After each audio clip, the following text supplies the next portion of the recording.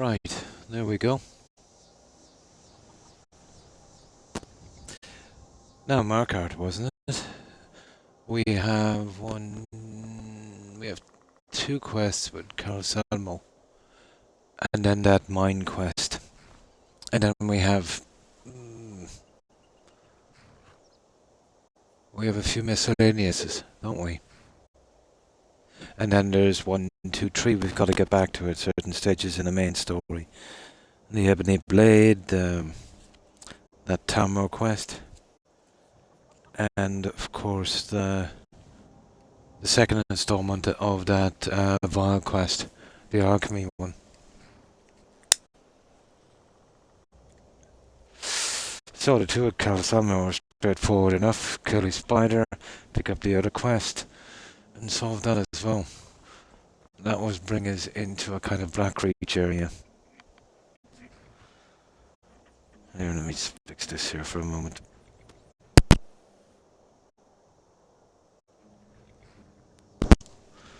There we go. Lead was getting a bit tangled up. So, off to Markart. I did a little bit of fixing up the spell tomes and that, sorting them out in the library. Right, Markart it is. Markart. There we go. Yeah, that's all of the quest that's left here. Well, the mine quest as well, obviously. For the life of me, I'm almost sure there's I thought it was a delivery quest to this guy at some stage. Apparently not.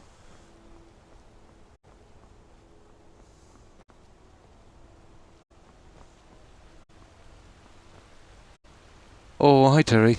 And how have you been?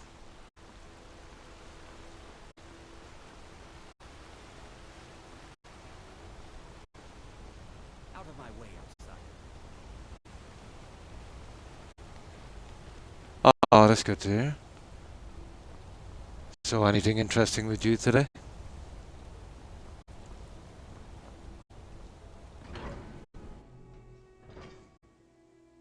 Nah, it's easy. Yeah, very, very easy. You won't even feel it.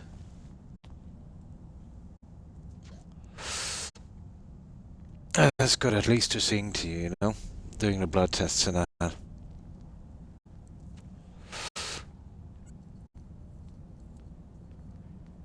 They can tell a lot from a blood test. Staying safe, I hope. Now, let's get this guy going. So basically kill a spider, and then it kind of, we find a body, it picks up another quest, so we'll do both. Oh, and the mud crab. Gotta get that guy out. Hi, Papa. And how have you been? Yeah, blood test. Terry's going for one tomorrow. She said she was nervous. I said there's nothing to be really nervous about. You know, it was different back maybe 40 years ago. You know, they were brutal, but these days I've had tons of them. And you wouldn't even feel them. Yeah. Yeah. I got rid of that kidney stone from my right kidney. So sometime in the new year, they're calling me back for other tests. But yeah, that one is done. I was surprised that it was gone. That's one less problem. And thanks for asking, Papa. Oh, they'll always run tons of tests, Terry. Always. And it's best, you know, whether there's anything wrong or not, that they do this. You know? It's better they run the tests than, you know, leaving it to guessing work. Yeah. But you're quite young, you know. The chances of, you know, anything being wrong there is very, very slim. Oh, good evening, JC. And how are you? What have you been up to? Now, I just grabbed some soda. So we've just got to finish up with Cal Samuel. And I think that's it in Markart. That's nice. We can get that one out of... Oh, and then we have the mine quest. Hate that quest with a vengeance. I might. Yeah, I don't think I can. I don't know. Can we bring a follower for this one? I don't think so. It would have been handy outside. They cause a lot of damage.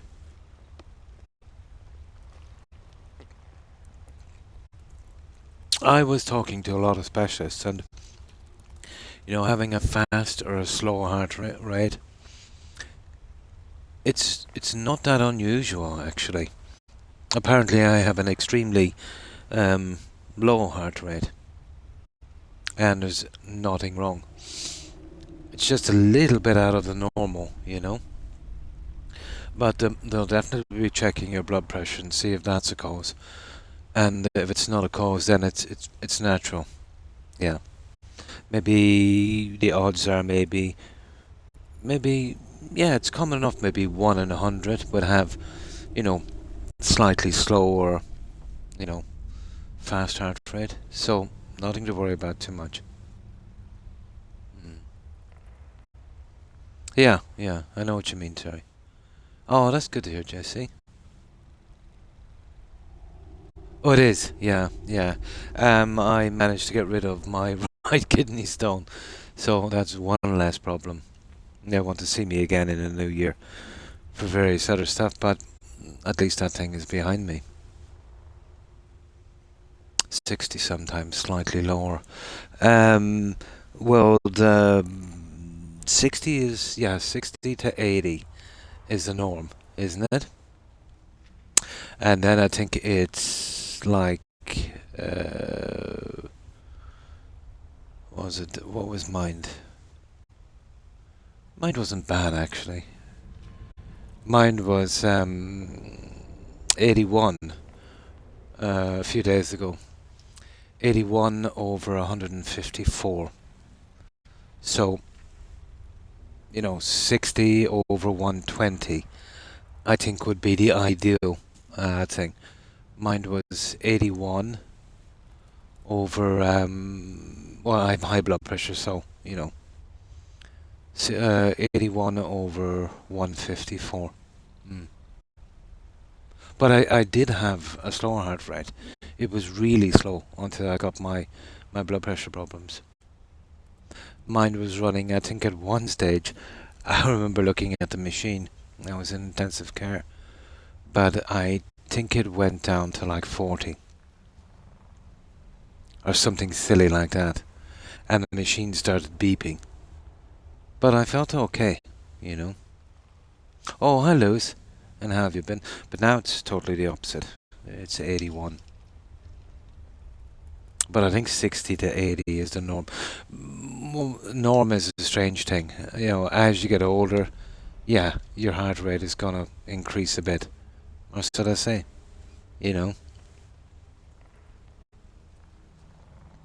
So, what have you been up to, Lewis?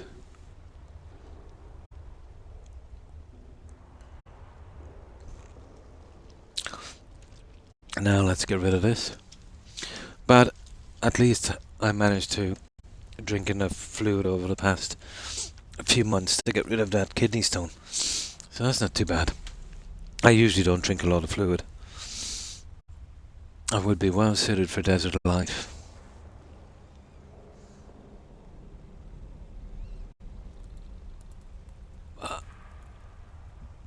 Oh, well,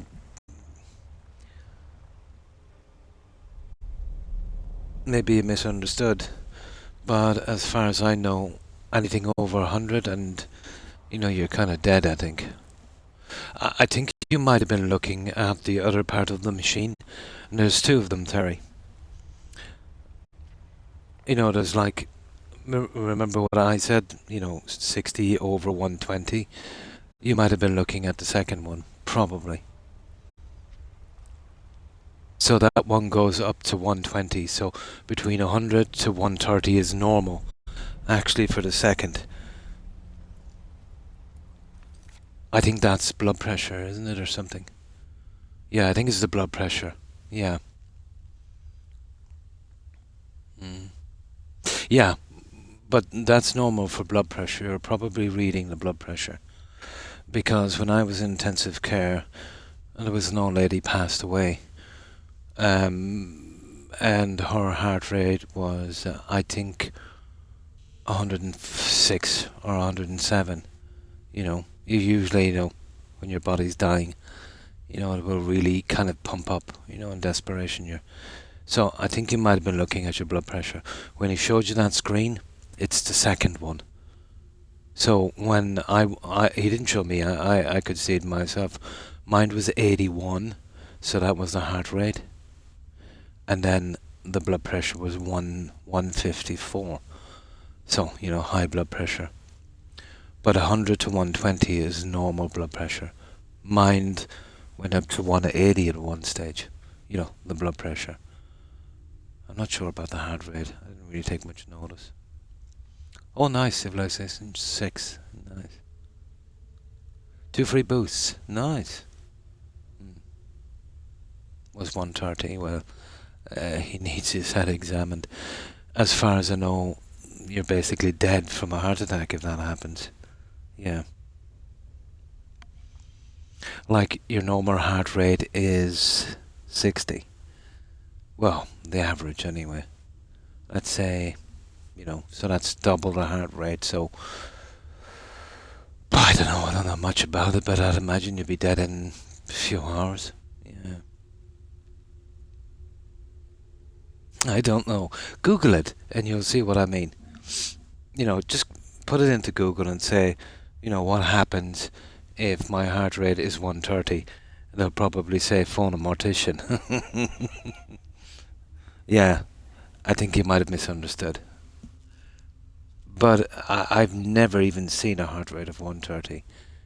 I've seen people pass away, and, it was always hovering well under maybe 110.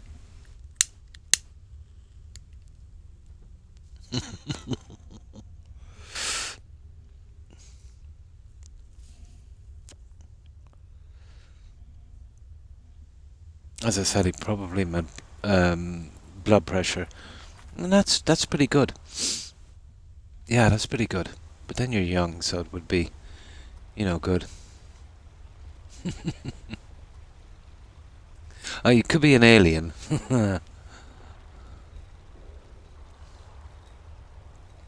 Good to see Skyrim still has such fine people. Correct. It's a private place where I can catalog my research. Oh, they're a British brand, and they're called... One second when this guy stops talking here. I just pick up this quest. Nimmy? Yes. Just one moment. What do you say? Sure. It's called Rotmans. So it's ROTHMANS.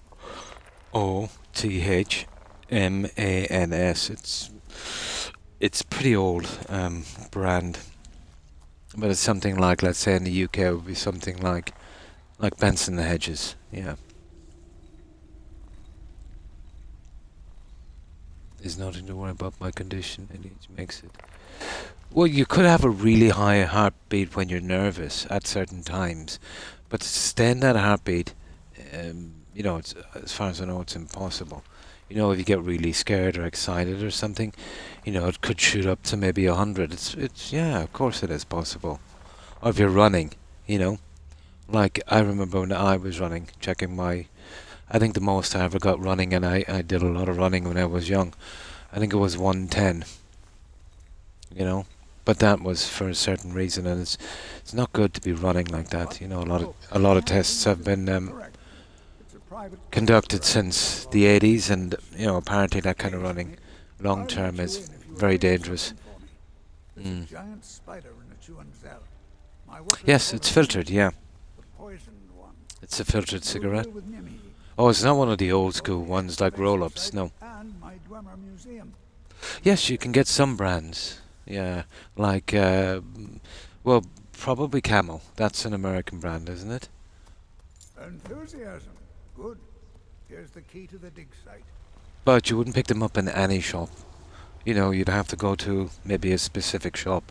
Like, let's say when I was in Germany to pick up my brand, I think there was only about 3 places I knew of That did my brand. Yeah. Unfiltered, really. That's really old school, isn't it? Oh.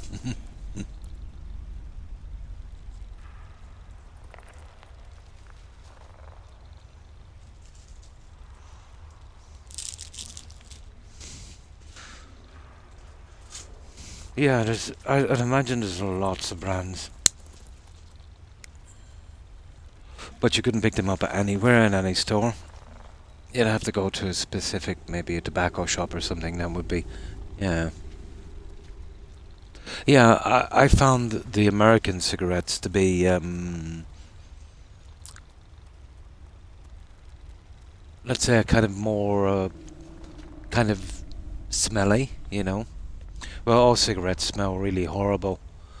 But I found the American brand, like, kind of like gym socks kind of thing, you know. Oh, they always smell horrible, but I found like Camo and the other brands, you know, to be really, really pungent. Mm. Or somewhere in the UK. Rotmans and Benson Hedges are pretty strong. Um, each country would have a certain kind of blend. I remember the Rotmans I got in Germany were much weaker than the ones I'm smoking here, so I'd nearly have to smoke two to get a kick from them, you know. But it's pretty much the same in Germany with Coca-Cola and even, you know, Mars bars, things like that, were much different. You know, the blends were slightly different. Mm. How's the jazz? What exactly is jazz cabbage? Yeah, I'm not familiar with the term. But yeah, Benson Hedges. Oh, it's still illegal here for any circumstance. You know, even medical, which which I think is really stupid. You know, they should make exceptions for medical issues because it's a lot less harmful, let's say, than a lot of the drugs they use. But yeah, they're not progressive in any sense when it comes to that. Mm. Yeah. Oh, there's probably people using it, of course. Yeah, there's tons of people using it, but it's still illegal. But I think in some of the states in the US, it's legal, and then in other states it's legal for medical conditions, and then outright banned in some others. Yeah, pretty much the same here, JC. Oh yeah, Christmas time. This must be a treat for you, Terry. Lots of tinsel and Christmas trees.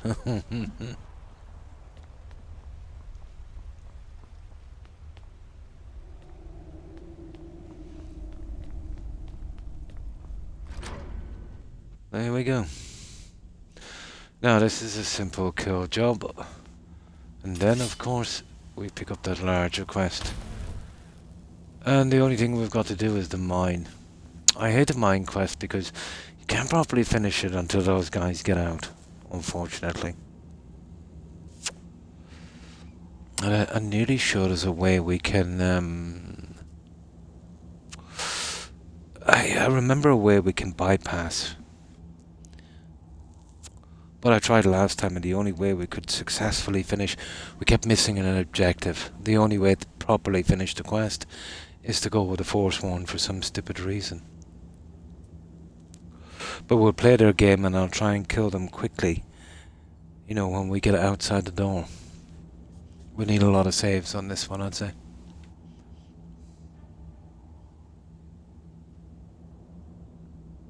I said out loud, "Oh, I'm being detected by Tesco guards," and I started laughing.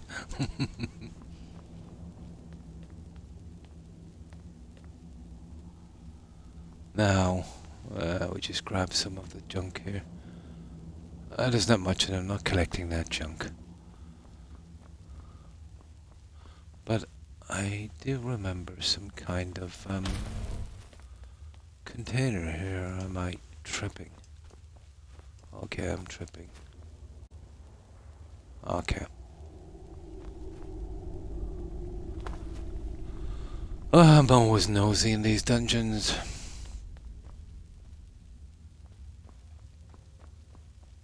Oh, it's probably in here.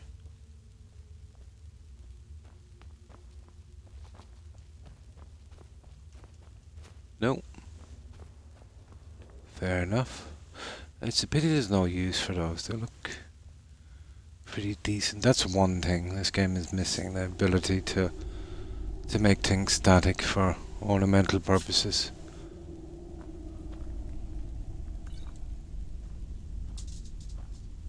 Yeah, we won't bother going for that junk. Now, we start our spider killing, I'd say. I don't think there's much down here of value, let's say, for collecting. There's a few journals, obviously, which we collect. Oh my goodness. Lucky we have a good weapon. How did that work out for you? Okay. Right. This is where the big spider comes in, I think. No, it's down there the other side. Was I ever up there?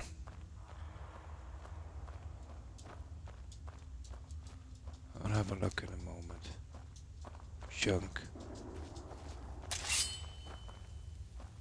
Ah, yeah. It looks like it wants to be explored, doesn't it? Nah, stupid. Nah, I think I was up there before.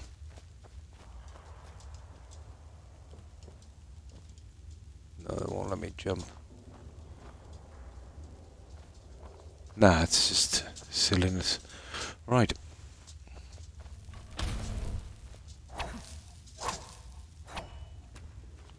Now there's a few more guys down here. Oh, this is the big guy here. Then we'll pick up the main quest and we'll grab these two. I'm not in the mood. Oh, yeah, I know what you mean.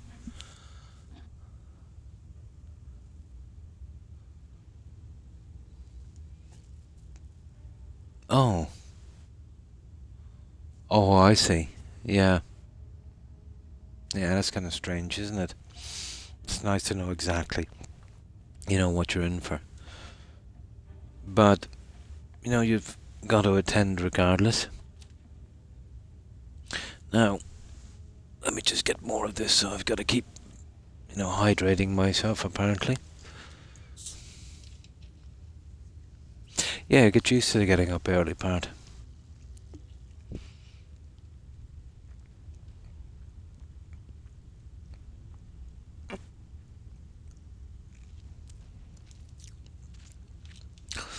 Now,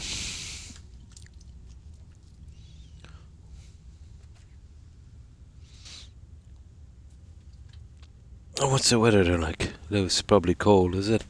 It's not too bad here. It was a bit cold, but now it's not too bad. I'm going to try and get some rest. No problem, Terry. Much love. No problem. Yeah, I know you've got an appointment tomorrow. There's no need to worry about it. And it's good that they're doing blood tests. At least they're trying to get to the bottom of things. Take care, Terry. Have a good rest. Best of luck tomorrow. Stay safe. Bye.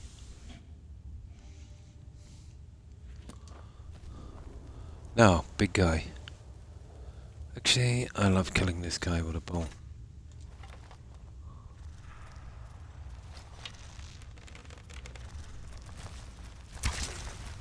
Oh, he is strong. I obviously haven't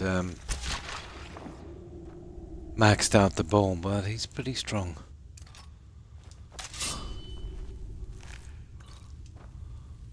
Now, let's go and get this junk up here, and this will start a decent quest. There it is, the Lost Expedition. Okay. And this is recovering journals. That's not too bad because I actually hold all my journals. We'll just get rid of that one for a moment. Here in Markart. I've got a few to oh, that's stupid. Here, get out of the way. There. Now, this is a biggish kind of dungeon. But not too big.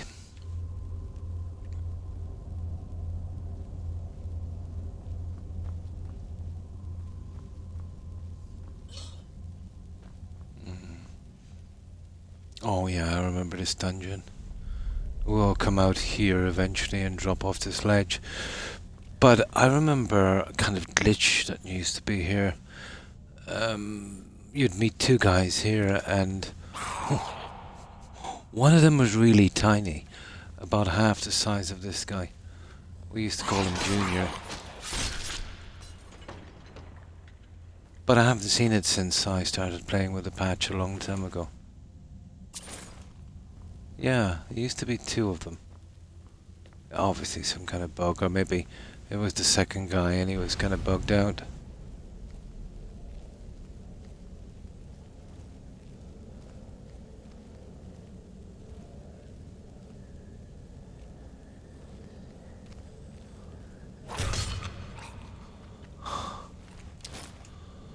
We'll have a time selling this junk, but whatever. Alright, this is where we get all of the journals. Yeah, okay. I remember this. There's like 4 or 5 journals. But yeah, it is a bit... The dungeon is a bit large, alright.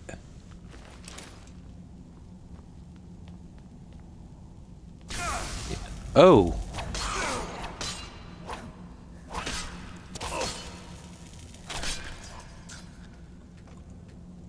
Oh, you sugar.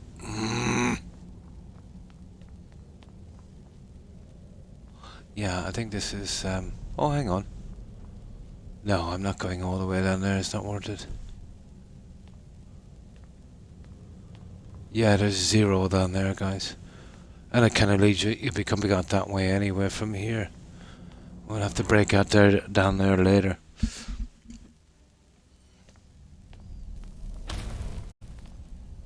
Oh. We'll get through this pretty quick.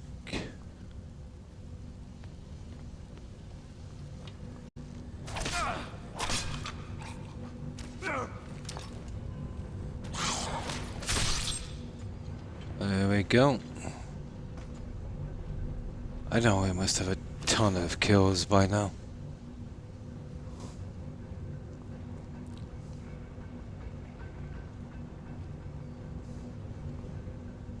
Oh yeah, this one. Let me see. What exactly have we got down here?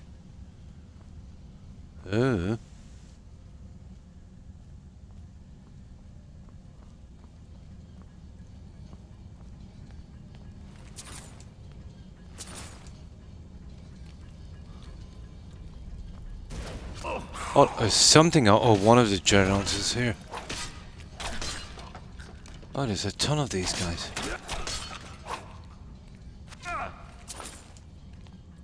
What the? Oh, that stupid. Oh, that's disgusting. That is disgusting.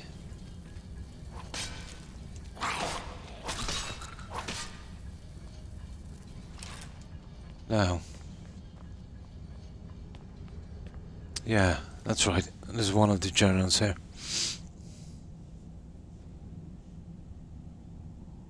Headshot. This game is about to make me drop kick walls. Now this is interesting here. And this is a miniature version of the tree in Whiterun. Dead, of course. And as far as I know, this is the only place you're going to find one like this. So I think it's tied into the lore. Like something like this was the original tree or something, or... yeah. I forget the lore on that one.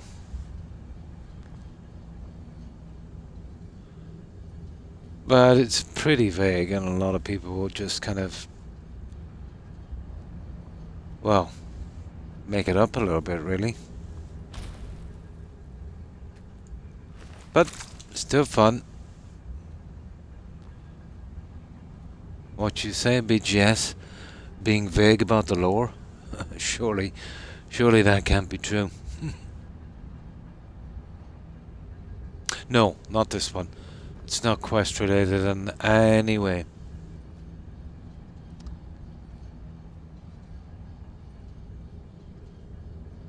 Unfortunately.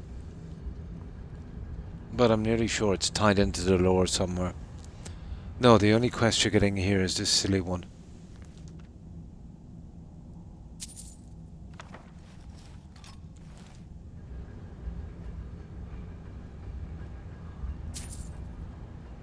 There it is, we'll be taking that. And we'll take anything of value. No, this is just a kind of plundering dungeon. It's a pity. There's a lot of work put into this for just picking up a few journals, you know. But I suppose the game has limitations. But the fact of its sheer size in the dungeons, yeah, it does add to the game. And then when you're talking about the one in Whiterun, there's kind of two options. One is to chat with that guy and take that sap from him, or the sapling I should say, instead, and they replant a tree, which bugs out the quest. You finish the quest, it's all perfect, but the tree never grows back. Well, that's been there since launch. But if you kill him, kill him, and take the sap yourself, yeah, it works. The quest runs perfectly. Or what I do is absolutely ignore him. Don't speak to him at all. Just go and do the quest. So that way I don't have to kill an innocent. We got lucky on that one. We managed to save the two NPCs there as well. Excuse me. But no. This is the only quest you'll pick up here. And that little bit of lore as well.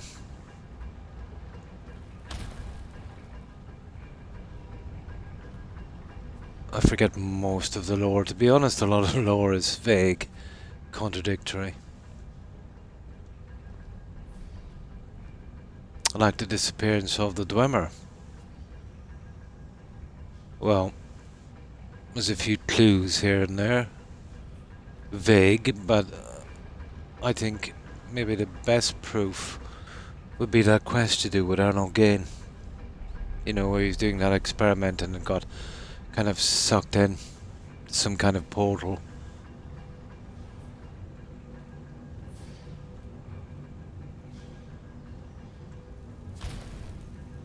But that kind of story's been around for millennia in certain civilizations. You know, that they opened a portal and disappeared. So, yeah, they had imagination when they made this, at least. Hard living with you can be so... Oh, weapons.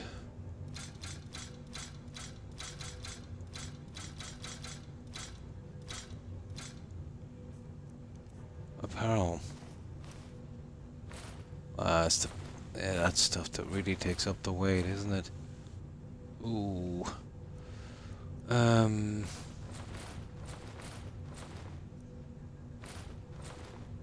So it's all more about cheapness and weight to get rid of this junk. 500 and something.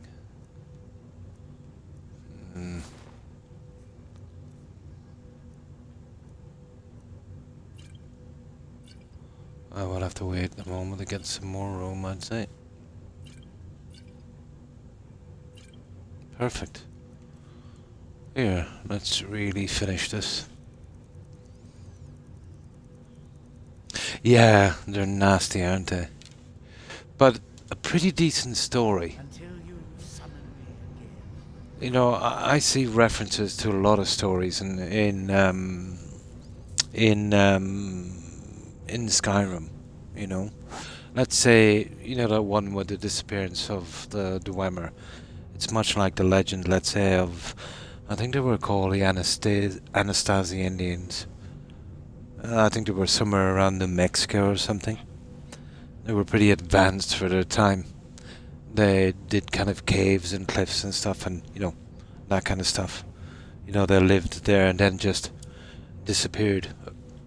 Well, the legend is they disappeared overnight, but in most of these cases, it's just more of a kind of a slow. Everyone would move away. Probably, water source ran out or something. But an interesting enough kind of legend. With the farmer, it reminds me of it wasn't who did that novel, The Time Machine. Was it Wells? I forget, but it's something like that. Well, basically, the first people here would have been the elves. So the Nords came, obviously, the age-old story, looking for territory. Wars broke out, and eventually, the Nords started to get the upper hand. They drove the elves to the caves, and kind of hid there for generations, and they evolved from the snow elf right down into the farmer. Right from that Time Machine novel. Yeah, that's how that worked. Yeah. Scottish stuff. Yeah. So that's how the farmer came around. Yeah. But again, it's picked right from that novel. The Time Machine was this guy in the 1800s. He built this machine, and he went back, and there was these kind of monsters living in the cave, and there was humans outside. And they didn't have to do anything. The food was prepared, and eventually, as the story goes on, you can see that there were basically cattle. The bell would ring, they would go into the caves, and these guys would... Was it Wells? Yeah. I just couldn't remember. But straight from the Time Machine, the farmer, that kind of de-evolution, It was H.G. Wells, yeah. I do like Jules Verne's work. I couldn't remember which one it was. No, there was a remake of The Time Machine as well, with that guy, Guy Pearce. You remember that guy? Actor. But I much prefer the old version, But I think there was a modern remake of that as well, The Time Machine. And another one as well, actually a British one. I think it was done in Pinewood Studios. Definitely worth a look at something different. And it was, well, it had a couple of names. But if you Google it, I think it's called The Voyage to the Moon. That was interesting. I think that was Rod Steiger, Rod Taylor. I think he was Australian or something. He died was less than a decade ago. Yeah. I think he was from that part of the world, somewhere from Australia. That was pretty old school sci-fi. I love the old school sci-fi. Jules Verne, yeah. Jules Verne, great. Yeah, basically. Yeah, it's exactly. And possible too, if you think about it, over generations, but you're talking about a long period of time. They would obviously adapt. They would have, in the darkness, they would have no need for eyes. Yeah, but that would play out over many, many, many generations. But then it's all sci-fi and, they're elves.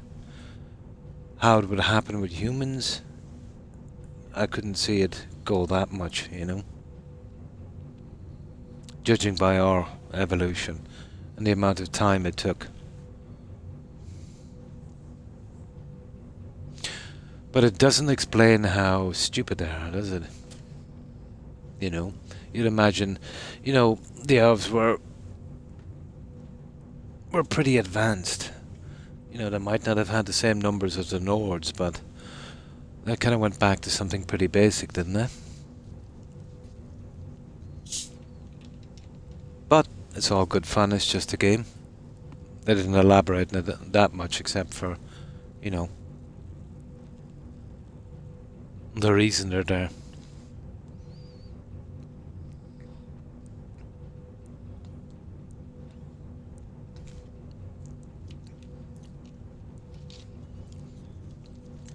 Now, let's keep going.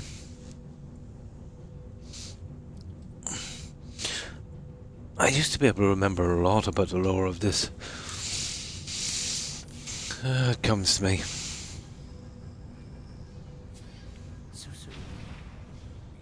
What the?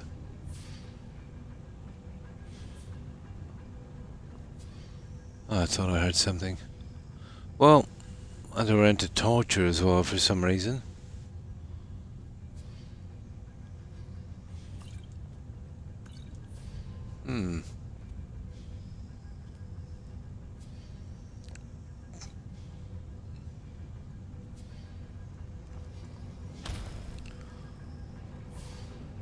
That's a pity. You know, there wasn't even one dwarf in this game. They managed to squeeze in a snow elf, alright. Well, two, but, you know, no spoilers. Eventually one. That's it. That's one of them. So that's basically all that's here.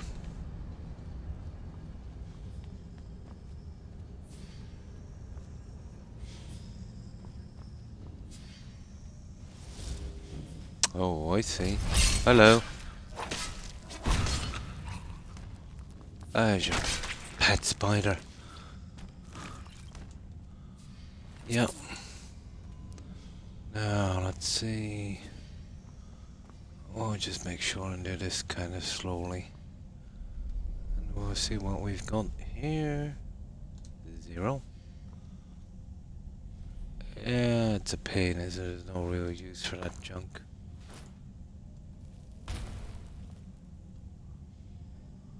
I'm pity. We're making some nice decoration. Oh well.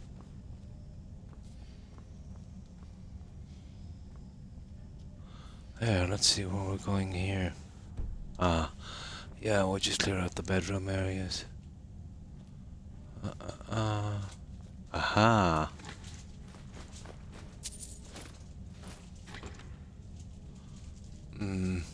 Looking bad for that harmony spell, Tom, isn't it?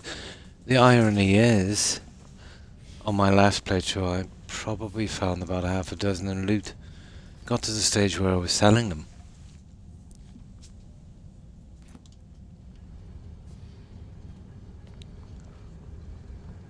But we don't really need it, but it would have been a nice kind of finish on our character. How do we get out of here again? Oh yeah, here it is. We've pretty much done that, haven't we? Yeah. Okay, let's go. It's round 1.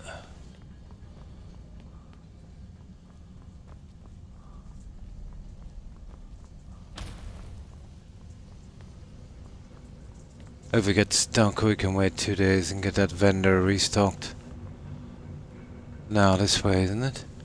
Yeah. Okay. We're all good.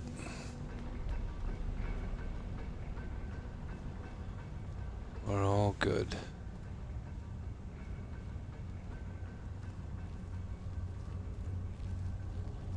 This is a pretty nasty dungeon, you know, low level. Anything got to do with these farmers? You know, they are really.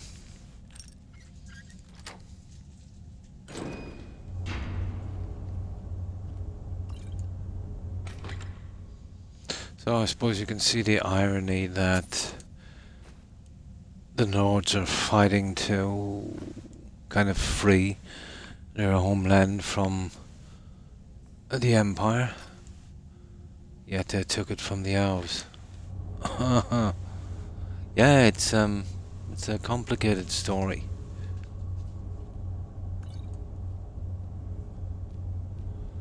I really hate that they added that Creation Club stuff, you know that.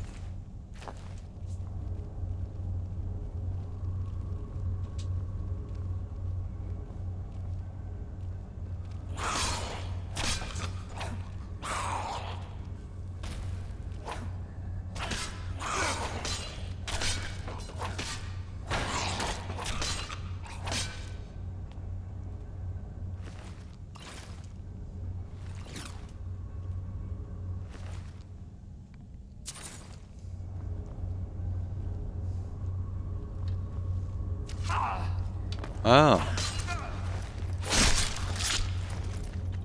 There you go, dude. Now. Oh, the only things we've got of value here is notes and journals. Oh, let's see what I can remember of this place.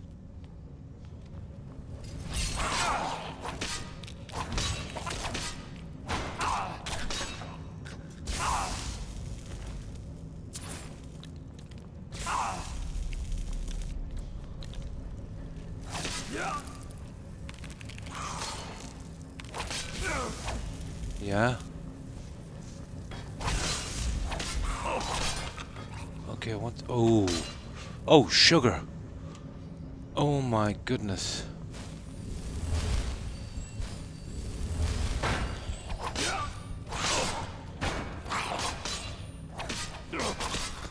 Okay. Didn't see that. We almost took the deep sleep there. I'll grab this stuff. I'll have to wait and call that guy back, I'd say. Well, not too bad. At least we can wait. Let me just grab this. Now, it's time to trim ourselves down just a tad, maybe. Where's that creature? There he is.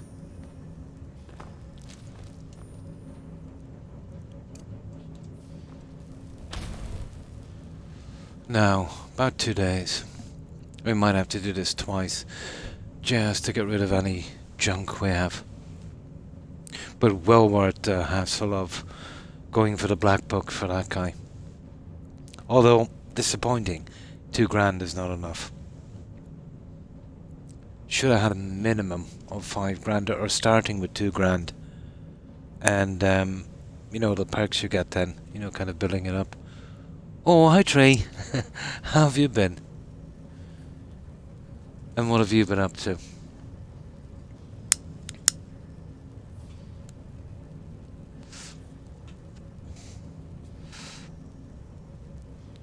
I've been good. Oh, that's good to hear. Yeah, not too bad. Went for my medical appointment today, so I got rid of a kidney stone apparently. Yeah, right kidney. So that's one less issue. Got some more tests sometime in the new year, but yeah, pretty good, pretty good. Oh, I could imagine so. Here it's actually a bit on the chilly side. A few days ago we had some storms, unusually windy from my area. We get them about once every decade, I suppose. But yeah, I like a little bit of cold, and it's pretty decent, you know. I think it's still staying about maybe 7 over, 6 or 7 over. Well, it's a bit more maybe tonight. Feels more like maybe 8.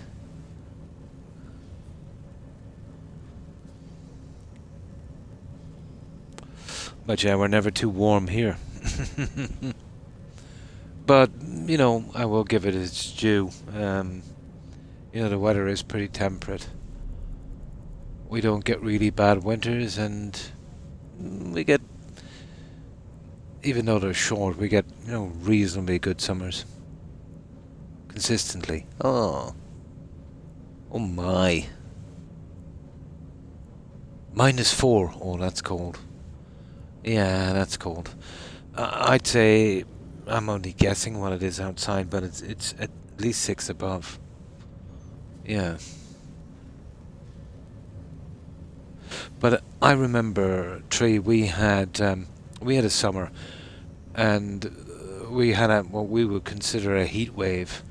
I think it got to I think 7 below your temperature, about 32. We almost died. Yeah, it was really a kind of freak few days.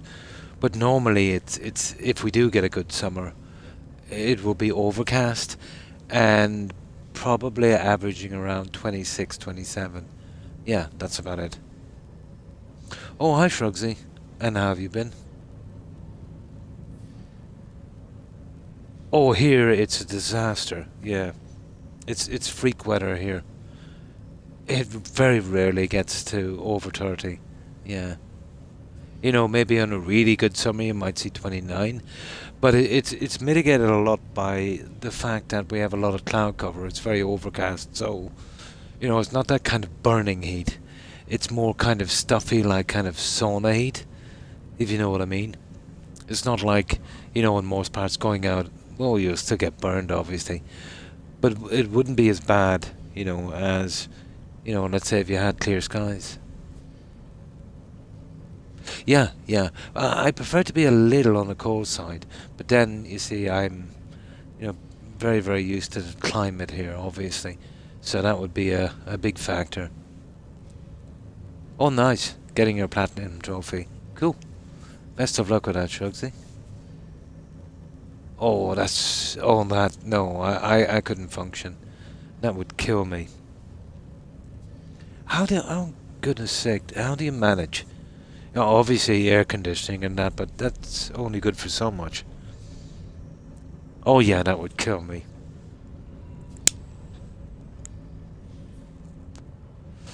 So that's your kind of freak weather there, 45. Oh my.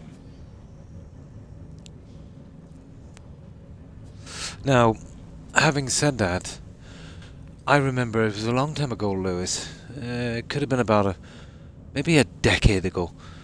We got 2 days that was, I think it was November, December, kind of freak freeze. You probably got it in the UK as well, where I think it dropped to 3 or 4 below. Oh my god, that was horrible.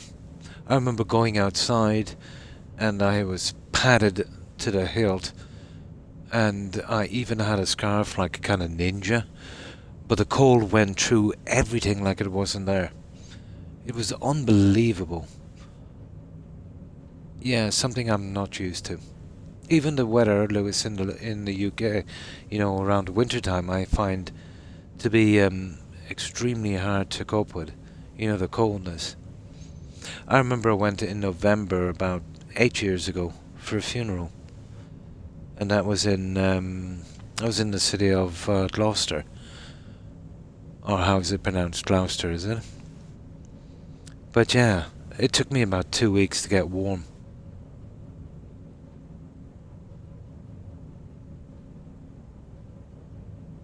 Oh yeah, yeah.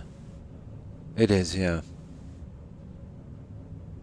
1 Celsius. Oh, well, we get it here in odd time as well, but it's very rare. Yeah, it's very, very rare. I think the lowest we got this year was 5 above. Yeah. Oh, hi, Wolf. And how have you been? How's life treating you? Yeah. But I've been to the UK maybe in the past decade, maybe about 3 times. And every time I found it unusually cold. I remember the UK, well, mostly, let's say, in the 80s. And, yeah, you know, there was lots of snow and it was cold, but it was never that cold. The summers were great, but they were never that warm. You know, I know, let's say I haven't been there a lot in the decades in between, but the weather has changed a lot in the UK since the 80s. Yeah, very cold. finer than a frog's hair, and that is fine. That's pretty fine. So we meet again so soon. I'm sure we can strike tomorrow. Now, let's get rid of some of this junk.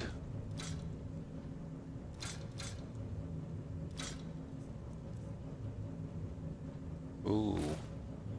That's dodgy, isn't it?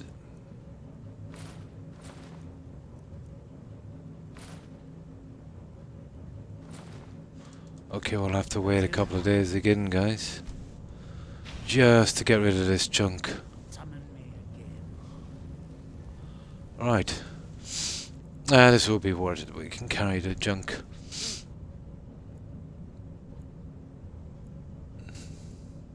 Yeah, but I haven't put the heating on in ages. And here it's a tiny bit maybe on the cold side, but I kind of like it this way, you know. But no joking, I'd say in the last 10 years I've maybe used my heating, let's say,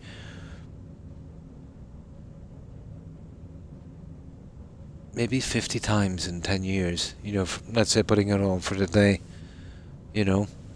I know maybe I like it a little bit more on the colder side, but, you know, the weather here has been, yeah, very temperate. Seeing more of Scotland, well, yeah, it's cool, isn't it? I'll have to go back sometime. You know, even if it's just for, you know, a week or so.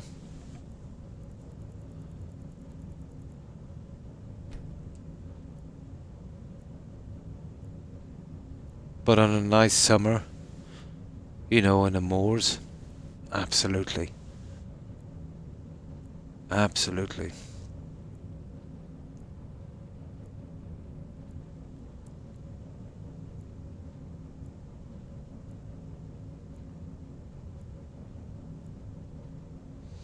I was so young then, I didn't really appreciate it. It's only when you get older you start to appreciate stuff like that, really. I was too busy.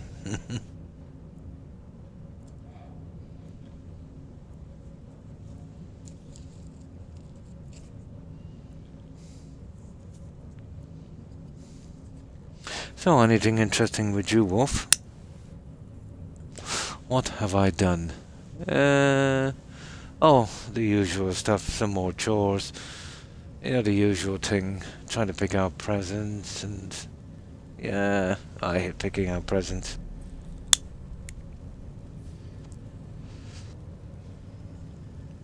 Still have a few last minute things to do, I suppose. Absolutely not looking forward to that.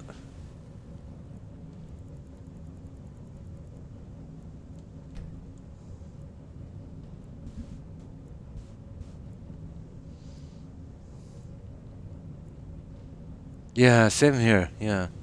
Yeah, same thing. Same thing. I always struggle to find something I think they might like or need. Yeah.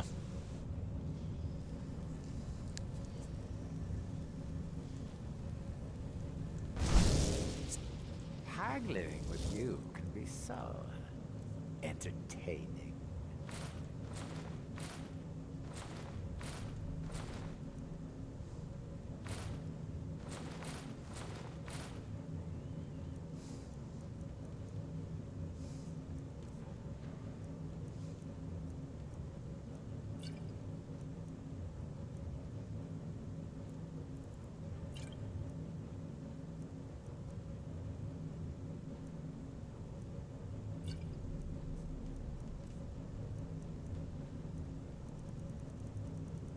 I know it's worth it. We'll give them one more shot, guys, to get a little bit more room.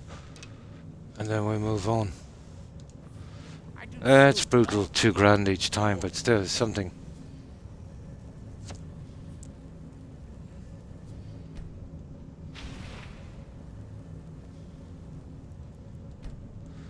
2 days after this should do it again, and then we'll move on.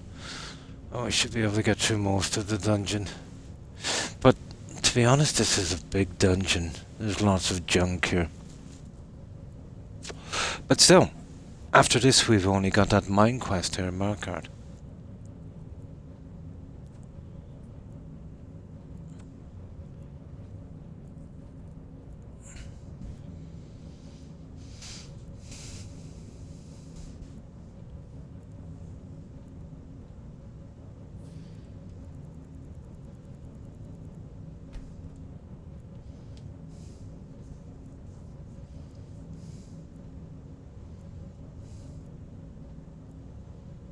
That one should do. I don't think there's any unique weapons or jewelry or anything. I think it's just the books. And they're pretty much marked. Now, I'm sure we can strike a bargain. okay.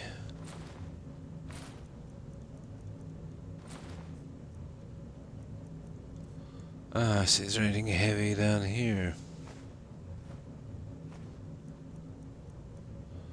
Obviously the heavy... Oh, why did I... Oh. I don't know, probably picked it from the guys.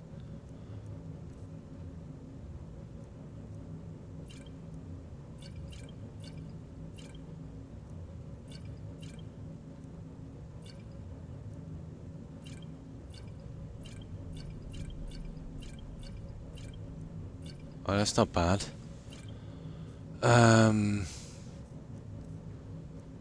Yeah. Well, we even got a bit of room to spare. Let's see.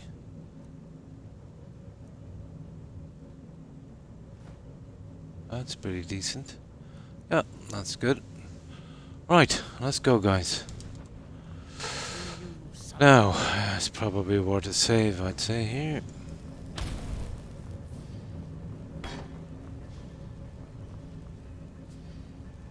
Yeah, we'll do a save just in case.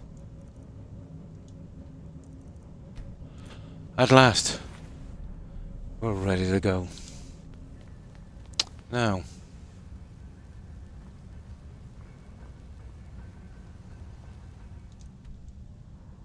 yeah. Oh, they want me to go that way, but I want to clear this dungeon. So,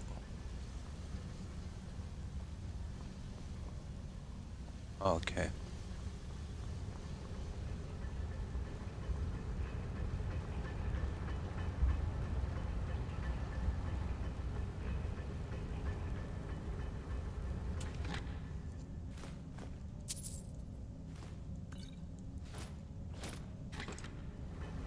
There. Fair enough. We can go out that way. Or that way. We'll see what's here. There's usually some of these with a little kind of ledge and a well, chest outside. This might be one of them. It is. Always a chance of... That's the next target, one of them there. Okay, we'll follow their little road map. So, yeah, we're pretty much done here. Now, let's see, we need to get back on the... Where is it? This way, isn't it? No. Oh, I see, we can't get out that side. That's kind of stupid then, isn't it?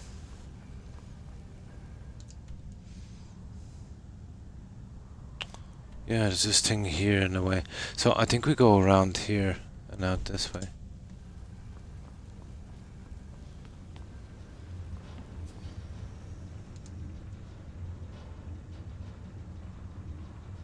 Pretty much, yeah.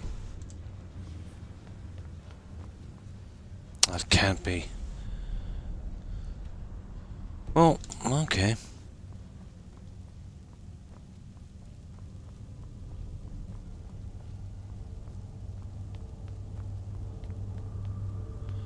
Okay, we've been this way. Let me see. Yeah, I think we're going right. There it is. Yeah, this is the way.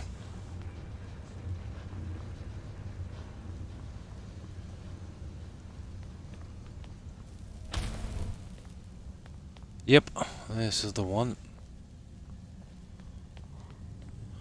So, that's another big dungeon done. Oh, don't they? Yeah. They want you to go exactly the same. Yeah. They're too big. You know? They're way too big. Now, this is where we kind of travel down, and I usually jump down onto this from here. Yeah, pretty much.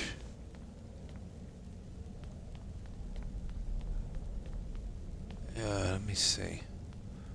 I usually jump from here. Yeah. Okay, we might get a little tap from this one.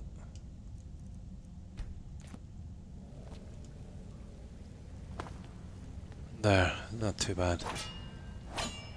Oh no, that works later, isn't it? Okay.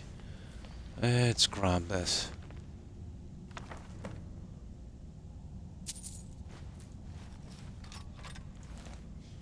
And of course, yeah, that's a rare one. Now they want us to go, well, we can go to this one. That will be our way out, that way there.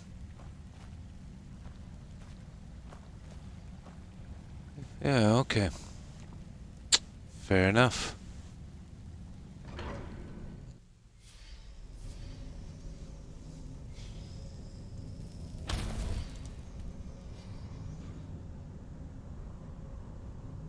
This is the control room. This is where we finish by right, so we really need to get the other one, don't we? We take this one anyway. We'll have to come back to turn on that control tower. Pretty badly laid out. Imagine, Wolf, if there was no local map in this game. Like they did in Starfield. Oh my god. Getting out of these dungeons would be cruel.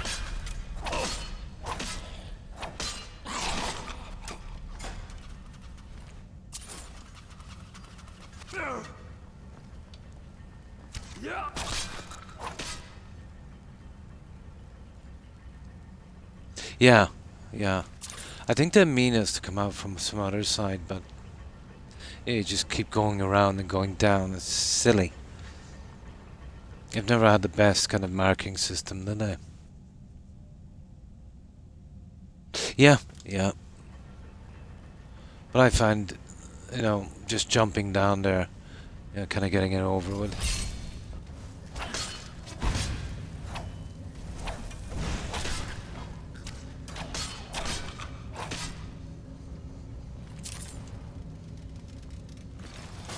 Oh, sugar.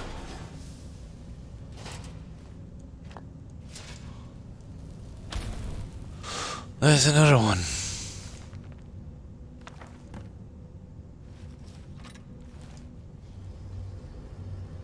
Oh, hang on, there's another one in here as well. That's nice, there's a few of them here. Cool.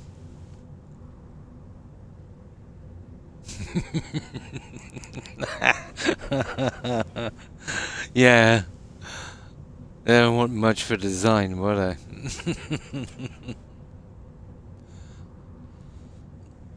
I've often wondered how they'd work out that kind of design. I suppose they wanted to, you know, keep the thing going as much as possible, but a lot of work, isn't it? You know, I think that would have been best spent maybe adding a few more quests. You could easily cut this dungeon down by half and it would still be good.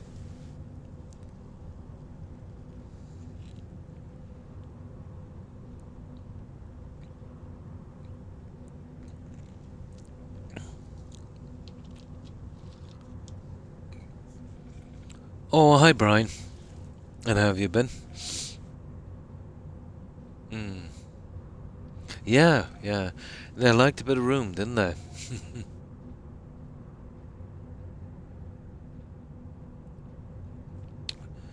Oh, complete. Well, if you mean the achievements, I got them a long time ago. But yeah, I do want to do everything on this, every possible thing, including all the stuff from the anniversary edition, which was very buggy. But we found a way around those ones, and we're about, what are we, guys? About 80% done, I'd say. And when I say everything, Brian, I mean every possible thing, every little side quest, every miscellaneous quest, even to the extent, let's say, of doing the 125 quests to properly finish the Thieves Gold, which we did. You know, we wind up with the safe on the end. So we've got a lot done. I mean a lot. We're about 500 hours, I think, into this one. It's a good riddle, alright, yeah. Oh, that's good. Oh, that's definitely good. So yeah, we want to do everything in this one. We're playing on Legendary, but you know, I have a lot of time on this game, and you know how it gets. You need to kind of change it up. But yeah, I think I've done more playthroughs than I'd care to admit. But I think I've always been playing on Legendary since about the third playthrough. Started playing this about, well, I know exactly when, a month after release, but I come back to it every year, you know. Oh, really? Yeah.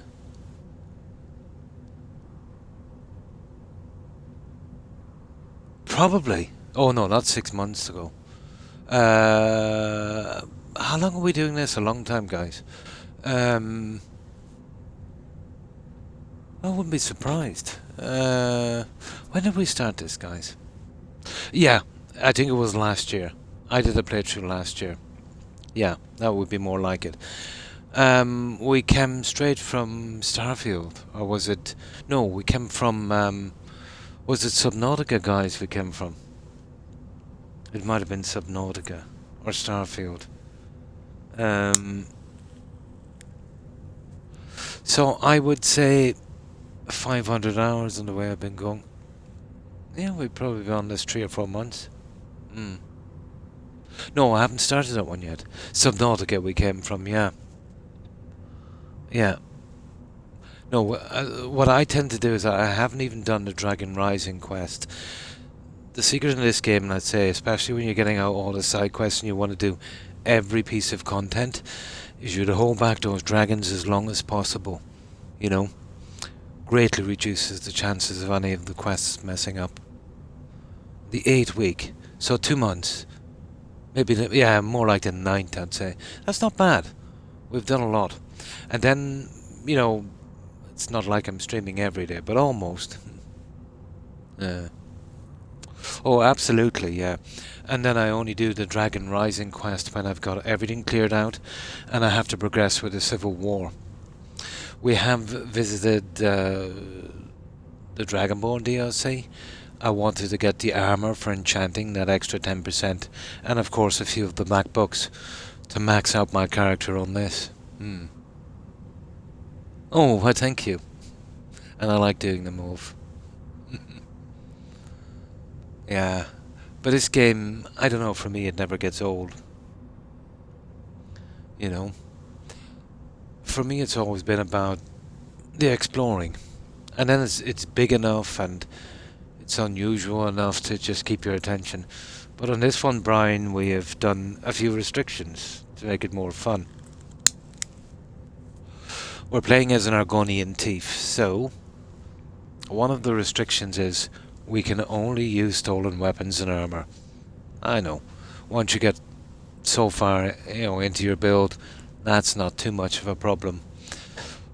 But we cannot buy anything that would benefit our character. So, you know, we cannot buy soul gems, spell tomes, you know, anything that would help, or that kind of thing. But we can mine, we can hunt, and we can farm. So that's added a lot of time. But it's been really fun, you know. I think maybe the game should have had that originally. But then again, it might be too grindy for some, and I can see how that might be a bit of a put off. So I've got all my skills maxed, but I want to get to level 252 to max the perks. But I want to do it using the harmony spell. It's the way I always do it on illusion. It's about 100 times faster than any other way. If I was to do it the other way, I'd probably be playing this game until the Elder Scrolls 6 releases. And I'm not prepared to do that. But we haven't found it in loot yet. And the irony is, on the last playthrough we had no buying restrictions, so I had the harmony spell. And I think we found it about half a dozen times in loot and sold it because we didn't need it. But this time it's not showing up. And this is a strange game. You know, it's the kind of that kind of random spawning thing they have on the engine. You know, if you have something already, yeah, it will always show up in loot, but when you don't have it, it's very rare. It's like when you're playing Fallout 4, maybe you're looking for maybe a 2-shot, maybe a combat rifle. You know, you're looking everywhere, you can't find one. And then eventually you might go to the vault and buy the Overseer. And then within 15 minutes, you'll find the one you were looking for beforehand. That kind of silliness. Yeah, it must be some kind of thing with the spawning. Good evening, Do-Right. And how have you been? But yeah, it's been fun. I can totally max my character if I get that harmony spell. But to be honest, we've been looking a long time. And I can't see that happen anytime too soon on this playthrough. But who knows? Knowing my luck, you know, when we finish the very last piece of content, I'll find it.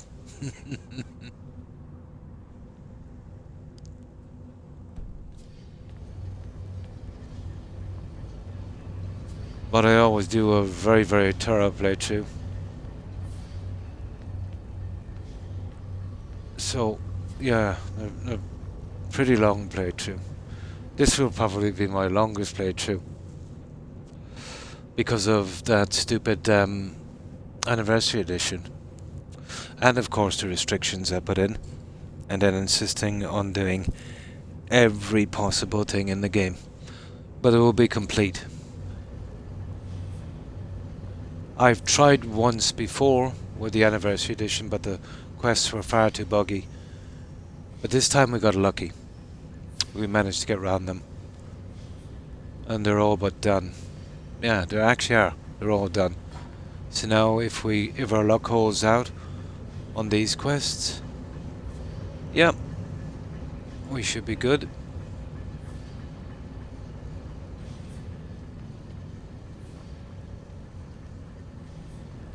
Oh, you little...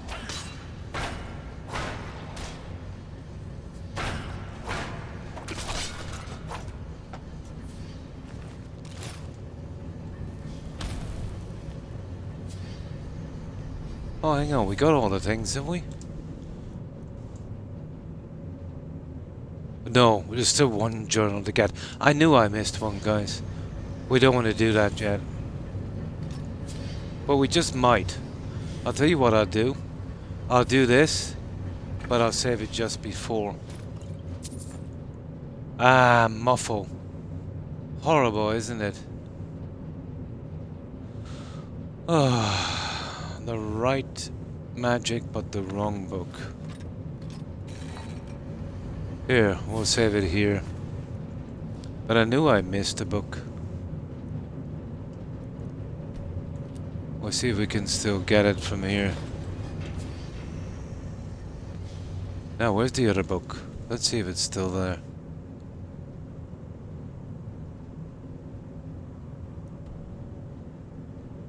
Yeah, we can still... I forget... I think it's down low, that journal, isn't it? We should be able to get it from here. Yeah, we kind of go down this way. I think we drop off the edge. Oh, there it is. Yeah, okay, we're good. We're good. Now, there's a little thingy here. There it is.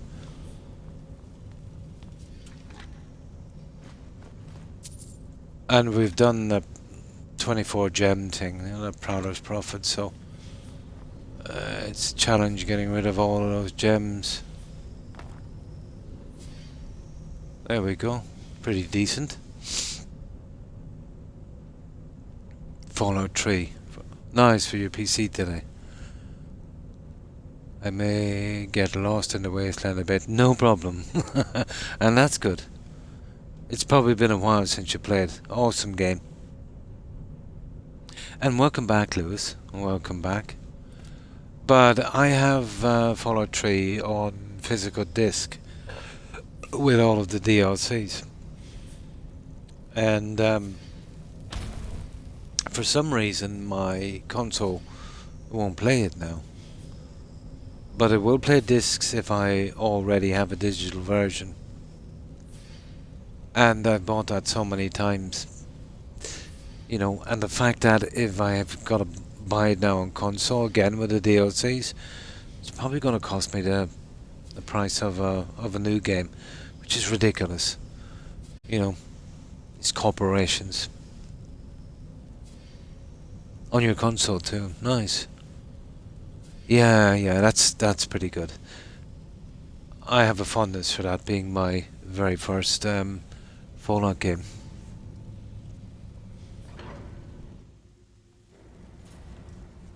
But when you meet a Deathclaw there, yeah, you'll know you met one. The Deathclaws in Fallout 4 are not that strong. Now, we need to get right down here, isn't it? Yeah. Okay. I remember the bottom one was down here. I usually get this before the other one, to be honest. Is it that way?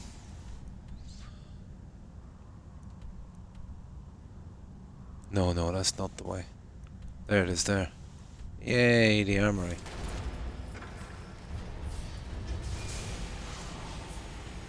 Oh, sugar. It's above us. Hang on. Yeah, we can get it from here. That's if I can get up. Come on, Croc, get up. There it is. Oh yeah, there's some junk here as well. We shouldn't be even bothered collecting that, but we might as well, we're here.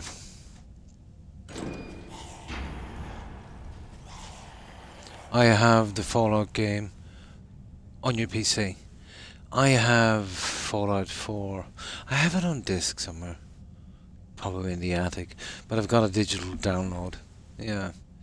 I much prefer the physical version. You know. But either way, the way it is now, guys, you know, even if they ever sometime in the future shut the game down, you know, the disc won't work anyway. You know, I've always been against games that you cannot play offline. You know, you're just basically renting them, aren't you? Leasing them.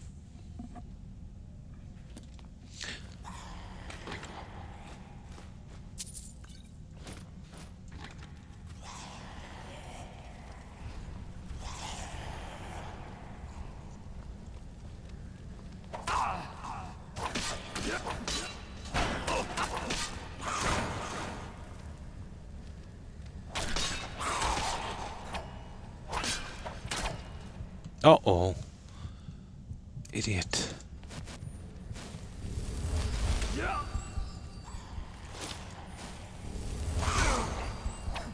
Those guys are a lot stronger than I thought. Now, where is that, oh, sugar. And I can't wait either. I can't remember where that guy is. Where is that?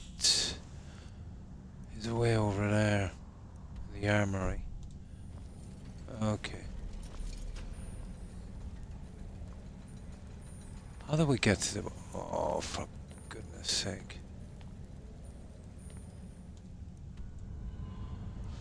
It's right there. I knew I should have picked that before I got the other one.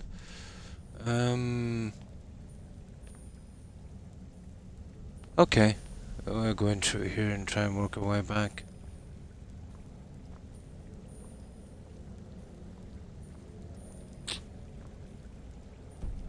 Yeah, you see, I can't. Here, if I go inside, I might be able to get that guy back. We need him to get rid of this rubbish. I can't do it now over these idiots here. I should have turned back that time and got this one before I let these idiots out. Shouldn't be too bad. I just got to backtrack a little bit on this.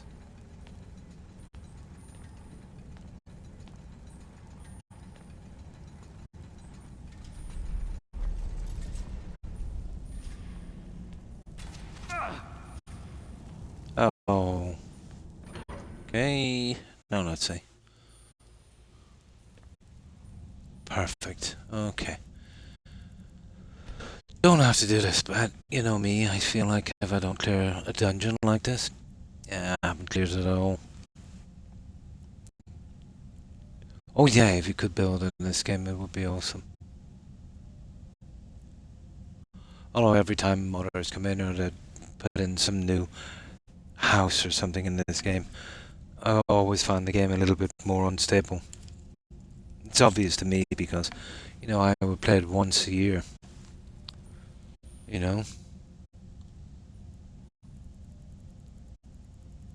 But instead of mindlessly adding boring new content to this game, to the Creation Club of BGS, you know, did the right thing and, you know, started cleaning up bugs, maybe improving the graphics, that kind of stuff, you know, and trying to preserve the game would be much better.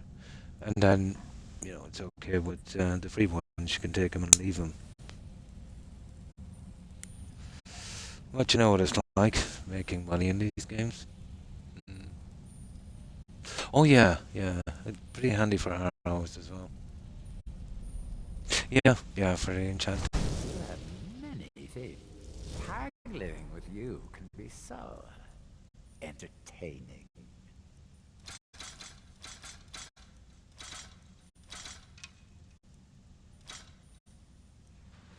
Oh, these are expensive. I want to get rid of the heavy stuff if I can.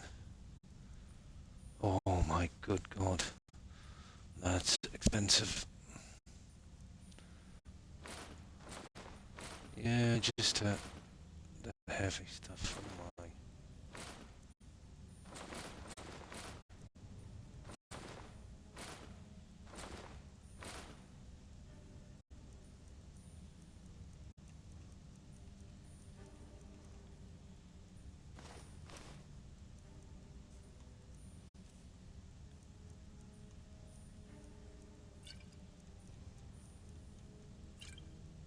Perfect. Okay, that should do us for a while, guys. I'll give it a little bit of breathing room anyway. Now, how are we getting out? Yeah, it wants us to go that way, but... Oh, I think we have no choice. Yeah, I tell you what we'll do. We'll just clear out another little bit of rubbish for this and we'll grab this quickly. I have a safety save anyway, but I should have getting this before, you know, releasing those farmer. And then it would have been pretty easy to get out. But I think it's on the lower quarters. I think it's in the armory. How we get there, I would usually jump down, I think, to get that.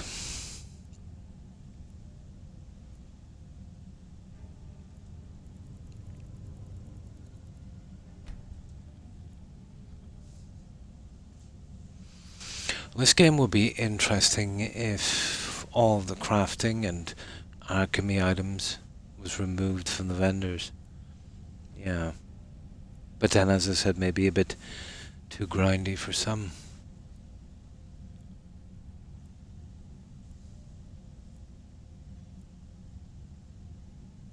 Susu, I can hardly wait.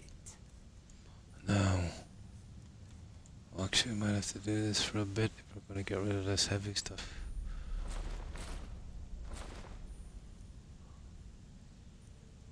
Yeah, you see what I mean?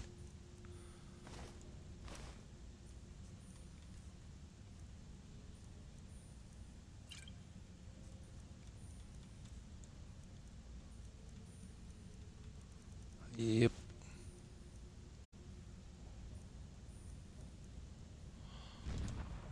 That'll have to do. Okay, we'll go with this one.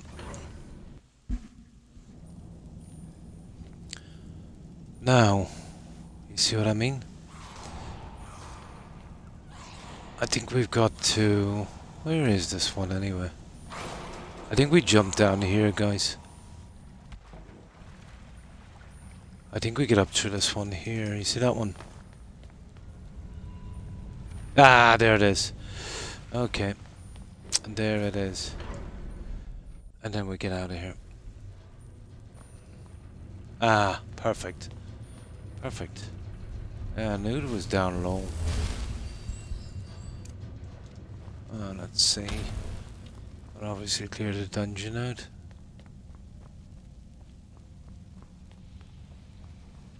Yeah. It's up here. I remember this guy.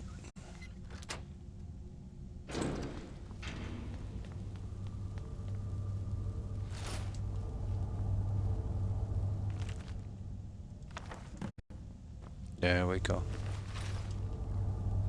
Right.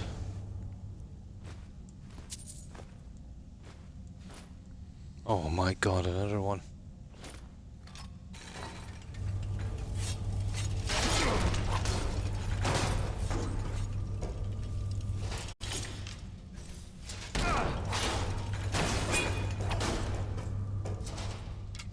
Well, it doesn't matter.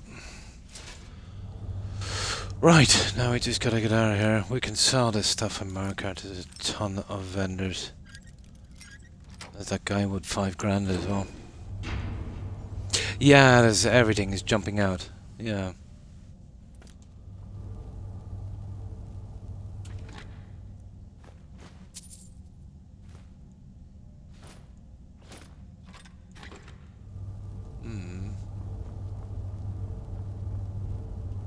Pretty decent.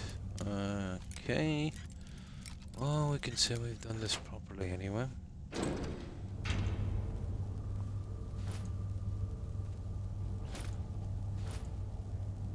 If we were looking for a foresight, we wouldn't find it.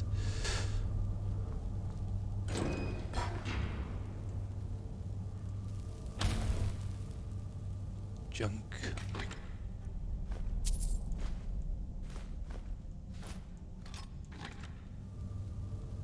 Yeah, okay. That's it, guys. We are history. Done. Done.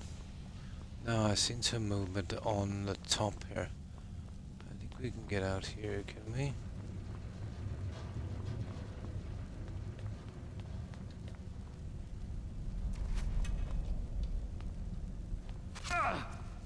Ooh. Okay.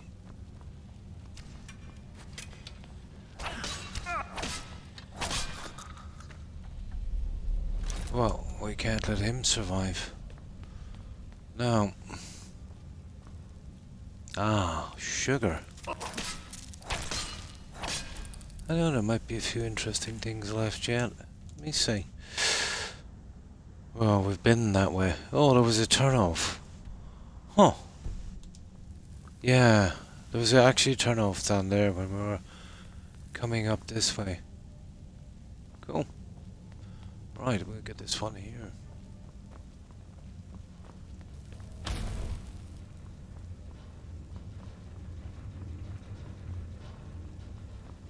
There we go.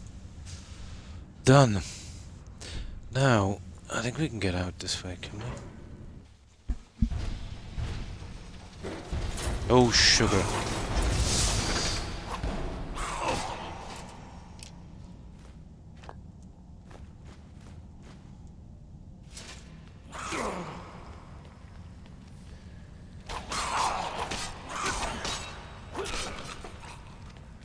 Uh-oh.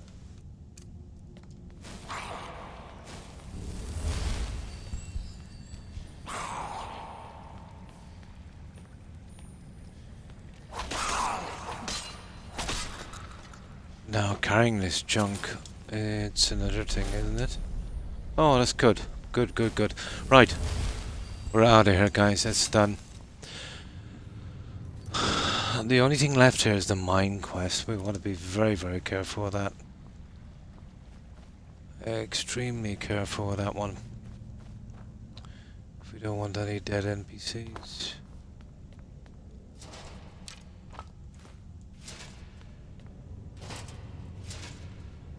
Yeah, bye-bye. Right, let's go.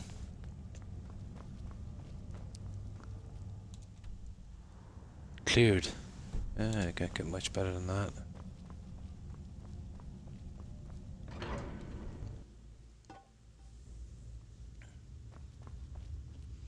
And that's where we started the quest. And bye-bye, spider.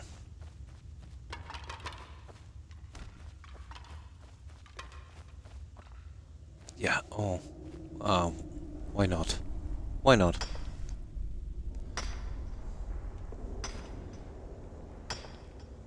And we won't need much more steel. I don't think there's many more followers left, guys, is there?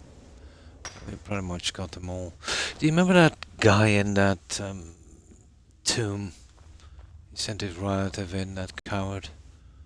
I don't think he's a follower, but he's in one of the tombs. We'll come across him eventually when we're clearing the locations. That's another thing we have to do as well.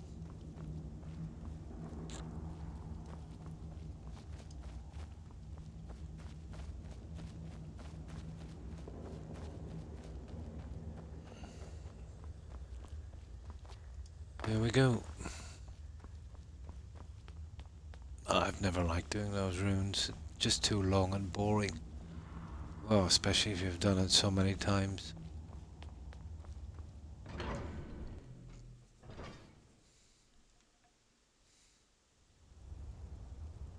There we go. Now we'll talk to him, we'll take his cash. Oh, we've got to buy that stupid crab. And we'll bring him out to that house we have. Or the other strange things we have also. There. Good to see you have my gratitude. That There we spider go. has been interfering with my excavations for months. As promised, is the key to the Dwemer Museum. Nah, we don't need it. We're good. We're good. Now, let's check this one. We see where our wood quests. Perfect. And that one.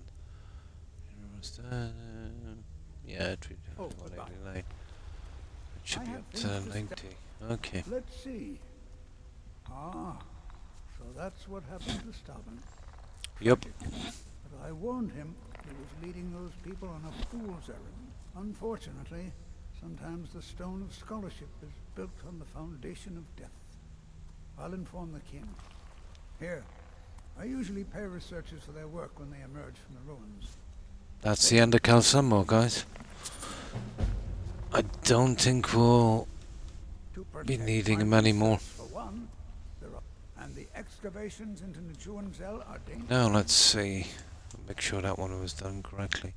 That's it, guys. Everything is done. Yep. Oh. Perfect. That's a lot of quests. And then there's some we did that doesn't even show. Even Now, the artifact. So you wish to master the arcane art? hang on. Yeah, we've Spells done and the incantations for those with the talent to cast. investment. So that should be in books, shouldn't it? Yeah, ownership deed, mud crab. That's a pretty cheap mud crab, isn't it? Ah. Well, we can buy the followers, obviously. We have no choice. These ones, we're just going to use them as an ornament. Alright.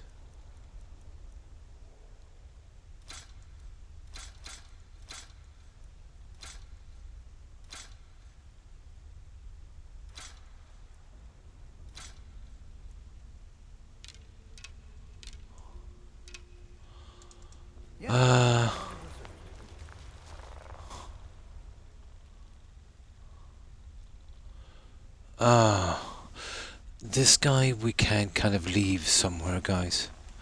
Come with me and he's carry something. Wait for me at home. Let me save it here. I just might leave him here, guys. It's just we said we'd do everything, so buying him was one of the things, wasn't it? I don't think we can bring him.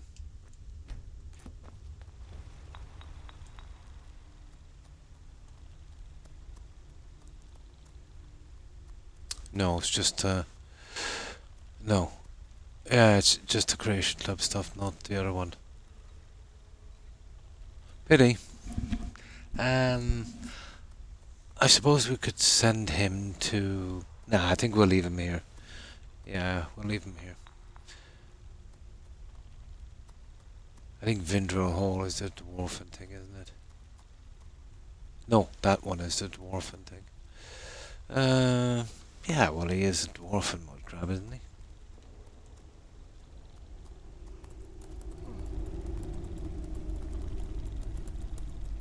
Personally, I think we'll just leave him there.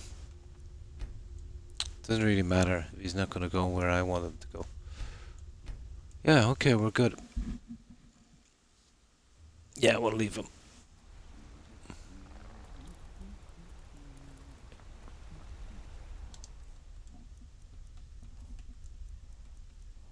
Oh, oh, I think tell me I saw that. Spells and incantations. Whatever. Whatever. Now doing a reload in here is going to mess up this vendor here, but just these two vendors. So that's it, guys. Just the mine quest. We'll get rid of that note. But I need a decent save beforehand. It's going to be hard killing those guys before they do major damage. May your neck take a look. Oh, that's not too bad. Okay. Oh, hang on, that's okay.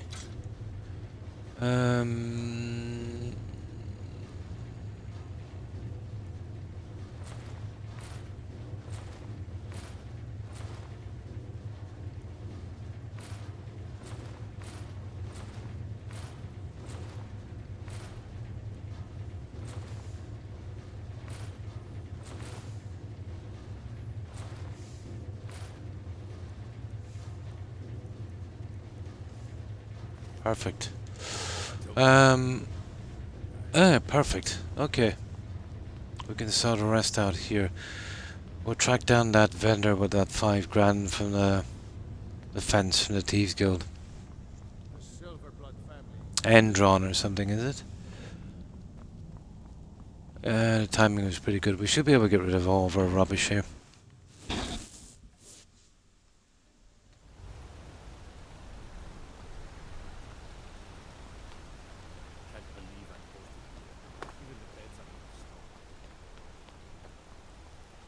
There he is.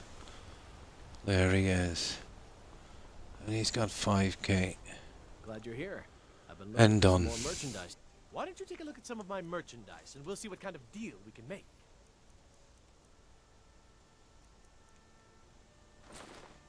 Oh, perfect.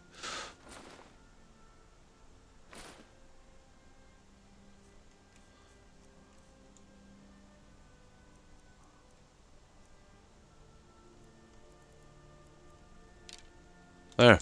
When you get back to Riften, Now, come down on this new arrangement. let's get selling. I got some wonderful jewelry.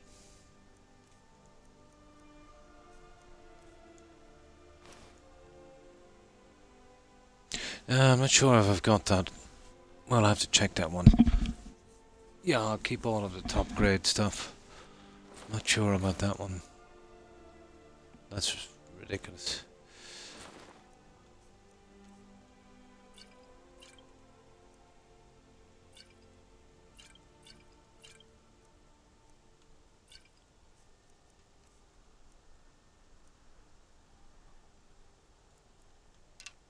There. Come back if you... Oh, hi, Easy Tiger. And how have you been? Don't try to haggle with me. We're just finishing up. We've only got one quest to do in Markart, and that's the mine quest. I always try and kill those guys, you know, quickly. Take a look. So I need a few saves on that one.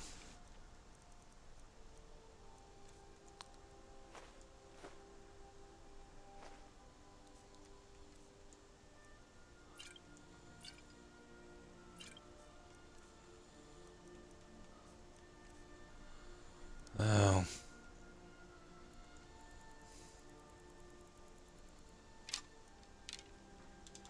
Yeah, we'll get all of the money. It should be good. There's still a lot of gems to drop, but we'll get rid of some of them, I think. Expensive-ish. The land problem you had. I've built my house now. Nice. Been leveling up as a mage to fight Merrick. Cool. Oh, that's good. Oh, pretty good, yeah. I managed to, well, went to my appointment today. And, got a checkup and the kidney stone, my right kidney, yeah, that's gone. So one less problem to deal with. So yeah, pretty good. Pretty good.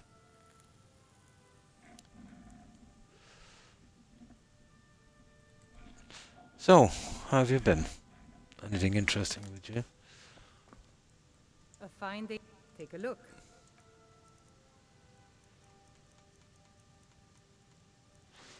No, let's see if we can start getting rid of this junk.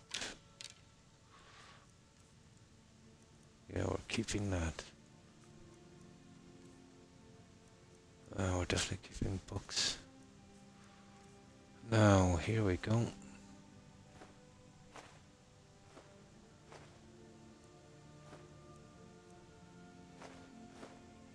See what I mean about the stupid gems?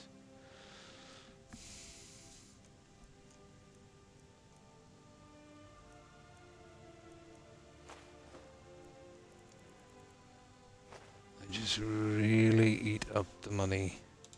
Come back whenever you need something. Oh, I should better get rid of most of them, I'd say. They're expensive. Yeah, one less to deal with.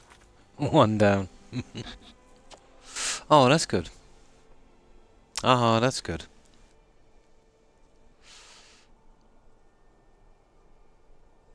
Always nice to do something you enjoy. Absolutely. Life is too short. Come on in. The Silverblood Inn has plenty of strong... This is drink for the thirsty, food for No. the hungry.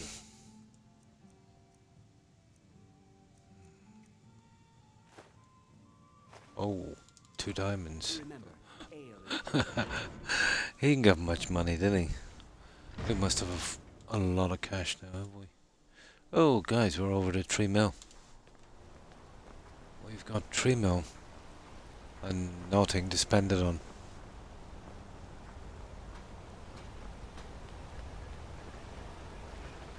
It would have been interesting if there was some kind of ridiculously priced castle for 5 million or something. I could understand why they wouldn't put that in.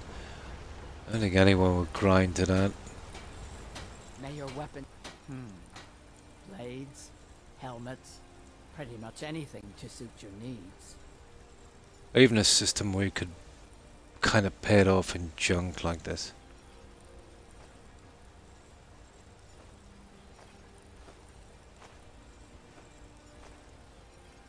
$54.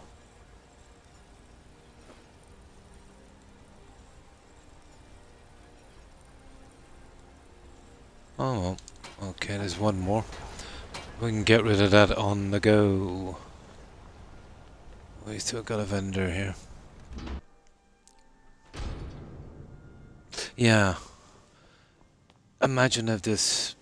Well, even on one big patch of land, Tiger, if you had some kind of building system like Valheim, where you could do one ideal kind of building, as big as a small village. But too much for this game. Wait. Take a look. I do, yeah. Yeah. Yeah, she's still on here from time to time, yeah. Yeah, that was her name, yeah. Yeah, she's still on here. She was here about 2 days ago. Yeah. About 2 days ago.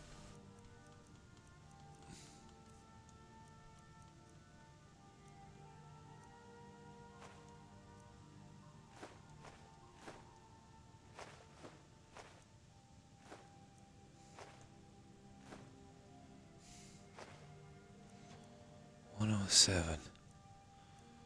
Uh-huh. Uh-huh. That's not bad, guys. We got rid of most of it and we've taken every penny from every vendor. Yeah. I remember that too, Lewis.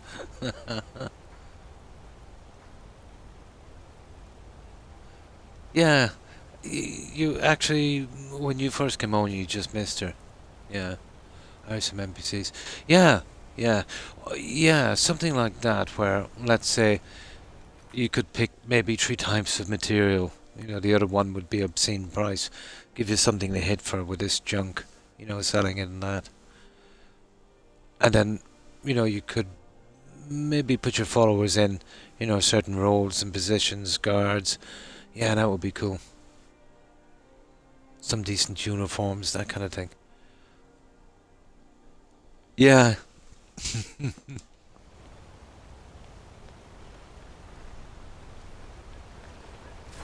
Now there is one more quest, guys. We want to be extremely careful with this one. So, the only thing we've got left is this quest here. And it's actually in books. And it starts off a big quest. There it is. Now, I haven't read it yet because I found that if you read it and then you play like a couple of 100 hours and come back, there's a good chance he won't be there. But it doesn't spawn in until you read a note, so you're better off keeping the note. So, we need a save. Now, quest is easy enough. The problem is you can't complete the quest properly. You have to kind of go with it and let this guy out. Now the problem is he comes out here, and they'll come out here, and they'll kill every single NPC they can get their hands on. The secret is to try and move out with him and kill them out here before they do too much damage, but it's complicated. I think I've tried several times to kill them all inside. And the irony is, if you kill them, you get a reward from the other guy as well. But it's not clear. I forget how to do it. My least favorite quest because of this. Now, we'll use this as our save. Perfect. So that's our safety save in case it goes wrong. Medieval Dynasty. Heard of it, yeah.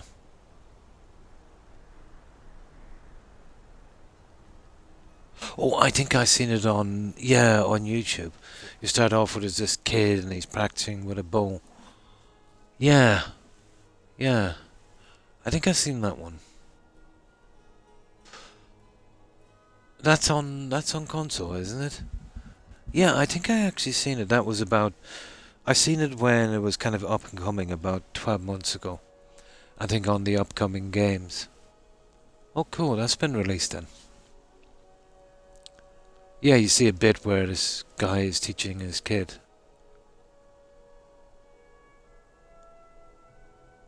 Yeah. Yeah, that sounds like something I would like. Oh really? Nice. Got iron tools. Made bank horses home. Started new savers because of the recent bandit rework with new weapons and armors. It's on it's on Game Pass, so yeah, I'll definitely look into that one. I didn't even know that was released. I seen it a year or two ago. I think in its very early stages when it was, you know, going to be released. Oh, the games you can expect next year, that kind of thing. Yeah, it looked quite cool. Yeah. Nice one. Yeah, I remember seeing it a long time ago. Yeah. Best about getting it now, if there was any little thing to smooth over, then have it done by now. couple of houses and really liked the concept. Don't know why I stopped playing. Probably got distracted with another game. Yeah. Yeah, easy enough to do. Medieval Dynasty. That sounds cool. You don't know who the developers were? Probably some indie guys. Nice. Yeah, the indie guys are doing some really good stuff, especially when you compare it to the, what do they call it, the AAA industry. Oh yeah, they always are. Yeah. Yeah, it always is until you grind up, and I wouldn't mind that. I played Valheim 9 months straight on single player with no teams, so yeah, I kind of like the grind. You're probably going around picking sticks and stones and stuff. Yeah, and trying to get quests done with very limited resources and skills. So it's got some decent. It's like quests as well. I'd imagine so.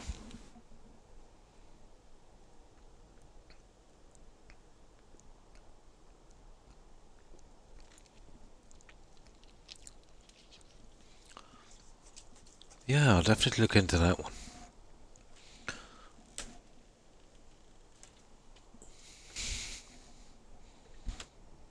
Build 2 houses and a woodshed, then employ some folk to grind out logs and sticks because it kills me.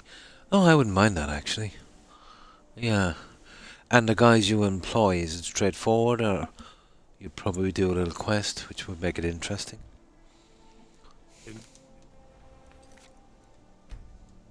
That's it. That's our main save there now. Okay, let's read this note, guys, and hope that this guy spawns in.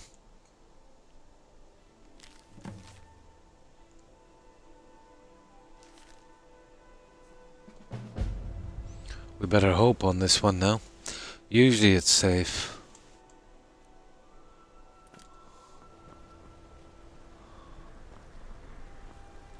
As long as you don't read the note straight away. If you're not going to do it straight away. There was no way I was going to do this straight away. This is the last quest, so I always leave it till last here. Straightforward. They are refugees. Oh, I get it. Nice.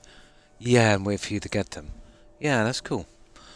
All you have to do is ensure they're fed and watered and have firewood. So you do this. Yeah, that's cool. You kind of do the supplies and stuff. And does it get to the stage where you could build crops and gardens and stuff, and then they could kind of sustain themselves? Yeah. You know, you'd put one guy on gardening. Oh, that's cool. I think I'd like that. Yeah. Automate everything. Nice. Yeah, I think I'm definitely looking into that one. And it's not cluttered with DLCs.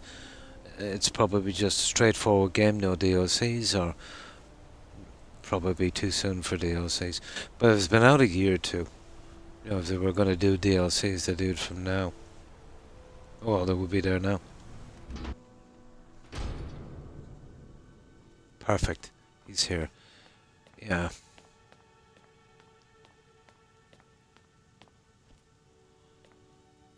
I don't know, many times I've heard people saying that they came here and this guy is not here. I think the secret is to not read that note until you're ready to do the quest. I'm sorry to drag you into Markarth's problems, but after that attack in the market, I'm running. You're an You'll outsider. do. You're dangerous looking. What are you talking about? You'll do. Put a man and a woman in a house, they get married and have an heir, and then you make them apprentices to different jobs. Nice. Which boosts their skills. Oh, I see. For when they become adults. Oh, nice. You want answers? Well, so do I. So does everyone in the city. A man goes crazy in the market. Everyone So knows he's we a go ghost. get some evidence, we come back, this guy is dead, we got framed, we go to jail, we gotta break out with the guys, and we gotta make sure and kill all these guys. This has been going on for years, and all I've been able to find is murder and blood. Now this would have been a decent quest if you had an option Find out why inside that woman was attacked. Who's to behind turn it? on these guys First one. properly, let's say, and finish all the Any objectives information you correctly. But one of those kind of quests. What do you know She's about not Margaret? from Markarth. The air about her screamed outsider. Visitors to the city usually stay No at the DLC. Silverblood Inn. DLC is planned. They are big for their players. Anyways, the feedback and stuff. Nice. Right. Let's do this, As guys. soon as you found anything. Yeah. How do we get out of here again? Oh, sugar. This way. Yeah, this is quite simple. What's not simple is killing all these guys before they do damage.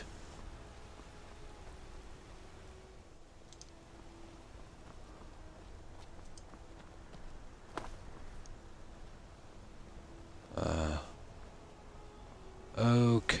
Oh, it's in here, is it? Hang on. Oh, we gotta ask people, isn't it? Oh, find evidence against Margaret. That was the lady we saved. Come on in. The Silverblood Inn has plenty of strong drink and clean rooms. Margaret's room, we got the key. Unlike Where my was it husband again? Clever, I watch after our guests. I think it's this one, isn't it? Ah! That's strange because... Okay, we saved Margaret. That was the first thing we did when we came here. Nothing, you pig-headed oaf.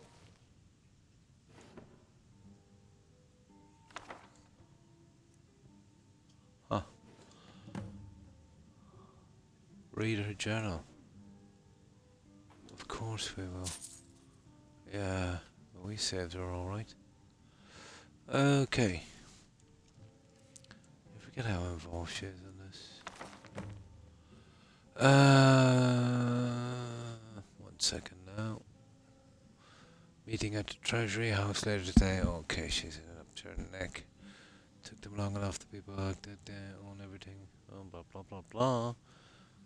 Okay, makes all the deals. Boys selling it. Must be going the door to the. Okay. Oh, trouble. Oh, I see. Gerontorius is growing impatient. Oh, okay, but I'll bring him back to D2. Okay, she's working for the Empire. I see. Yeah, she's a spy. I won't allow a group of storms to pass to. Ah, I see. Okay, she's basically on our side. Right. Next. Well, obviously they wanted to kill her. You. I've seen you snooping around, asking questions. I'm not getting paid for this. Oh. You don't want to know what happens to Nice. troublemakers here. It's definitely something I think I'd be interested in. You're finding it. Absolutely. That's I'll bad enough. definitely look into it. This is your Yeah. last warning, outsider. We keep the peace here. I meant to look into it about 6 or 8 months ago and just totally forgot. Yeah, I just totally forgot. I think I might have assumed originally that it was only going to be for PC. Because almost all of those games are, you know, almost always only for PC. Oh, hi, Doodlist. And how have you been? And what have you been up to?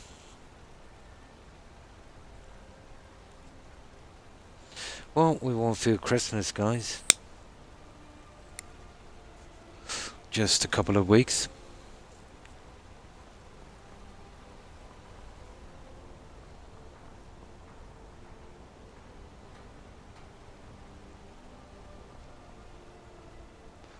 Oh, and I'm older in 2 days' time as well. Not exactly looking forward to that.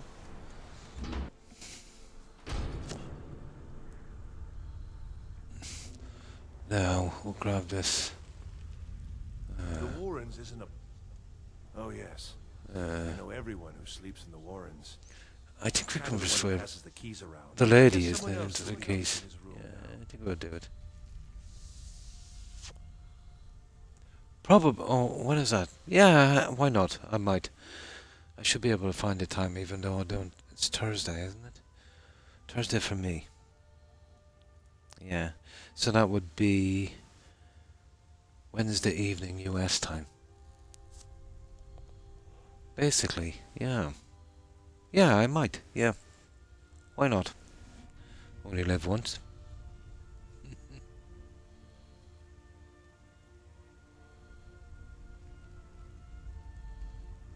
Nice. Yeah, yeah, most definitely. Maybe, maybe. Sorry, but you don't exactly belong here. Persuade. Trust is hard to come by here. But all right. I can seem to. I haven't even done the perks on this. It's silly. Where's Warvin's room? I think it's the last one down here. Warvin or whatever his name is. Yeah. This one. I think. Yeah. Well, I usually just break in here, but I think he's got a note here somewhere, isn't he? Oh, come on. You're kidding me. There he is. If we were looking for straw, guys, we wouldn't find it. Now, read his note. Books. Books.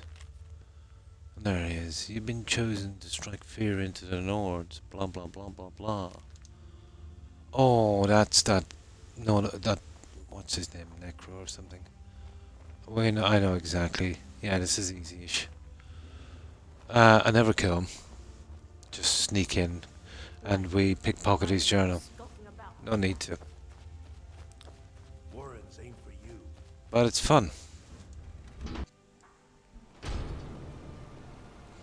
If dogs don't go to heaven, then I want to go where they go. It's time you learned all Yeah, this. nice.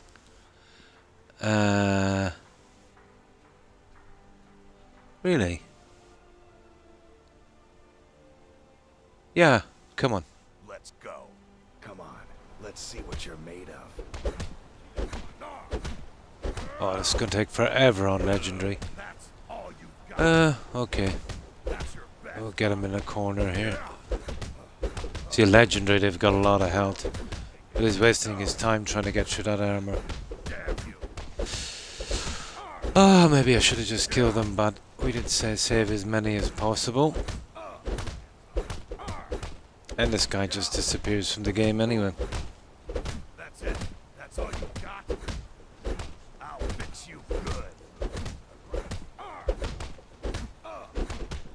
Give up while you still can. I haven't any perks for unarmed. Kinda silly. Forgot about this little fight.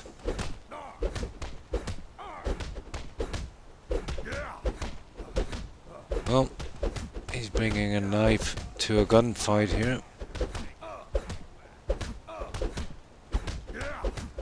Oh, come on. You won't get away from me.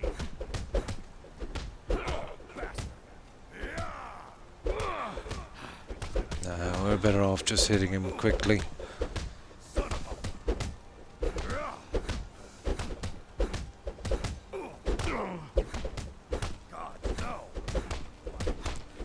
But killing those guys as they're going out the door is going to be a challenge, alright. Wonder if I can pick some of them off on the way down. I don't think I've ever tried it that way. Zoom. I probably have. It sounds familiar.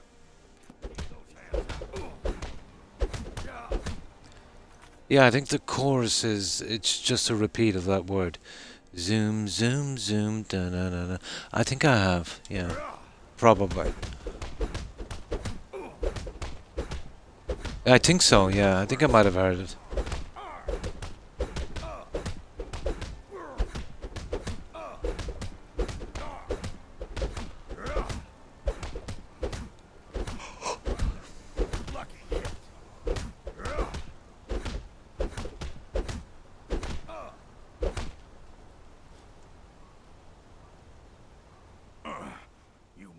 Piece of pit bait. Talker, I send you to the Sent by gods. Nepos the Nose. The old Yeah, man has that's the something guy to that say. knows. He told me to make sure you didn't get in the way. That's all I know, I swear. They're fond of that reference, aren't they? The same in Fallout 4. Was that one something in the nose again? Right. We sneak in for this one, guys. We'll have no casualties.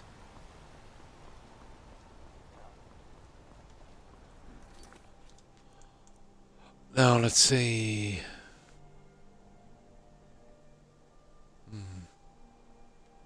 Who's this? Okay, who's this other guy? Oh, he's up here, isn't he? Yeah. Yeah, there it is. Oh. Oh yeah, I see there's two of them. It doesn't matter. Okay, which one is first? We got the guy ton here. Okay. This is straightforward, and then it's the other guy is a bit dodgy. It's usually just kill all these guys, but didn't really make much of a difference. But I'm going to save them.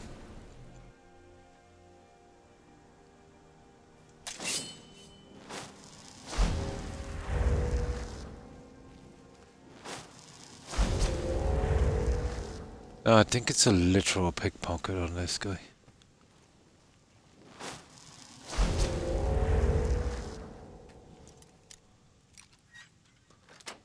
Of course you can kill him, but...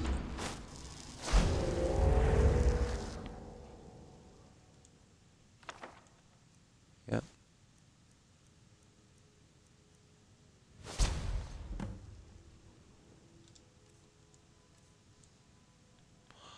We can launder that later. Oh, hi. Hi, Keem. And how have you been? Yeah, they're up to the... yeah, absolutely. Now, just one more guy to get. And this is nice and clean. No deaths. No deaths. There we go.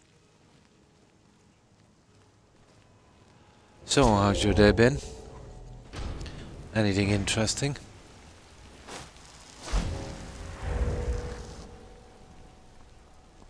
This guy is a little bit more challenging because, as far as I know, we've got to talk to this guy. Then they go mental, then I go into invisibility mode. Well, who's that guy? Oh.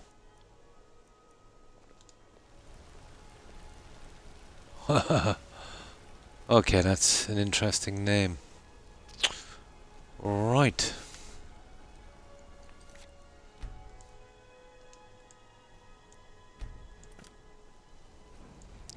Yeah, I'm nearly sure we've got to. I could be wrong.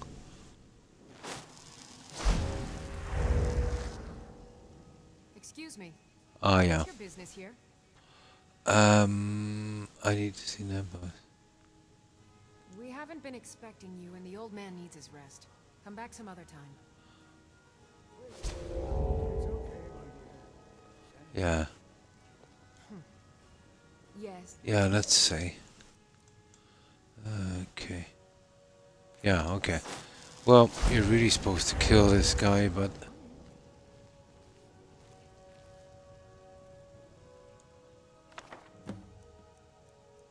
there it is.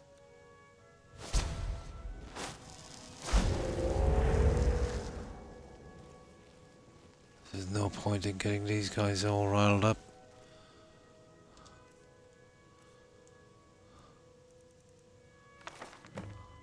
There we go. Now let's see. 0 casualties, guys. There you go. Now we return to that guy's dead, and then we're pretty much in jail. And that's where it starts to get a little bit iffy. Now we're here, so I'll try and get rid of some of the journals. We're just right here, and let's get some of that junk as well. Because we are greedy.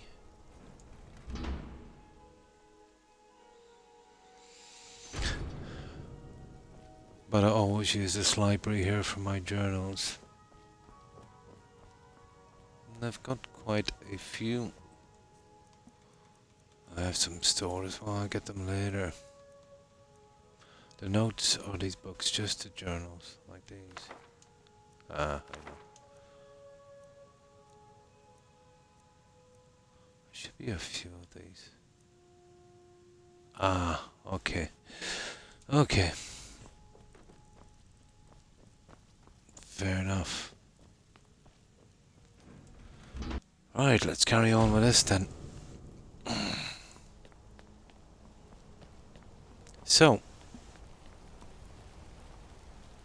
this is one of the quests where no matter what you do, you cannot avoid a bounty.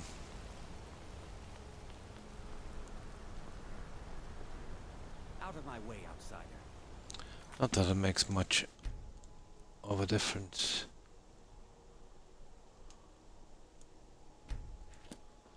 There we go.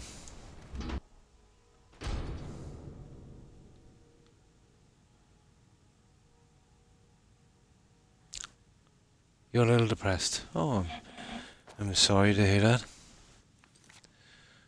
I hope everything clears up for you. Always one day at a time, Akeem. Tomorrow is always better.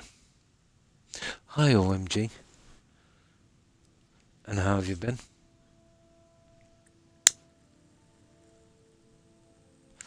But the holidays can sometimes be like that, Akeem, I find.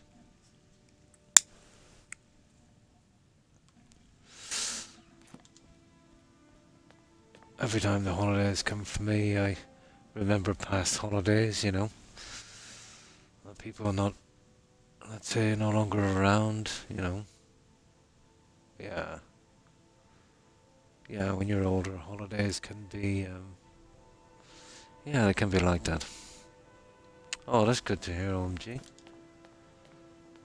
We warned you, but you had to just go and cause trouble. Now we have to pin all these recent murders on you. Silence witnesses. Work, work, work. And fighting away, this is a waste of time. What did you do with him? What do you do with all the other natives who want to change things around here? We had a nice little deal going between Tonar and Modonak until... Would have been nice if we could track down these guys after and kill them, but thought there's no fun like that. You'll have plenty of time with the king in rags when you're in Sidna Mine. Well, if it changed so much, I don't even feel... I think I know what you mean. You know, let's say with me and my kids are grown up and they've gone away, and it can be a little bit lonely. But, you know, they come around. I know it's never the same. But the way I look at it, you know, they're grown up. They've got to do their own thing now. But you'll still have that feeling, you know. For me, it's, you know, being reasonably old, you know, obviously.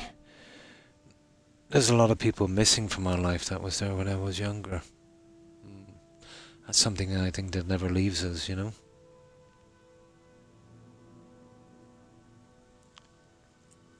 Fine, I'll come quietly. You'll never see the sun again, you hear me? No one escapes Sidna Mine. Sidna, that's how you pronounce it. Sidna Mine. All right, prisoner. Eyes front. You're in Sidna Mine now, and we expect you to earn your keep. And this is so silly. You're resting your hide in a cell in I don't think there's any way of knocking off a few of these guys, or... up silver bars. You got it? Yeah. I know there's a few people we need to take out. When do I get out? You won't. Jarl has ordered a life sentence for you. Oh, a Get life comfortable in the sentence. dark, 'cause you'll never Oh see the my sun God. again. All right. Open her up. Okay, we got a life Now you, sentence. get down there. Now, this is where we do... let me see. This is where we do our little thing. So now we do tons of little saves.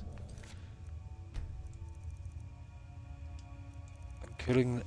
I think there's like half a dozen of them in there. I think there's 3 or 4 still behind. I'll see if I can take out most of these guys, but I forget which ones.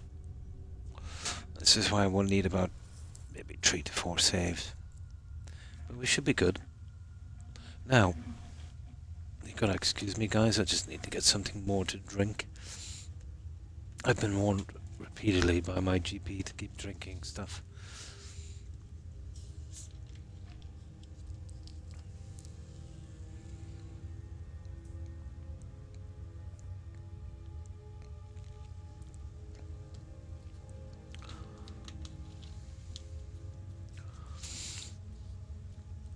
I suppose for me, you know, being retired, I have a lot of time as well. I spend, you know, doing the things I like to do, especially gaming and that kind of stuff.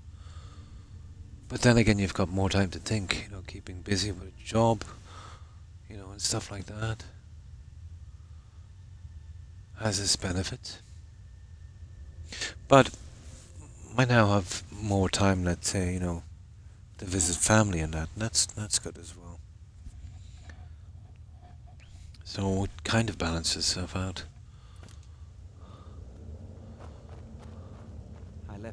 What are you in for, new blood? Nothing, I'm innocent. Innocent? For the first one. The other murders were all me, though. My advice? Serve your time at the pickaxe and get out. Well, you don't want to end up that's not relevant seeing as we got a life sentence, is it? Okay. A shiv? Small blade, easy to hide. I mean, I sure, you usually could just keep swing a these. Pickaxe into someone's face, but people tend to see that coming. Got a problem with a prisoner? Get a shiv.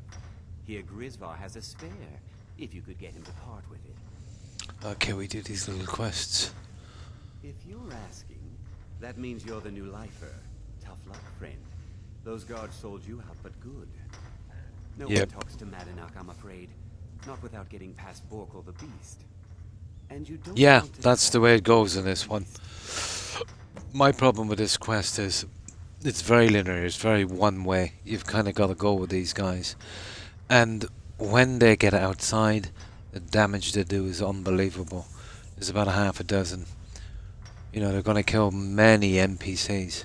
So, what I tend to do is, right as we're going through the door, I'll attack these guys. Hopefully draw them all on me and kill them. There's some guards waiting outside and a very important NPC that, well, I'd like to see him survive. But there should have been a way to turn on these guys on the inside. I think I've tried it several times, but I think you've kind of failed objectives. And what I want to do in this one is make sure that I get the quest done perfectly, you know, no failed objectives. So, yeah, it should be okay. We'll do a save just before we go out the door in case things go wrong. And if I can work out which of the guys is coming with me, I don't know, maybe I might be able to pick off a few of them. A Nord nobleman I served was stabbed in the night. Wasn't me, but I knew I could. Yeah, I don't have the harmony spell. The harmony spell would do a few of them, about 3 out of the 6 I think, but we don't have that one because we can't buy stuff, and that was one of the vital things I was missing, the harmony spell. Yeah, I think I tried that before. Oh, yeah, I don't think I have any scrolls. But there's still, you won't cover that king guy, he's too strong. And you won't cover the other guy outside. So there's always going to be a fight. But I think I can handle it, yeah. I've got a... You know, the character's pretty powerful, I should be able to put them down. And if there's not enough ore mined up, we don't get any. Because life was... One day the Forsworn will paint the walls of... Right, okay. Now, quests. Okay, we got a ship. Where's that thing there? Yeah, let's get the shiv. Now he wants skooma, we steal the skooma, we get the shiv, we trade the shiv. Ooh. I need a shiv. You want protection? I can get you what you need. Maybe you could do something for me first. Skooma. Here's a bottle of skooma, finest distilled moon sugar. I'm shaking just thinking. Oh, we'll get through this pretty quick. I'll get a few. Friend. Don't worry. I'll have that shiv ready for you. Where's the skooma? Where is the skooma? Let me see. Down here, I think. Skooma. Skooma.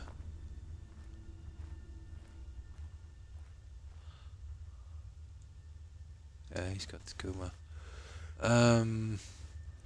Okay, this deserves a save. We'll need quite a few here, guys, to make sure we don't lose. It's easy to do, but doing it without losing an NPC outside can be a bit of a challenge. Other prisoners get You give me one more look, and I cut you open. That schooner's getting the shakes, huh? All right. Well, that was easy. Take it. Old gods keep you. Well, obviously, he's not a bad guy. Now let's trade that for the shiv. I think trade a shiv to this guy. But the fact that we can't end these guys in here properly and do the quest properly is stupid. I got locked up one. Here's your shiv. Promise you won't ever use it on me. Okay? No. Well, that's always a risk, isn't it? Yeah, it's always a risk. There, that's nice. Okay. I left behind my Okay. We're up to date so far. when I was taken. The new meat. So soft, tender. What was it like killing your first one, huh? Exciting. I felt a rush of blood and smiled. A true killer like you. The gods put us here to fill their halls with souls. You'll fit in fine down here. I need to see him. You want to talk to the king in rags? Fine. Yup. But first you gotta pay the toll. You get that Forsworn armor, that something armor of the old gods or something. Rubbish. All of the stuff in this game is rubbish. Here's your shiv. No. We'll keep the shiv. Hang on, we're killing him anyway. No, I want the shiv. Fine. There we go. Go on in. But don't try anything in there. Monarch knows more than you think. Chances of that getting stuck in our inventory is slim to none. Right, no small talk with this guy. Let's see. Perfect. You see, the problem with this, there's always a step you need to complete. You know, you can do it, but you'll get the red X, and the only way to get a clean quest done is to literally go with these guys, which is it's a poor excuse for a role-playing game, isn't it? Right.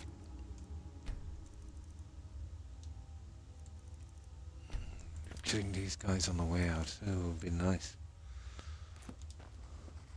Well, well, look at you. Yeah, I will The spam Nords this, have guys. turned you into an animal. A wild beast, caged up and left to go. But this is the mad. very last one in your marker. So, my fellow Then there's beast, about, what do you no, I don't know, half a dozen to a Answers dozen about quests Forsworn, scattered around revenge in for the trying to have dungeons you and tombs. killed? We've got to clear all of them. We've got, what have we got? We've got the one in Windham that's kind of story related. We'll get that after that white something vile or whatever it is, the second part of that. We've got the blades to do. We've got about 80% of the Dragonborn DLC to do, maybe 70. And we've got the vampire thing, Dawn Guard. There's still a good bit left. That Dawn Guard goes on forever. And of course the Forgotten Veil. Your freedom? Yes. But even if you were to escape Still a city ton. mine, your name stained with all that blood. You're one of us now, you see. But very shortly it will be Slave. reasonably safe to do the Dragon Rising quest. Maybe if you understood that, I could help you. Understand There's a how? man named Greg inside these mines. Besides me, he's been here the longest. Oh, we've got to kill Tell him someone, I is it? sent you. Ask him why he's here. I want you to know how widespread the injustice of Markarth is. Oh yeah, he's got a really sad story. Want to know more about Tom here? I had Markarth. My men and I drove the Nords out. We won. So we thought. Retribution was swift. Quickly tried and sentenced to death. My execution never came. Zonar's Silverblood stopped it. He wanted the Forsworn at his call, that I would point their rage at his enemies and spare his allies. And I have. Humiliating at first, but I knew he would let his guard down eventually, that he would come to trust I was under control. I see. Questions about... Land. Some of us refused to bow. Well, basically that's the lore of the game. Us back to having a kingdom of our own. That is who we are. Oh, it's starting to get a bit chilly again. I'll just put the heater on for a moment. We will cut a bloody hole into There we go. Until we are free. Now, okay. Remember, it was the His story is quite sad.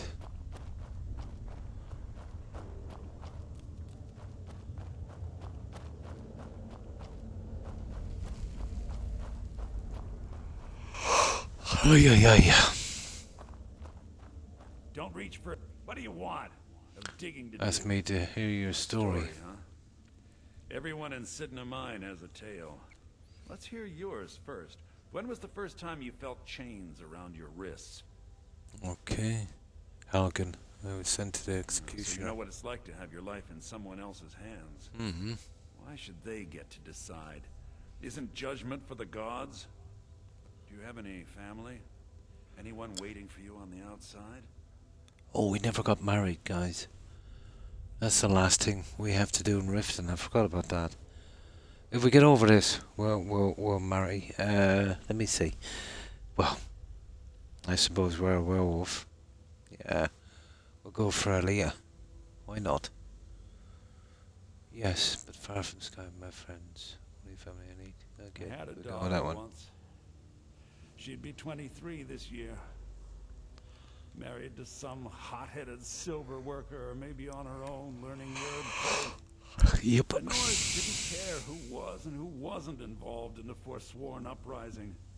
I had spoken to Madanak once. That was enough. But my little Aethra didn't want to see her papa leave her. She pleaded to the Jarl to take her instead. And after they made me watch as her head rolled off the block, they threw me in here anyway to dig up their silver. Oh, nasty. Okay, you think you're so... No, I'm sorry, dude. What happened to you? My daughter is the one who needs your pity. Okay. I'm just a poor Forsworn whose only regret is not killing more Nords before I was locked up. How long have you been here? Long enough. Oh, that's not an answer, is it? Fair enough. Till next time. Okay. We're getting close. Now, if I can see who's running out with us, we might be able to get rid of some of these guys. Will make it easier when we hit the outside. Behind my daughter, Uale, when I was taken. Now, I'll do one more save here. What have we got? We've got 3.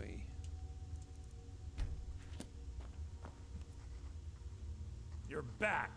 Yeah, imagine hearing a story like that over and over. Each Now, time a different family. if I was deciding this quest, this should have been a time where we could tell him where to go. Kill them all inside, walk out. But I don't think it works that way. Fighting. Okay. Yes, but I need a show of loyalty from you. Ah, I here need we a go. shiv in the back while we break out.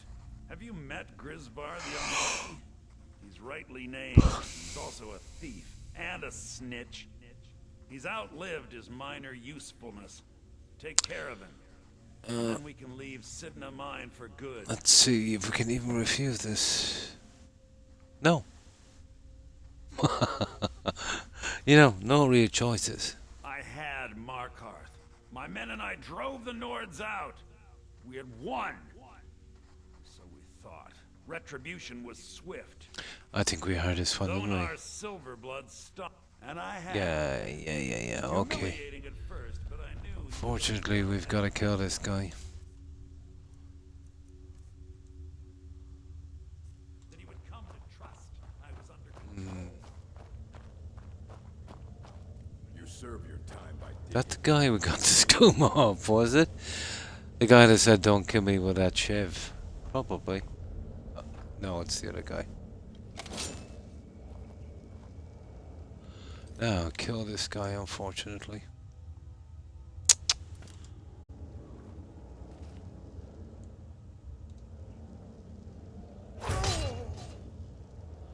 Silly. What can we do? Oh, we got ourselves a few shivs.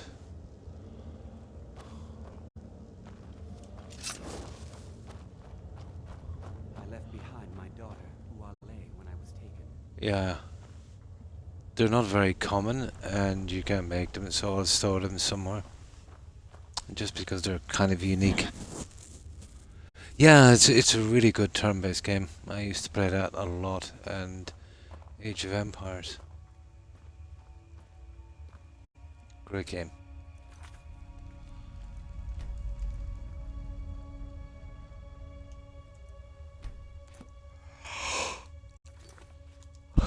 So killing him here would just fail that return thing. Yeah, I'll show you what I mean.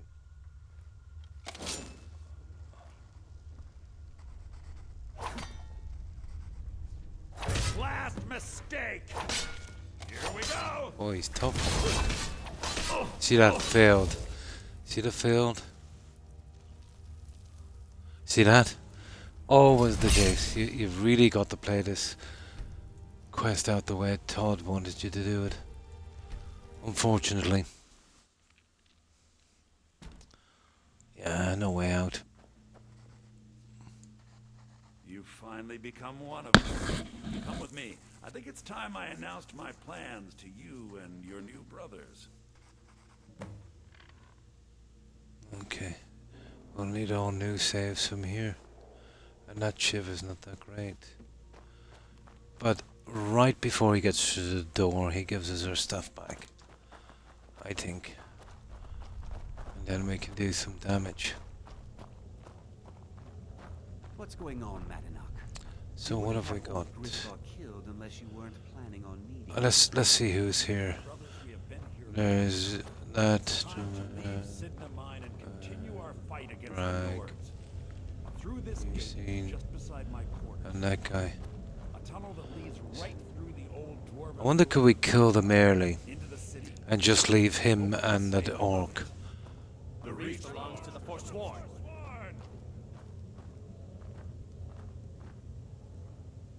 I say you've earned an early pardon. Let's go. Okay. Into the tunnel. Let's go. I wonder if we can get some from here, guys.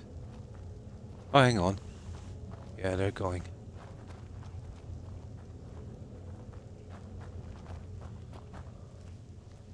What was that? Let it hope.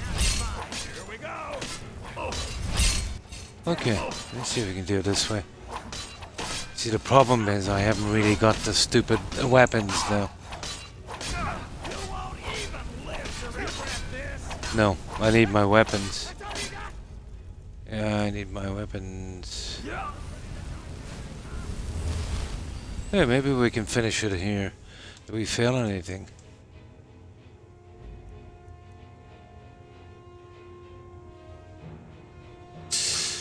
I think that would be an instant fail, guys.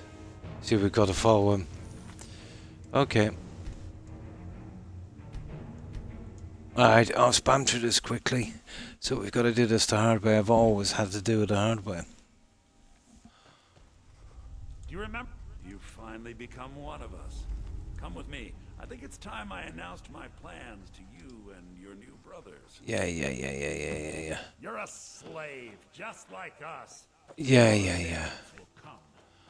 Right, let's get this done. Okay, we do the hard way.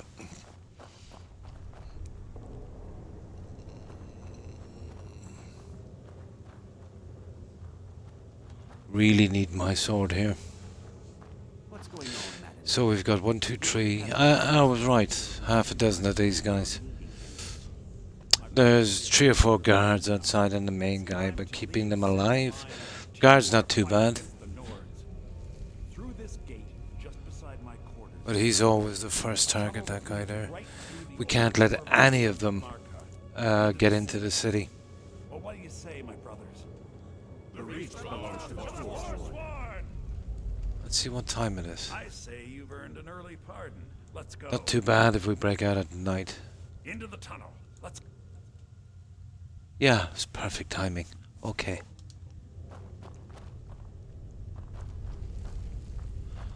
Now, we want to be pretty quick on this one. I think we got our junk back at the last second.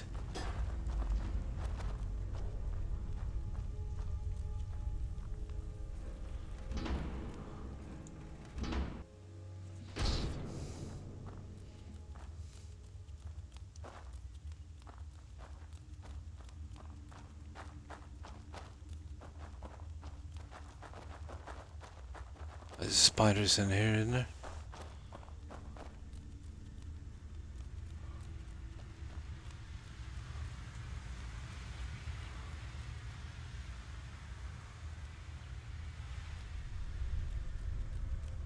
Yeah, we want to be quick. Yeah, spiders.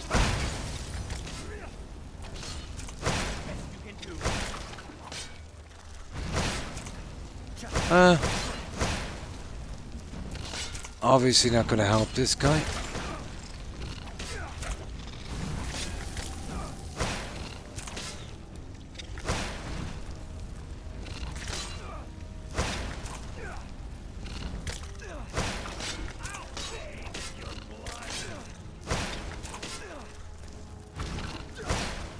Maybe we'll just kill him to get it out of the way.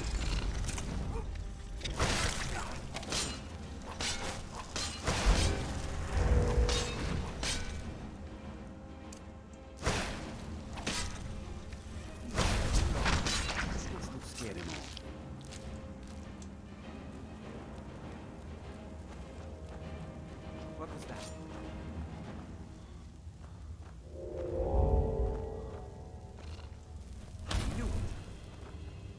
There we go.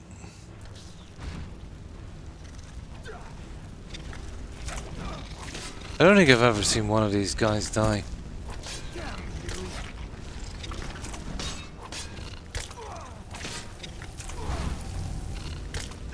Oh, Croc. I am so stupid. I can steal their weapons. They'll be useless outside.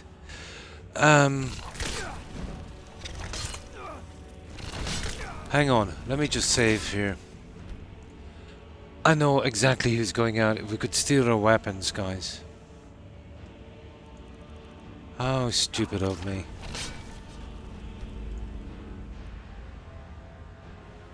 Yeah, steal their weapons, of course.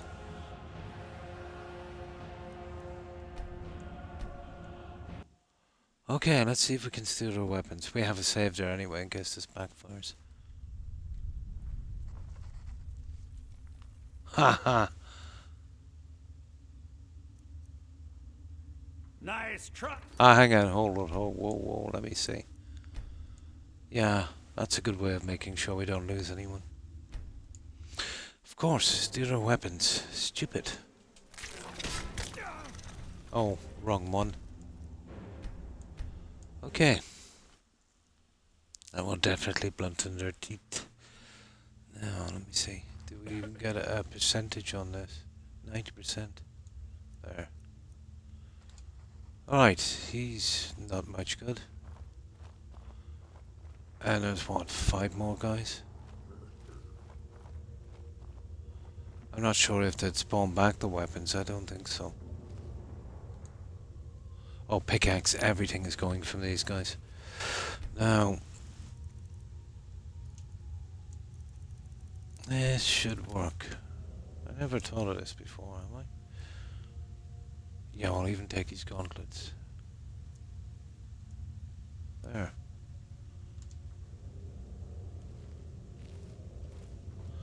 Well, to be safe, we've got to do this to everyone. I'm not sure who's going.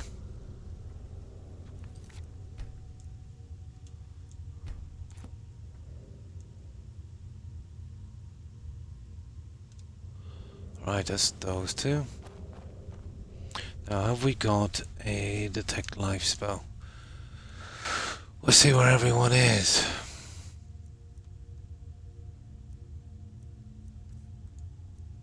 We have.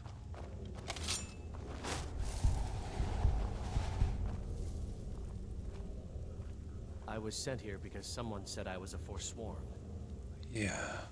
Oh, he's okay. Well, he's not going anywhere. Let me see this guy down here. I'm not sure if he was going. Oh. He's okay now. Be careful. Yeah. Now the other guys must be down the other side, so we've got 1, 2, 3. There's at least 2 more. Where did they come from? Oh, it's not that guy either. Oh yeah, I think he was one, wasn't he? Yeah, I was thinking about doing it. I might do it for fun, actually. Yeah. I might actually do it for fun. Well, at least we know if they're spawning back stuff. That's it. I think there's one that we missed. It probably comes in later. Yeah, why not?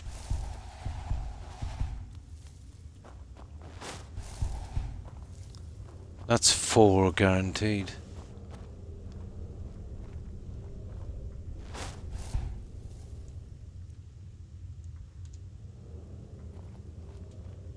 You serve your time by digging, so dig. There. I think that's the best we can do, guys. I know there was 5, so we're probably missing 1. So he must come down from somewhere else. Where is that guy? There he is. There he is. Yeah, he's down here. Oh, that's one of the guards.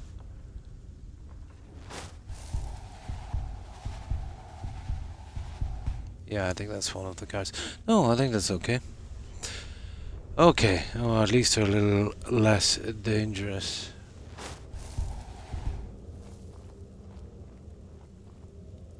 No, he's okay. He doesn't actually go. Well, he might actually go. I'm not sure. Let's see.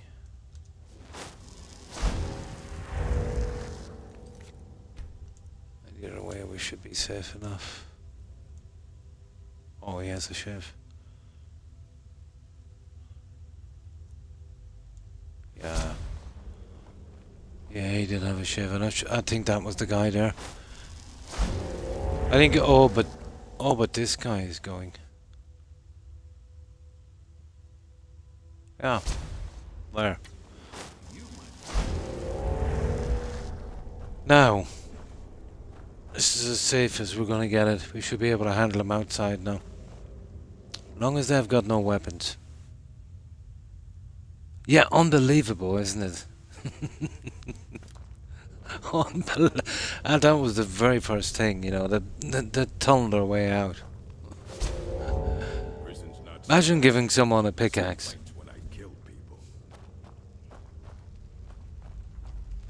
And you can see there's tons of supervision. There. Okay. I think we should be able to handle these guys now. We'll get his clothing as well. Oh, that way I can tell him to spawn new stuff, but there we go. Yep. This is as good as it's gonna get, guys. Let's do this. You're back. You finally become one of us. Don't know. I think we might have done this last time, haven't we? To you and your new brothers. I doubt they'll spawn it back.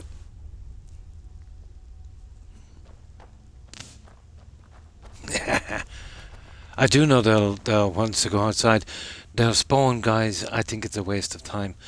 I think they'll spawn into the Forsworn stuff with the weapons. Yeah, I think so. If my memory served me well. What's going on, Madanach? You wouldn't have old But yeah, we pretty much got them. Looks good, doesn't it? Yeah, we definitely got them. But I think once they get outside, they've got the Forsworn weapons. Yeah, I think it might be a waste of time, but we've done it anyway.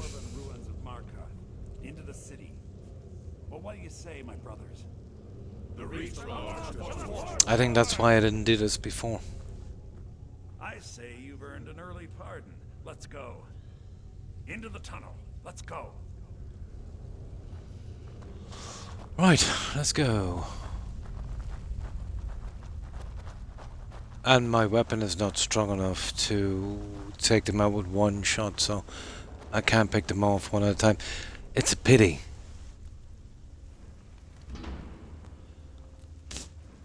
But at least the spiders might take out one or two of them.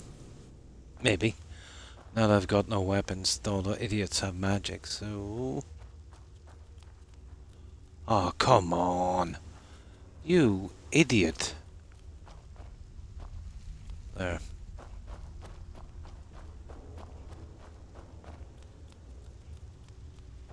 I know we've got to be pretty quick when we get outside. And then there, so everyone's pants off. Question answered. Oh yeah, we're doing an Argonian thief. But we put some restrictions in. We're playing on legendary. We can only use stolen weapons and armor. And we can't buy anything that would benefit our character, like soul gems, spell tomes, stuff like that. We've got a lot of it done. We're playing with the anniversary edition, and our goal is, and we're still on track for that, to do every quest without any, fail objectives, anything like that, and clear every dungeon and do every possible thing in the game. So we're about 80% there, I'd say. But it's been an extremely long playthrough. But yeah, it's an Argonian thief.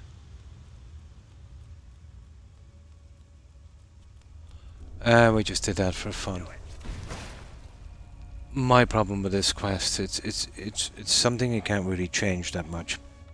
So the only way to finish it properly is these guys have to get outside. The problem is they do a lot of damage, so what I want to do is kill them immediately, when we get outside. But I kind of forget this quest, so I don't think taking those weapons would make much of a difference. I think the second they get outside, they spawn into the Forsworn stuff. And I think they have a new set of weapons. But yeah, we'll get ours as well, so I'm trying to save the guy outside. Yeah? Let's just say I've got a lot of time on the game, and I come back to it every year or so. So I've got to change it to make it interesting.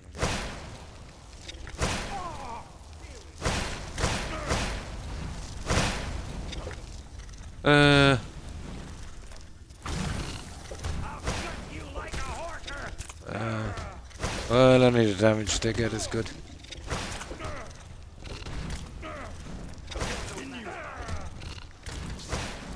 Now we'll have one more save right outside the door. And once I get my sword, I should be able to one-shot these guys, or it won't take a lot.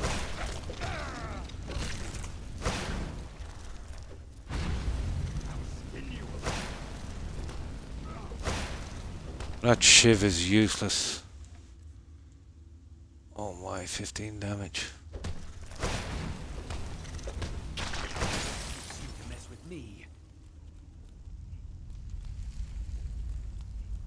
Alright, let's go.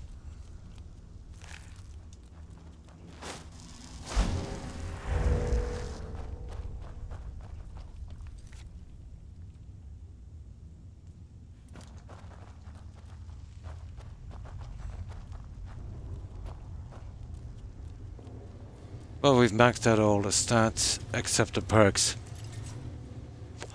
I'm waiting to find a harmony tome to do that one, but it's not really showing up. It's a funny game when it comes to spawning stuff, and we've seen this in Fallout 4. If you already have something, it turns up regularly enough in loot, but if you haven't, it's almost impossible to find. Now let me just grab something to drink here for a moment, guys. Won't be a second.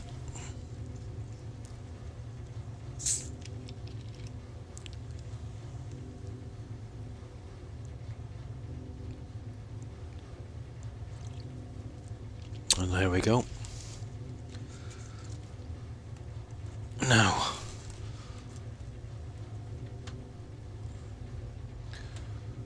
Here we go.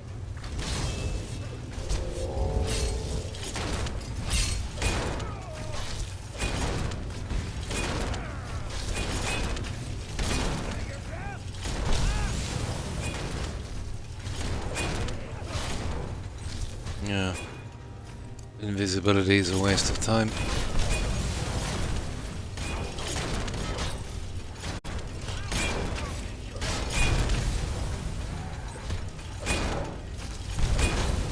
Anyway, I'm not even sure if we can kill these guys before we get out without ruining the quest. Getting Itsuma is wondering after you're done if you could give me a raid. I suppose so. Zelius, Outcast. I'll see if I can type it in. I usually wouldn't do that, but you know. But I know how it is, you know, when you're starting off. No, I don't think so. You can't heal any robots. Yeah, and thanks for following. Appreciate it. And obviously, you know, being a fellow streamer, I'll follow you back, and then you should show up. Yeah, no problem. So, are you streaming Skyrim, I suppose?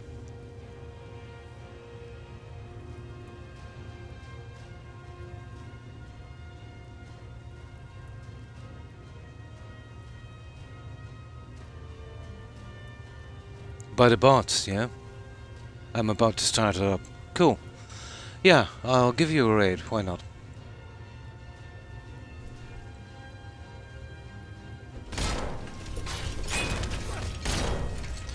But it can be hard, let's say, starting off.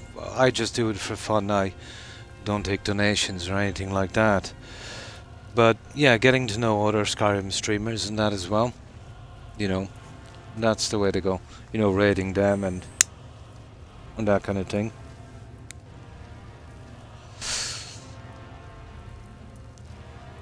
You know, and always talking as well.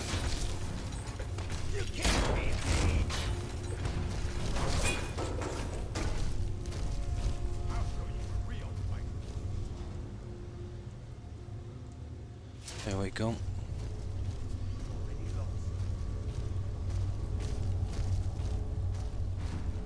Oh, sugar, which way are we going? This way. I think it's down here. It's been a while. Ah, there we go. We just gotta keep with these guys. On YouTube. Are always upside a few hundred views on all streams. Nice.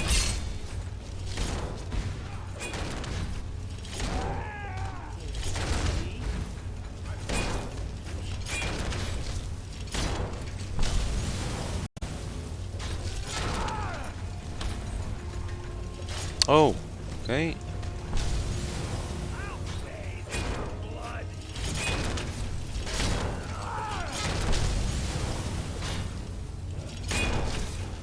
I'm nearly sure these guys will spawn with new weapons on the outside. But as long as we get a save at the right time, we should be okay.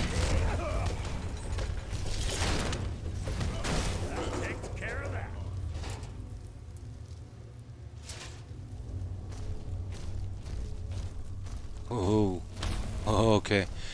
Well, it's not too bad because we're getting out at night, so... I brought what you asked for. Good work. Get ready. Nah, this is the big save, guys.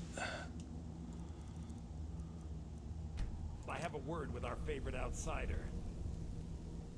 I had Kai recover all the things the Nords stole from you. You better get ready before No problem. you break out No into the problem. city. And take this. And thanks for stopping in and following. I appreciate it.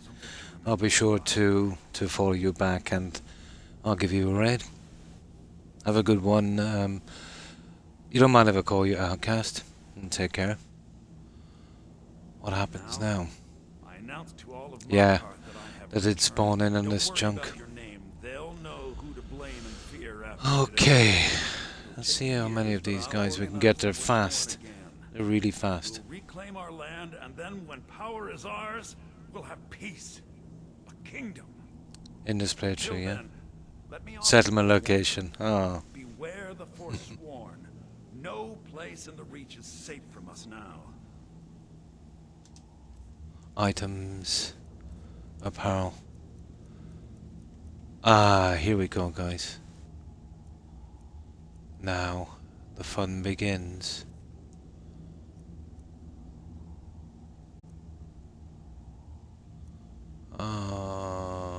There.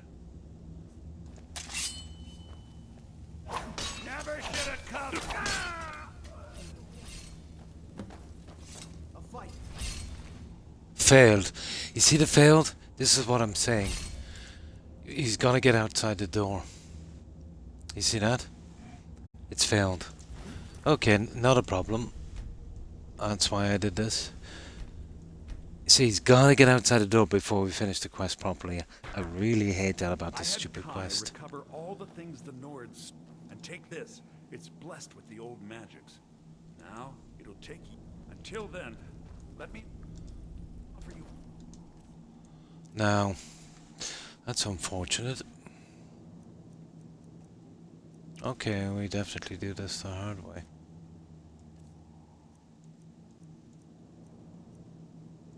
Warning. Beware the Forsworn. No place in the Reach is safe from us now.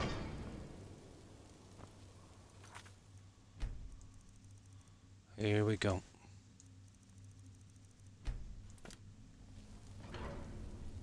Gotta wait till he gets out. It's horrible, isn't it?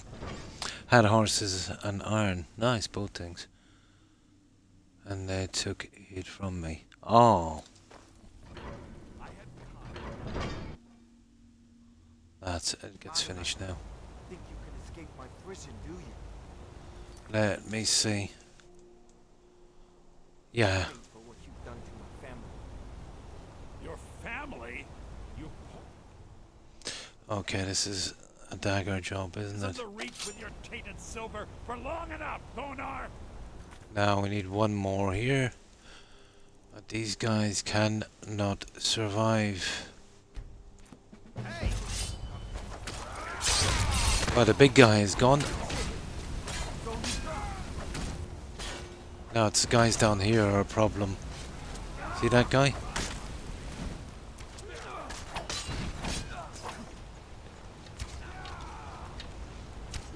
Oh, sugar, there's another guy down there, is there? You're a fool to fight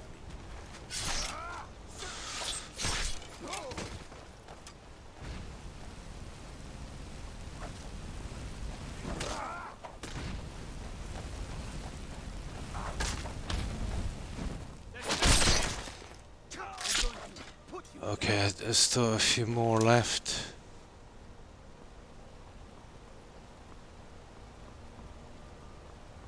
See the other guy die. This is really silly. Oh, he's alive. Perfect. Perfect. Oh, sugar, where are they? Up here.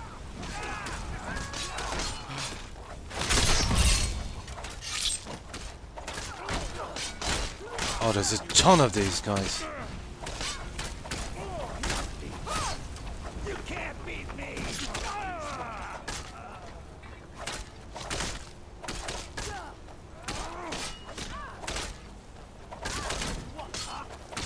See, I can hit one of the soldiers by accident.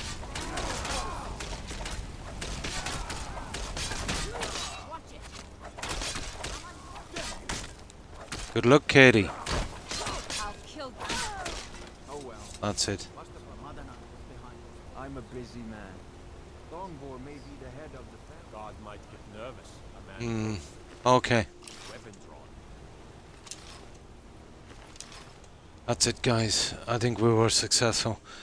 I don't think we lost anyone. Ha-ha! Oh, we lost the guard. Okay, I have something here for emergencies. Doesn't make a difference to spawn back, but let me see. Let's bring him back. There. Okay. 2, 3, 4. That's 4 of them.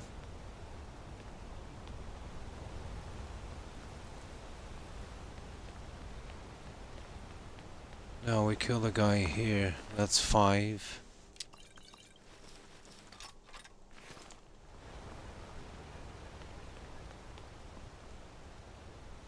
That's 6. So apparently 7. Oh, we escaped with... Oh, there might have been guys outside. Probably a lookout. That doesn't make sense, does it? But yeah, that's good. Just being fast, killing them all, and trying to do it here at night when there's no other NPCs around.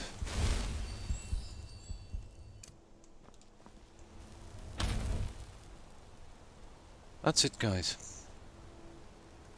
Now, let's see. Perfect. Horrible, isn't it? You have to do it that way. And that's the only way to do it properly. So... Okay. We're still on track for that perfect playthrough. I'm a bit paranoid, so let's check for dead NPCs, but this is the only area that I got to. And I don't see any. Thanks again for helping. Well, if there had to be, you know, the NPCs had to be around here, it would have been a different story. But the timing was perfect. Won the war, etc. And you think you can take me. Yeah, guys, I think we're good. I think we're good. Now we'll sell this junk, but that's it from our card. That's every single quest, unless there's some deliveries or something here later. But yeah, we seem to be good. All of the NPCs were inside. That Silverblood guy survived. We lost 1 guard, which is not bad.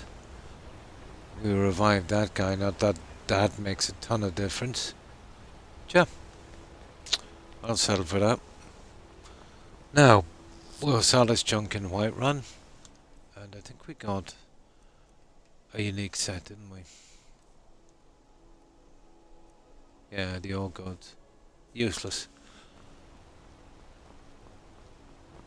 So let's save here. And I will settle for that one. Now. Oh yeah, we'll probably launder the ships as well. Silverblood Inn has plenty Let's see if we got any money. Let's sate that appetite. No, okay, it's Whiterun. Remember, ale is cheap. Absolutely, yeah. Oh, bad, yeah, pretty bad. Oh, hang on. Yeah, well, that's the city of Markarth. There's a mine here. I haven't even discovered it. Remember that one? I hate doing it because when they come down, where is it? Somewhere around here. And then whenever you're in the area, they always get killed by Forsworn. I was thinking about fixing up their junk before doing the quest.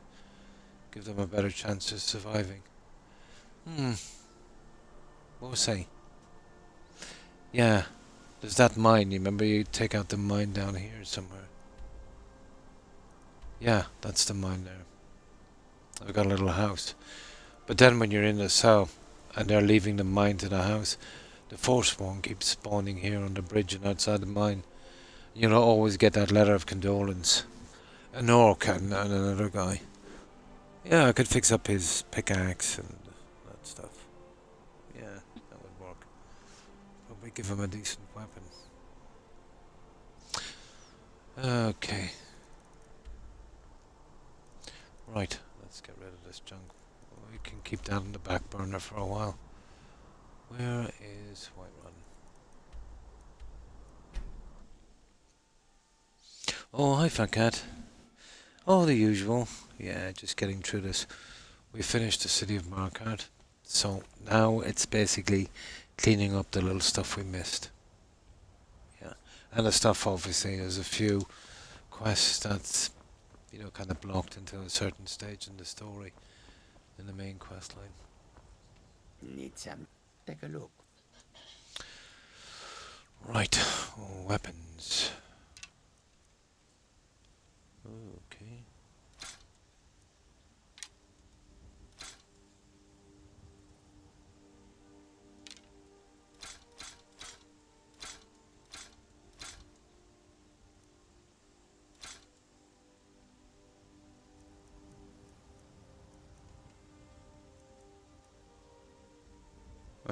Close enough. Now.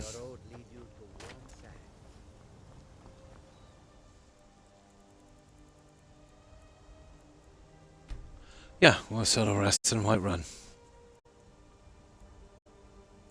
Oh, there's a few quests, let's say, in some of the dungeons that, you know, you have to be there to kind of trigger them.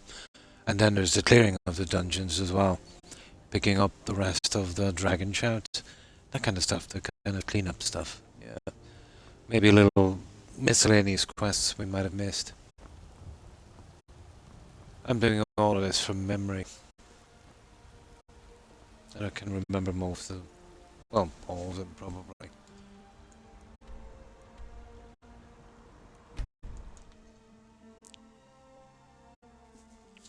There's one in particular, guys. Remember that guy that sent his relative into that tomb? And she was killed. Not sure if we get him as a follower. I know he's a temporary follower. But I'm nearly sure we might be able to... With my home Majorum, I think we might be able to bring him. You're somewhat the finest weapons and armor. No.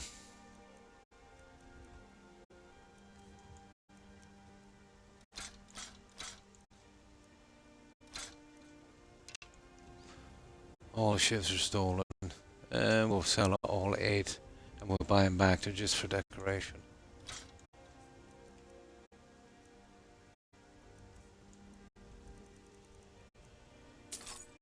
There. That wouldn't really make much of a difference. Oh, we'll be keeping that junk.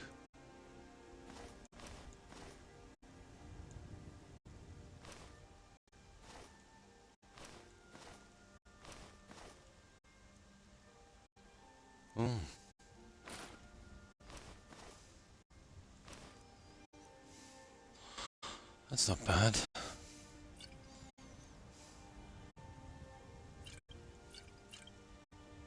Oh, no, we have of skooma.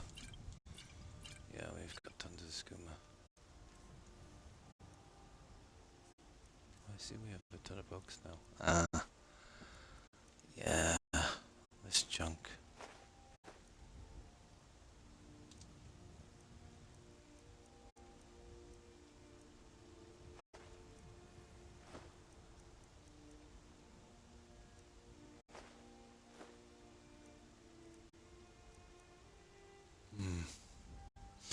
The ingredients as well. Okay. Let's get rid of those ingredients. Yeah, we should definitely be able to sell everything here. Take a good look around. I'm sure you'll Oh, that's all of the cities and towns, I think. Yeah, pretty much. We've got them all done.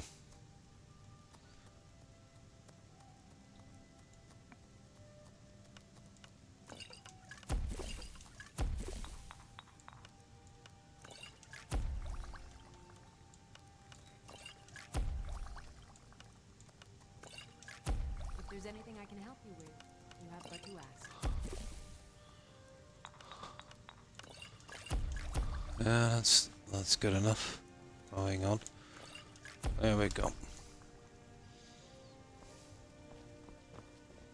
What do you need? Take a look. Now,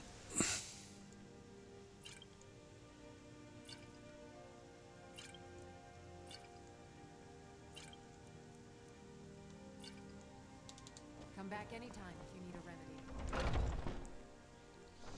favorite quest from the main storyline. Let me see the Civil War quest. Let me think.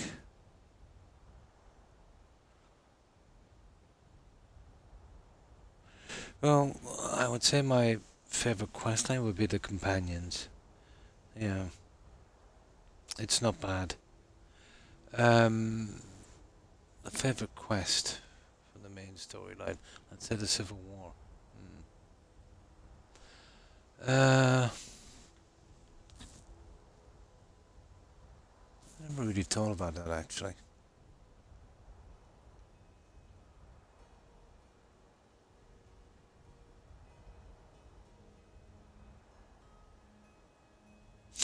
Oh, it's just really running and racing to the forts and clearing them out, really, isn't it? Yeah. I'm not sure, to be honest. I could tell you exactly all my favourite stuff from Oblivion, you know. But this is more of a kind of checklist, isn't it? Like, let's say, you know, one of my favourite quests from Oblivion would have been that one in the Companions Guild. You know, we took out those goblins from the village. That had a nice twist. There's a few other ones as well, the two twins. One of my favourite quests on this. Let me see. There was one that was kind of humorous, wasn't it? A Night to Remember. Yeah. That would probably be my favourite quest in this, and that's a Daedra quest. You know, it's the one where you get that staff. You know, the kind of marriage to the Hargreave, and I thought that was funny. And a good bit of a twist. Yeah, I would have to say that. I like to see quests, as I say, there's not just so go there, kill that kind of thing. Something unexpected, yeah. I would say that would be at least one of them.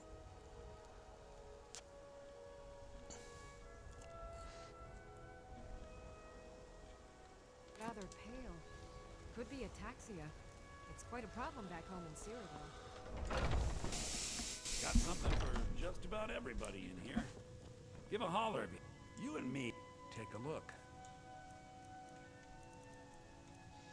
Well, I like to see something that's unexpected.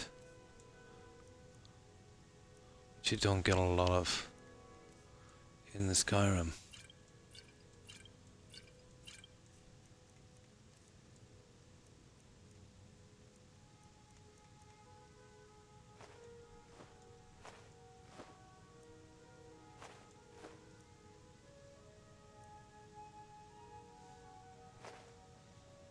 Yeah, get rid of that one as well.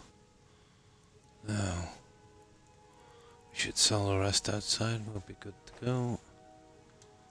Yep, we should be perfect. I felt like the game got me with that one. Yeah, completely took control of my playthrough instead of letting me have it my way. Yeah. Yeah. But let's say if you're doing several playthroughs on that, you know, it does get very repetitive. Oh yeah, Mark art is pretty nice. Oh, they all are actually. It's a fine day. Ripe fruit and take a look.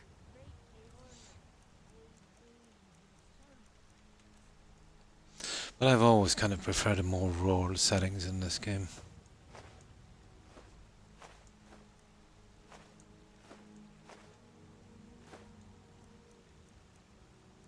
Yeah, the rest I pretty much need. Fresh fruit and vegetables every day. Finest cut. Oh, a bit of this and a bit of that.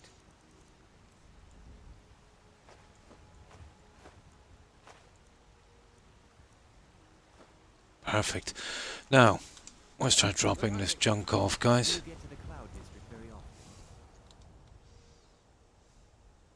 Yeah, it would be great, wouldn't it? I'd probably be playing this a lot more, if that's possible. But even better again, if it even had one tract of land where you could do something like you could do in Valheim. I know it's a bit much to ask. But yeah, even the settlement thing. Instead of building the 3 hardfire homes, you had those 3 plots, let's say, to build something that you wanted. You know, oh, let's say hats off to them for, you know, even doing the hardfire home thing. And definitely, let's say, they took a step in the right direction with Fallout 4. As basic as it is, let's say, compared to, you know, even the most basic survival games these days. But they never went far enough. There wasn't enough pieces, you know. And the fact that you could get in 20 settlers legitimately, without any messing, was a bit much. I think they should have capped the settlements at maybe 6 or 7, you know, to keep it more stable. But, you know, a lot of coding is sideways in that game. But that was definitely a step in the right direction. From there it was pretty much downhill.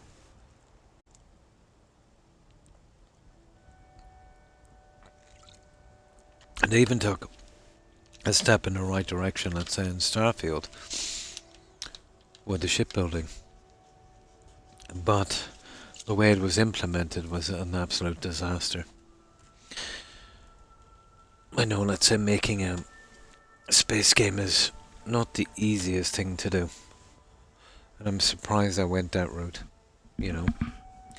I think the time would have been better spent, you know, if they started on, you know,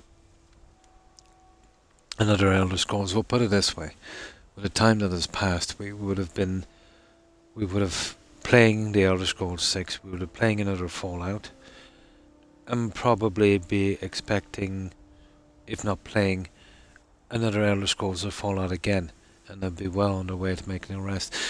I can understand. Maybe they didn't want to be bogged down doing the same thing, but you know, it was definitely working for them. And they're not really a company that doubled down that much on the things they do right. And I can respect that they want to do something different. But it's always pretty underwhelming and reeks of bad planning and bad implementation and kind of laziness.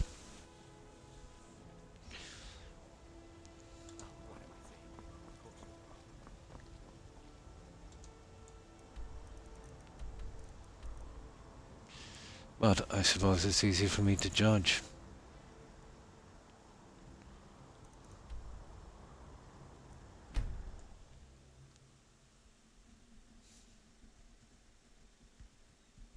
Valheim is a pretty good building game, Lewis. Although it is massively grindy. Although they have sliders now, you know, to kind of fix the kind of difficulty thing. But it's really a game meant for kind of co-op play, you know. So doing it in single players, yeah, it's kind of hard.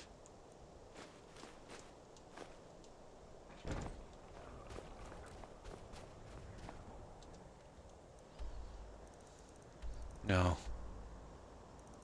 let me drop off that suit of armor. I hold them all there. That is unique, so we'll be saving that.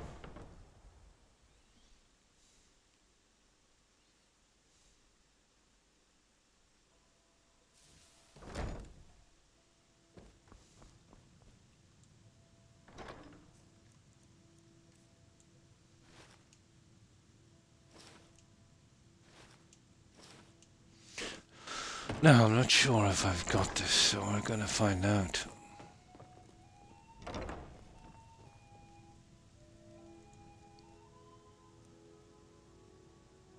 We have. Okay, that's another one to sell then. Not a problem. Just wanted to make sure.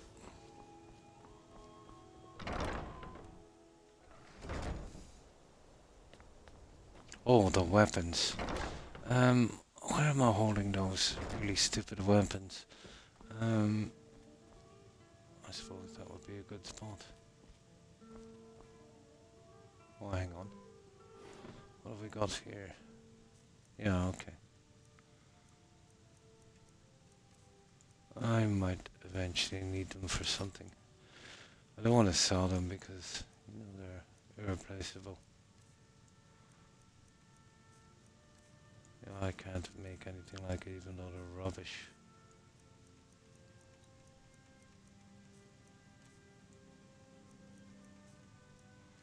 There's phantoms.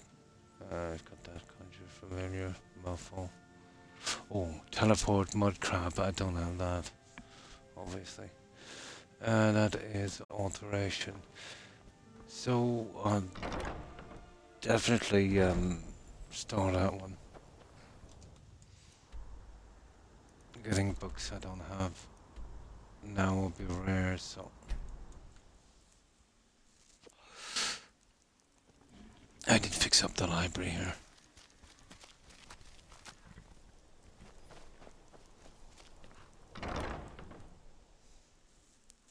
And I've got every fish in the game in that pond down there, including that junk from the Creation Club. Now, where was that alteration? Where did I put that one? Yeah, that's alteration. Yep. Teleport mud crab.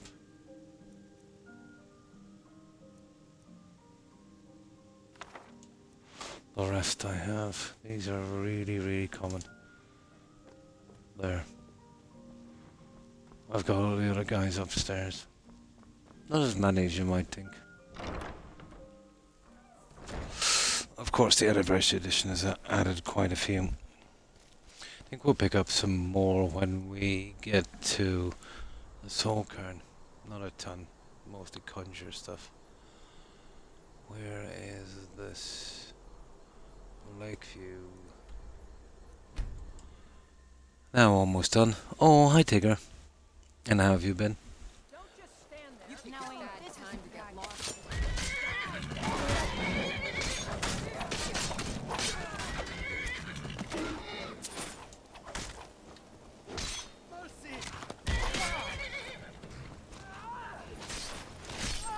We just get rid of this one.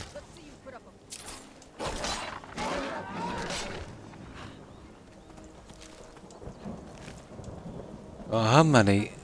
Oh, horses, everything. So, what have you been up to? I'm okay, thank you. Oh, that's good to hear. Oh, Lewis is here. You remember Lewis?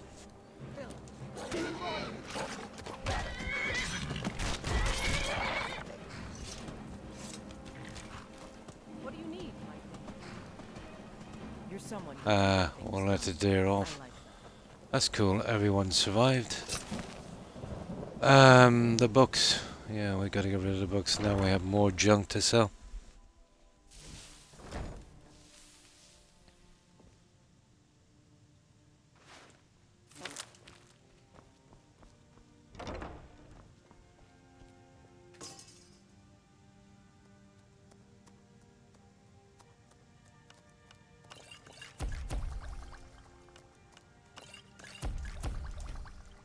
Now, out from selling this junk, and we come back and save, and then we're good.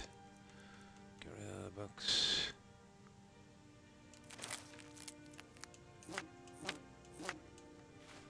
No, books.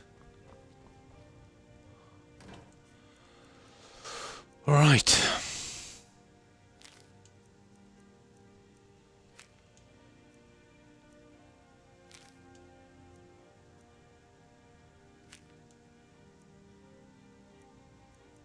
Oh yeah, I'm putting those in it.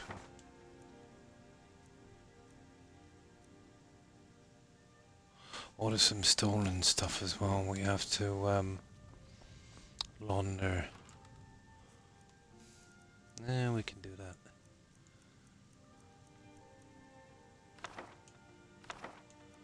Yeah, okay. Let's get rid of this junk, guys. We can launder our journals as long as they're worth something more than 1 gold. We should be able to buy them back. There, Riverwood is ideal. Yes, he did actually.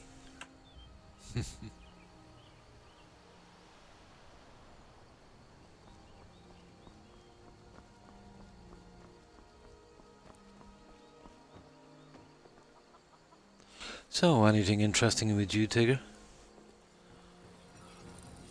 May the gods, the finest weapons and armor. Now we'll launder these books. Yeah, as far as I know, we should be able to get these ones back, but just in case. Till next time. What? Looking to protect yourself or deal some damage? Well, that's not stolen. That one is, apparently. And that one.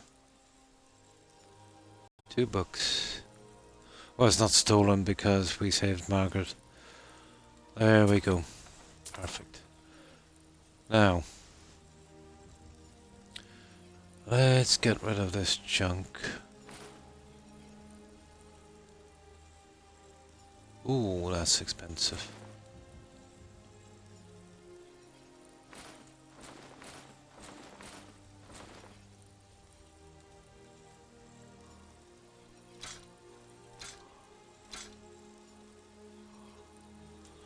I'm not really sure I've got a Nordic war axe.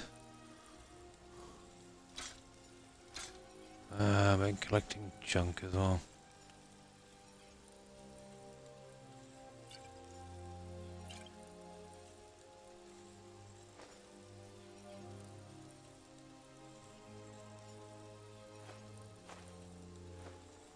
Okay. We'll check that Nordic war axe anyway. I'm nearly sure I've got most of them.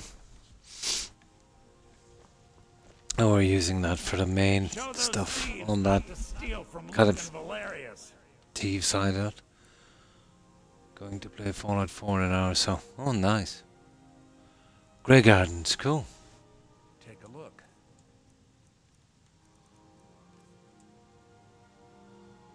Okay. Okay.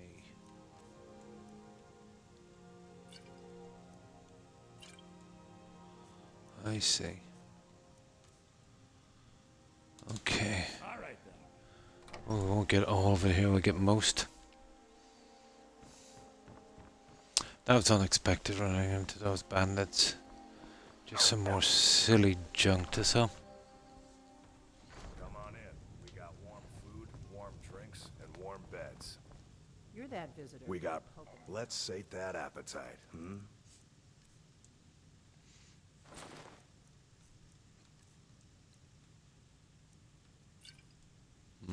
Okay. Now, let's see. Let's see, I think we've got that war axe. My niece became a marine biologist. And she sent me a video. Nice. Of her doing barnacle removal from a giant sea turtle. Cool. That was the most interesting thing I've seen in years. I'm a simple man.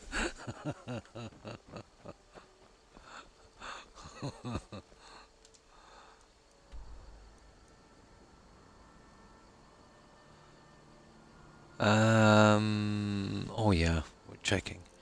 Yeah, I don't know how much of this stuff I've gotten. I think I've pretty much got that all. Let's just see.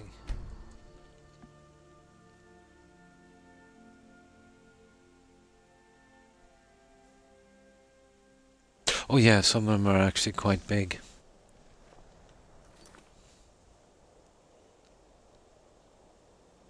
Yeah, yeah, very relaxing.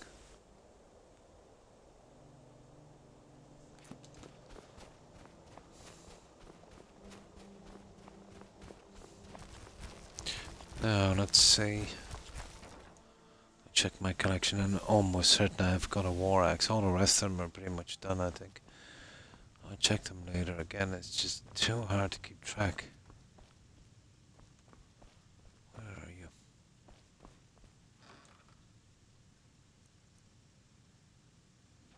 No, I don't, guys. Here.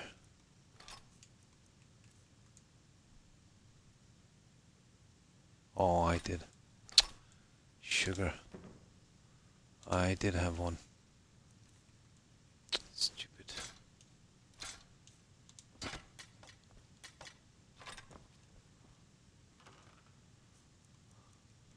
See, these guys have got to be stolen. No, I had one.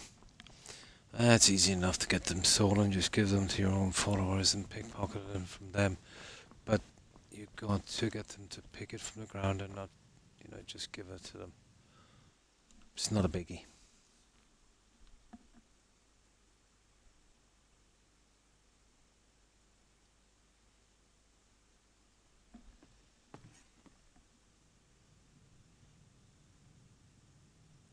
Oh yeah, I've seen blacksmiths do stuff, let's say like that, on hoofs.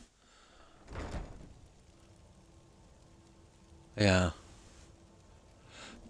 But here, let's say a professional blacksmith is a rare thing. I've known a few.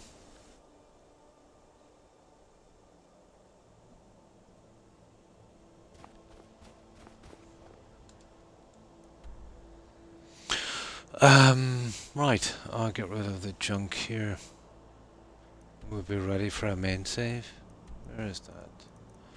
Okay, we'll go looking for the little kind of dungeons, miss quests, that kind of stuff. And the rest of the words of power. Keep an eye out for trouble. The spider story, yeah.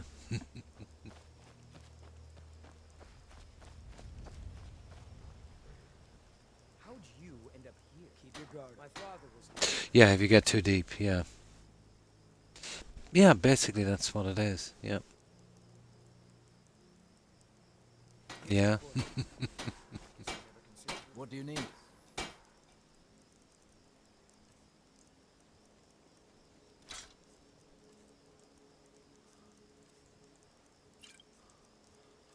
We are ready to go, guys. They're the ones that we're going to be storing. Perfect. Now let's get back. We are ready for our save.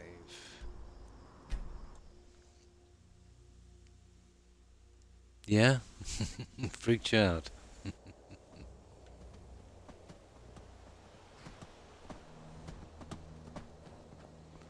Now, let's sort those books out. The journals, we'll wait till we have a few. We'll drop them off on Markard. Whenever we're there again. But I've been holding the journals here.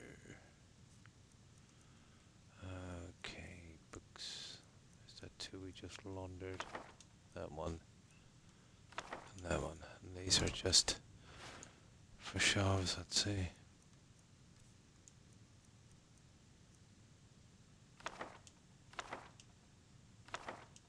Oh, sugar. Where's that? Margaret's journal. Yeah, that's perfect. Okay, we put that one in as well. There we go, guys. We are ready to go. Now. Yeah, that's perfect, isn't it? That's a hard little quest to get done without too many casualties. But we did it. We've finished Marquardt. I'll fix up the miners later myself before we do that quest. So, let's see if we can find that guy that left his relative in. You remember that one? Can you remember where it was? And basically we clean out all the Draugr, or Draugr, whatever they're called. I think it might be around Riften. I know it's one of these anyway. There it is. Oh, that's the one, guys. Hilgrid's tomb. Yeah, that's one of the quests we missed. It's pretty decent. I know he's a temporary follower. I'm not sure if we can get him later. Can't remember what that follower kind of mod thing I have, that my home is your home. Probably not.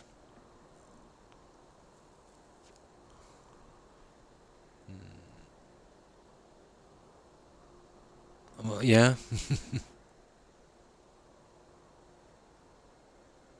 No problem, Tigger. No problem. Probably. Yeah, it's been raining here a little bit also, but not much. Mostly windy.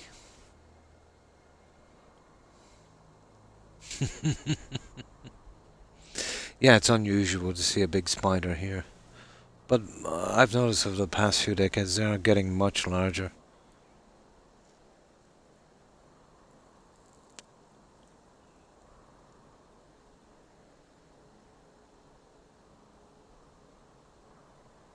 No.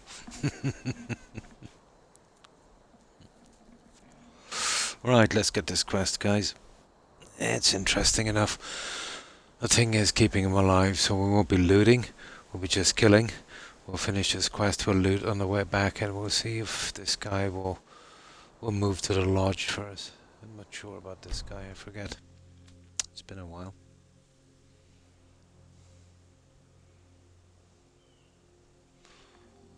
Yeah, pretty much. I regularly get spiders here, but I have a habit of leaving windows open, even in the winter. As I said, it's pretty temperate here, and I like it to be a little bit cold. But yeah, there's some reasonably big spiders, but they're absolutely harmless. There's no poisonous insects, spiders, anything. What's the worst you'll have to deal with here? We do have water rats. They're about, no, they could average up to maybe twice the size of a normal rat, but they're rare enough. Some of the rural streams. They're pretty aggressive. They're not like a normal rat. You know, you see a normal rat, he'll run. And these guys will stand their ground. They're very territorial. And if cornered, they will attack. They're actually quite dangerous. They'll jump high and aim for the chest or neck area. But I've never heard of anyone being injured by them. You know, everyone knows to keep away from those guys. But they're, for a rat, yeah, that's about it. And then badgers and stuff, but like nobody's silly enough to walk into a badger.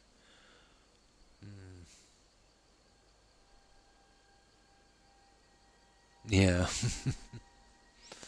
No, pretty safe here with animals.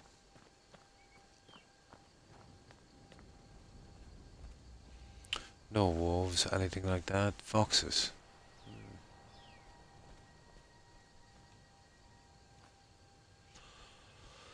Here we go. That's the guy. Let's do your little quest.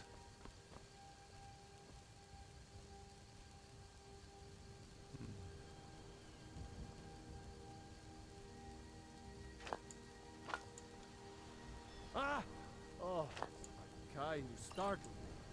There's a necromancer around here, so watch yourself. He's really silly, this Help guy. me. He's in the tomb doing gods know what with my dead relatives. Hmm.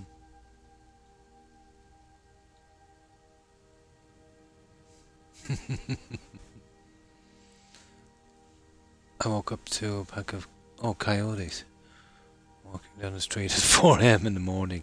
And they were probably coming from a pub crawl, maybe hitting the clubs.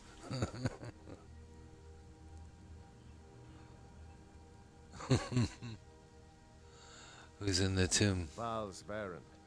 My family has never really seen eye to eye with him, and he has finally gone off the deep end. Yeah. He's gone in to defile our family tomb. Yeah, using our scavengers. ancestors for his filthy, dark Never old actually seen one. necromancy. My aunt Yeah. went in after him, but she hasn't come out yet, and I don't think I can take him by myself. I've seen some deer do that occasionally. Yeah, but that's about it. I'm not proud of it. Oh, I Terrified can't of that believe. place, and Aunt Agna knows it. No, never seen a My bear dad either. locked me in there in a Oh, dreadful there's zoos and rage stuff, but when I he mean, left us. you know, 3 days in there eating the in the offerings wild. left for our dead before Aunt Agna found me. The brown bear, they're the. He's in the Oh, it's tomb the doing black bear. gods It's the know smaller what with version, my isn't dead it? relatives. Yeah. Yeah, yeah. There's a lot of deer here. Yeah, very possible. Great. I'll unlock the door and meet you inside. Then you can lead the way. Pretty dangerous, yeah. There we go, ancestral worship. Now, this guy is very easy to get killed, so we'll have the grand healing for this guy. We'll have to babysit this guy the entire way. He's absolutely Get after killable. Val's Baron before he does more damage And we've here. got to be careful as well that we don't actually kill him. Accidentally hit him.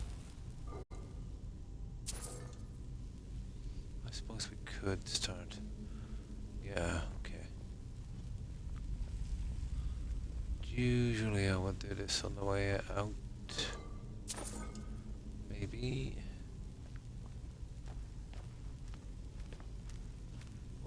Hello.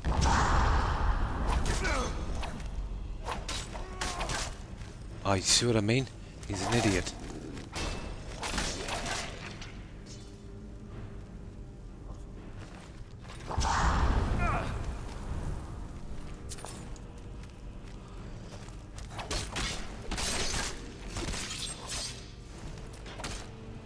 We just gotta keep him alive. Now, before we miss anything, yeah, we'll go for this. Why not? Yeah.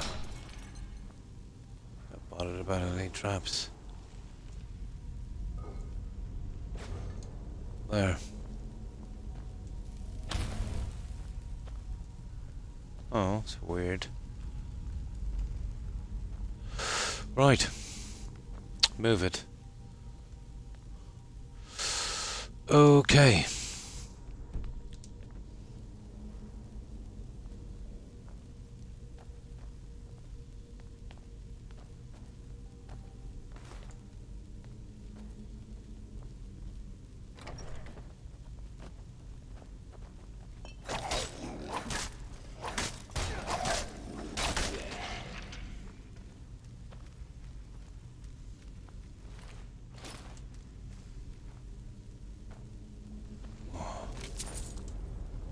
Okay, there's plenty of junk here. I know there's another tomb where the guys are wearing full sets of ancient Nord armor. Can't remember what that is. I know there's a quest in there that'll bring us there eventually. Wolves. Cool. Yeah, something else I've never seen in the wild. Yeah, real quick, yeah. Yeah. Although the way they tame bears leaves a lot to be desired.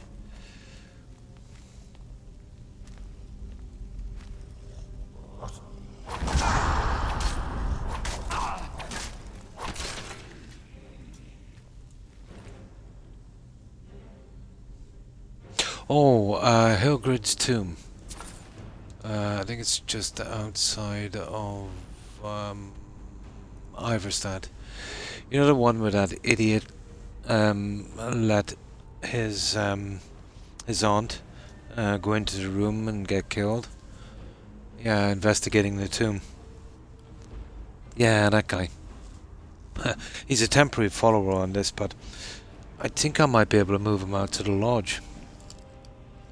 Yeah, I'm nearly sure we can.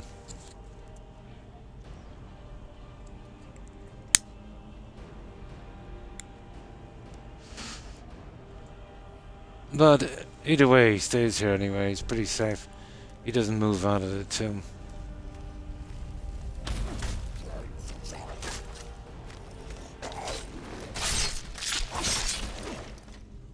There, we're doing well. We're doing very well. So, I'll be concentrating on these little missed quests. Really? They could have. I thought that was nice, adding that. You know, where he actually commented on looting the tomb. Nice touch. You might be able to tame a bear, but one random muscle twitch. Absolutely. Yeah, well, the same as can be said for any animal. You know, that's even including dogs. You know, even the most tamest breed, let's say the most seemingly harmless, they can flip, you know.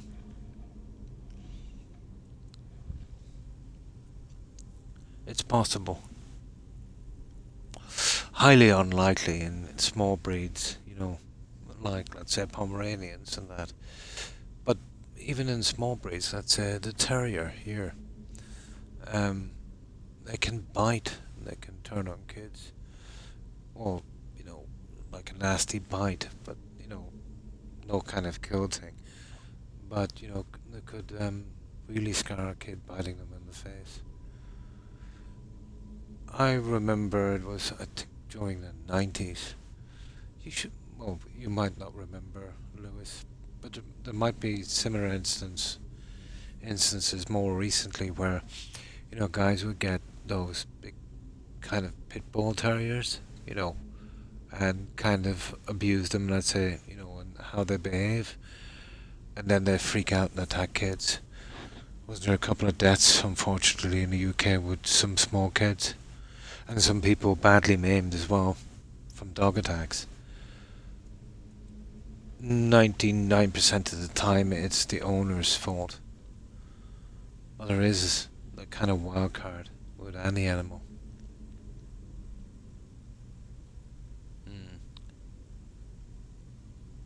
Oh, absolutely, yeah. Like I have one dog in particular, Max. Even though, let's say, he had a really bad time with his owners for a very short period of time, you know, when he was a puppy, but he still bears the scars. You know, I wouldn't trust him as far as I could throw him with a kid, you know. He's very aggressive. Pit bulls, yeah. Wasn't there talk of literally, they were banned, weren't they?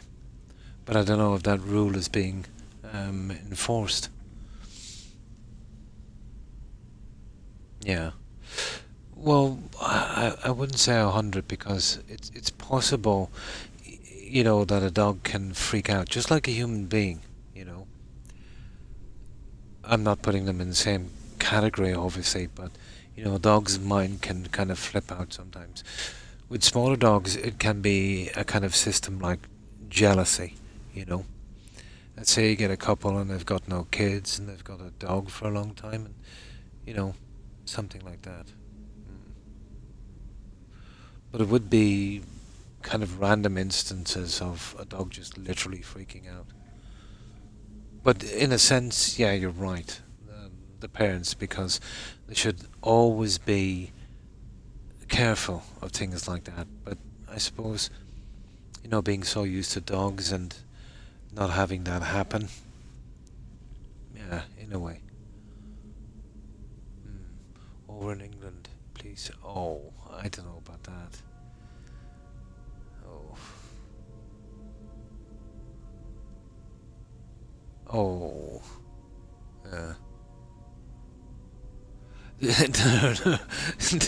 They can be pretty grumpy, alright. Yeah, and they're very, very grumpy, but they're tiny. But yeah, very grumpy. The problem is with the pit bull is those dogs have been bred, selectively bred to kill. You're talking about a dog that's a lethal weapon, you know. Especially, there was a phase, I think in the early 2000s or late 90s in the UK, where they had those American pit bulls. They were huge. They had the same kind of colouring as a golden retriever, the ones I've seen. But they were about the same size as a retriever, but huge and muscular.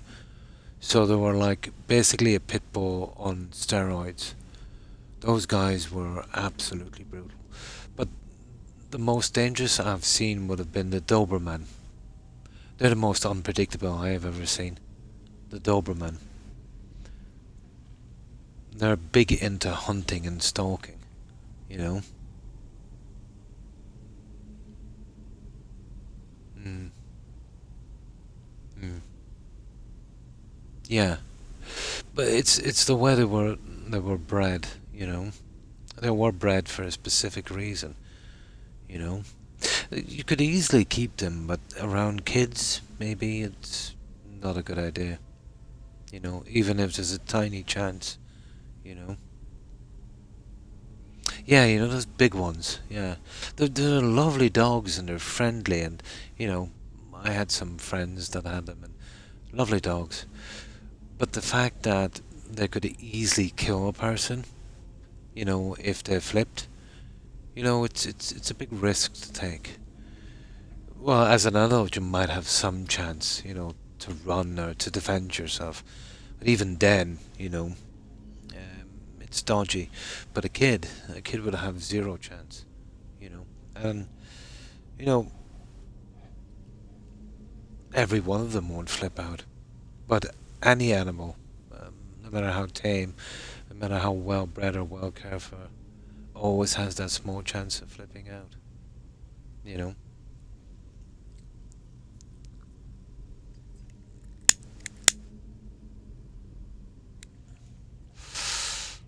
But I remember at one stage in the 90s, like, seems like every second week you'd see a story about something like that.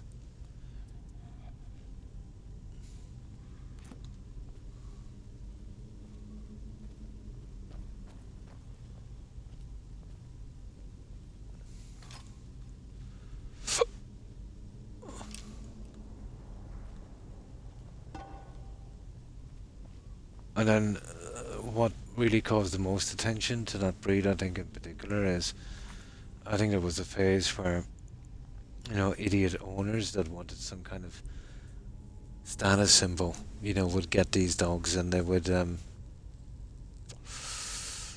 would feed them raw meat and put them on treadmills and do that kind of horrible stuff, making them very, very vicious. I've had personal experience with something like that. There was a not so close neighbor that did that. You know, the kind of local kind of, I how can I put this? Um, I sell a bit of weed and I smoke it to support my habit kind of idiot. And he used to let them roam free. I complained several times. I didn't like doing it. But no, they wouldn't do anything about it. What was concerning me was I remember my grandnephew was playing in my garden and I literally seen these two dogs hide in the grass stalking. So that stopped the kid going out from that, but One fateful day, my wife made a fatal mistake, even though I told her not to. She tied my Pomeranian in my front yard, close to the gate. There was no one around. They managed to grab the lead of my Pomeranian, drag him right through the gates, breaking all of his teeth, and tearing him apart on the street. I seen it from my top window, unfortunately too late. But I literally jumped from my top window from the second floor onto my vehicle. I had an axe. I couldn't get them. I would have killed them. They managed to get away. The police were called. The dog warden eventually managed to plod his way over to me. And then he tried to discourage me from doing something about it. Stuff like, oh, you know, you'd have to appear in court. I said, no problem. I said, I told you guys already what was going to happen. Now, I knew the dogs would be put down, and I didn't want that, but at the same time, I knew these dogs were capable of hunting humans as well. So, if I didn't stop it, it was most likely it was going to be Kid next, and I don't know if I could forgive myself, you know. It was terrible, you know, to see dogs put down. But he did try and evaded. I remember he gave the dogs to his girlfriend, and she kind of spurred him away out of town. But unfortunately for him, I had too many contacts, and I knew exactly where they were. But these dogs, I know dogs. These guys were a threat. You know, they were never going to be able to fit into society. They were a massive threat to kids, and they had to be dealt with, and not their fault. You know, you get an idiot putting them on treadmills, teaching them to fight, and giving them a taste for blood. There's no going back from that. Yeah, but you know, even if they're reared properly, they've been genetically bred for that kind of violent behavior. And even if they weren't, you know, there is, you know, a wild animal thing. You know, even though we've selectively bred them, the chance of them flipping out is always there. And you don't want them to be around kids when that happens. At least with really tiny dogs, you know, they can still do a lot of damage. They can disfigure your kid, you know, if they bite them in the face or whatever. But the risks are a lot less. And I love dogs, guys, you know, but, you know, it's just logic.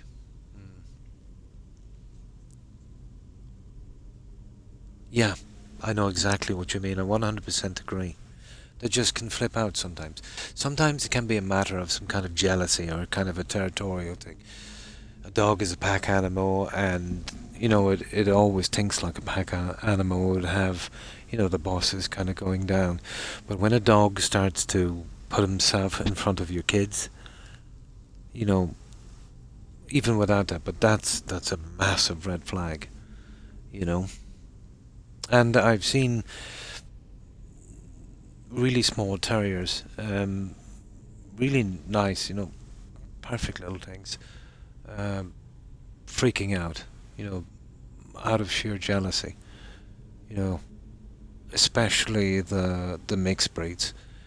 You know, well, I find mixed breeds are way more intelligent, you know, probably more genetic kind of diversity or whatever it is, but they can get really jealous, you know, and they can lash out. Maybe not killing a kid, but really doing some harm.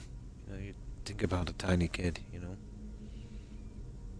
But it scares me when I see screenshots of people, you know, letting their infants, like, you know, a year old or maybe 2 years old, you know, playing with their massive pit bulls, and the dogs are loving and caring and everything, and they would, in most circumstances, you know, even protect a kid. Yeah, they would consider it like part of the pack. But the fact that they can freak out, it's a chance I would not take with my kids.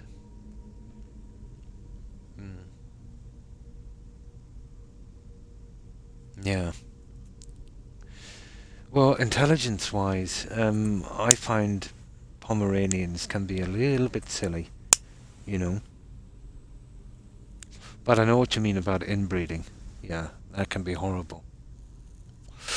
But I remember, my dad used to love terriers, and they were highly intelligent, you know. But intelligence, it doesn't translate into being kind of trustworthy around kids. But as far as intelligence went, they were really intelligent. Yeah, yeah. But it's horrible when it goes to that way. You know, being aware of these things, when you have dogs. I've just got Pomeranians, and I would never leave them alone when the kids were small, you know. But they would never bite, but still. Yeah. There's always a chance. There's always a chance. Yeah, inbreeding in dogs can be a problem, obviously.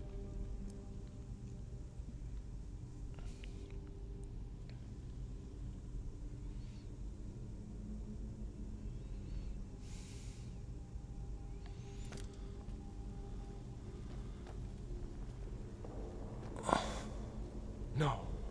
Antagna. But I've even seen some dogs, like I had one. Oh, I remember him well. He was a fox terrier, but he was a bit of a mutt. But he was unbelievably intelligent. I used to call him Spider-Man. You could put him in any kind of fenced-in enclosure and he could climb it. I've seen him like Spider-Man along a wall. He was unbelievable. But I remember I had a shed and I had a stool right beside it. He would stand on the stool and get up, open the door. Not only would it open the door, but he would close it behind him. I remember I had a friend over, and we were kind of chatting, and he was kind of hanging around. He would always hang around, and the door was closed. And he got up on the stool, he opened the door, he walked out, and he closed the door. And the guy looked at me like, "Whoa, what's going on?" And I just started laughing at him. He was a really lovable dog. But I remember I got him from a friend of a friend. Yeah, when he was a puppy. But he hated that guy. And every time he would visit, he would lie in wait to ambush him. But he was the only person he absolutely hated. He hated him with a vengeance. But I remember my brother came to visit from overseas. And he would bark at everyone coming in. He wouldn't bite them or anything, just like a kind of warning system if he didn't know them. But for some reason, he didn't bark at my brother. And he walked over and was really friendly and that. But I don't know, is it some kind of sense of smell, Wolf? That, let's say, that a family. Yeah, maybe just, I thought maybe a sense of smell, Would it be as complicated as that? But yeah, it's like he knew he was part of the family. Very unusual for this dog. He wouldn't bite or anything, but he would bark to let you know if someone was, it's not normal. But not a word. Yeah. He met him like he was an old friend. But he was very, very diverse. I was thinking that was the only way I could explain it. That maybe, I know they have a fantastic sense of smell. What is it again, guys? The ordinary mutt, let's say, would be something silly like was it like several hundred or several thousand times? I know the best of them could have been something I was thinking. Yeah, I don't know, only guessing. But I know the greatest of all of the tracking dogs would have been, I think it's the American Bloodhound, isn't it? Those guys with a droopy face? Yeah, like those guys are legendary. Yeah.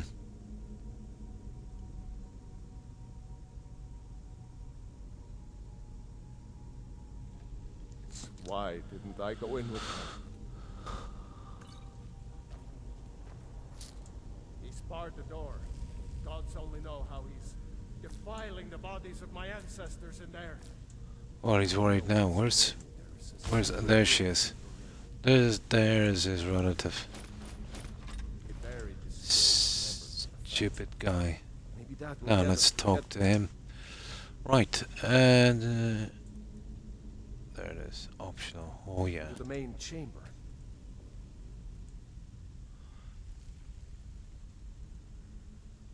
Oh yeah. Okay. We're not killing them. They're already dead. We're helping them back to Sovngarde. But probably instincts as well, of course, Lewis. Yeah.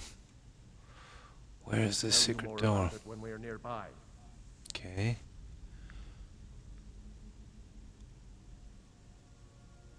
Gotcha. Yeah, we did that all right. That dark elf is about to be a dead elf. Okay. Alright, this is a good place to save, guys. So, we've looted everything to here. Let's just make sure we've gotten everything. We'll be kind of up to date. So obviously we're going that way. That's obviously closed. Yeah. Okay. We're taking the risky way then.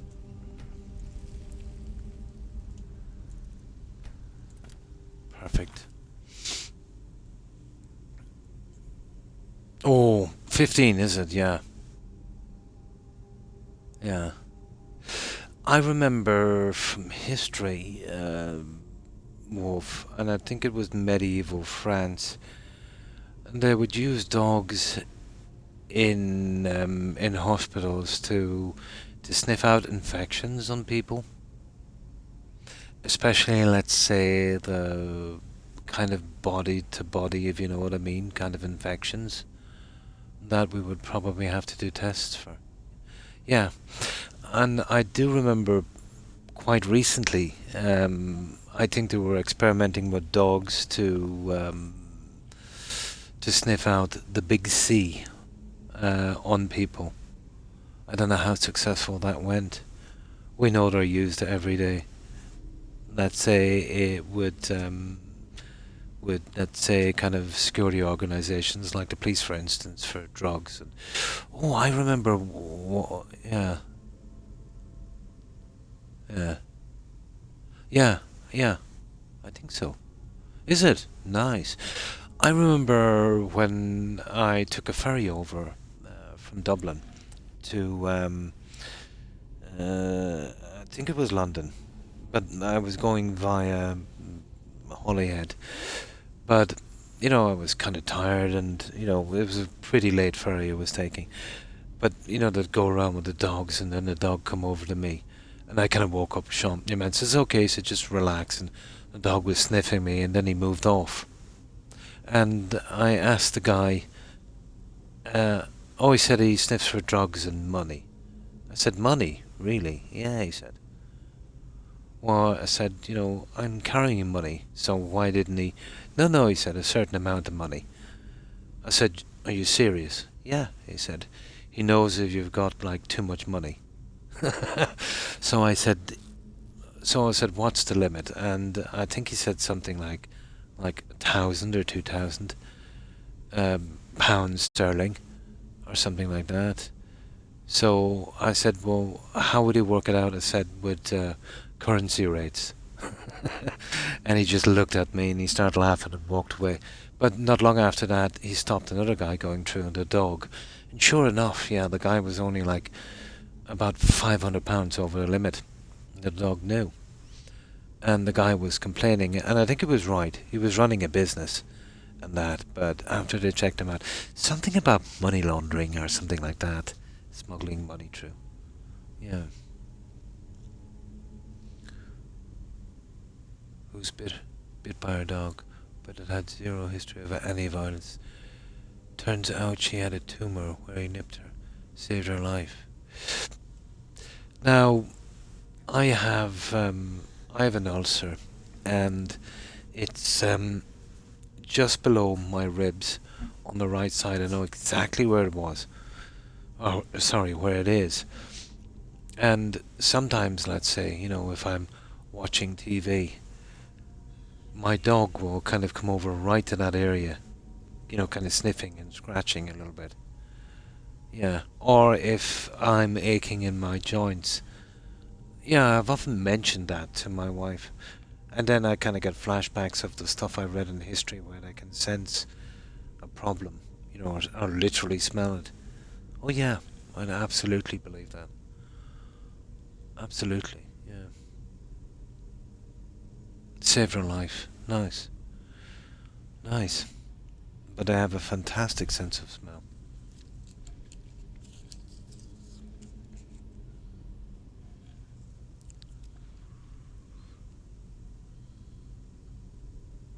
Yeah, absolutely. Yeah.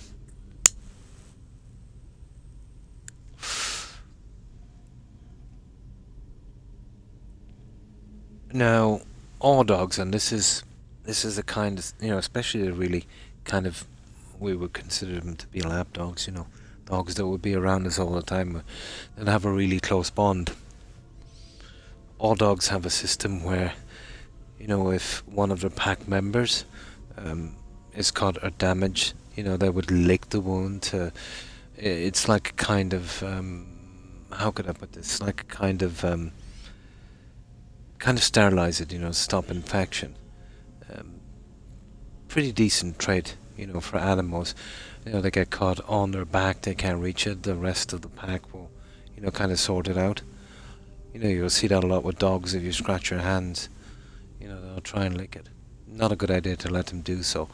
It does have a kind of sterilizing effect, but yeah, I'd imagine it would carry risks. Although I'm nearly sure that there's not much that can be passed, let's say, in that sense, from a dog to a human. But I know there's a lot with a cat.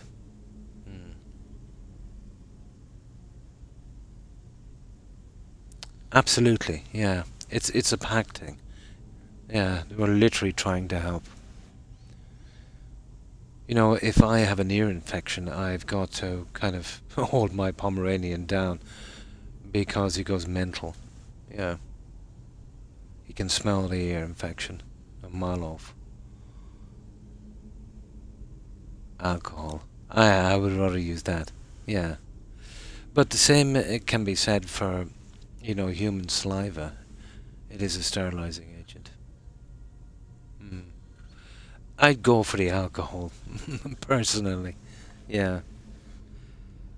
But having said that, I think, and I don't know if it's the salt, doesn't urine as well have a kind of sterilizing effect? Well, if it's your own, obviously. Not that I'd be using that either.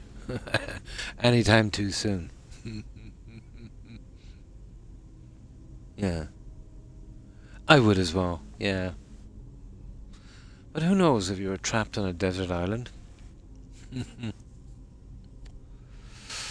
But if I ever do get trapped on a desert island, maybe with no water, I think I read somewhere that I can drink it up to 3 times before it's toxic.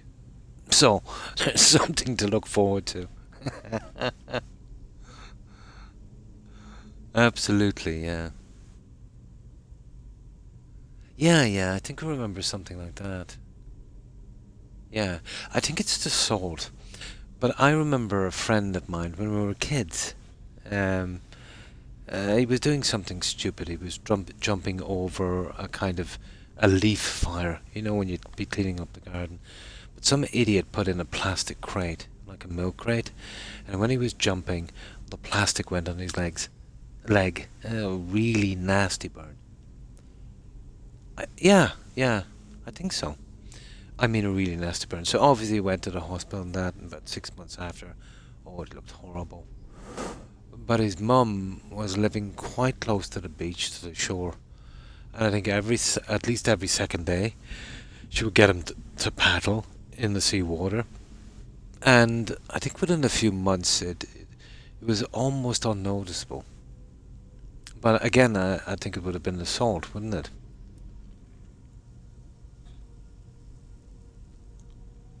Yeah, this was nasty. But he was treated and sorted it out. But it did leave a horrible scar. But once, you know, he started bathing it in the seawater, maybe it just healed naturally. But yeah, it looked pretty decent. Oh yeah, you can get some nasty stuff. I've had tiny plastic burns on my hands, tiny. And let's just say I like to experiment as a kid. But not like a kind of, how could I put, what do they call those guys? An arsonist, kind of. I didn't have an arsonist phase. You know, it was more electrics and stuff like that.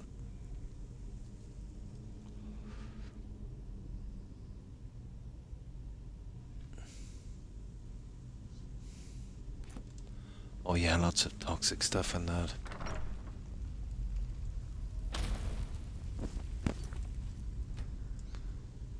Yeah, that's perfect.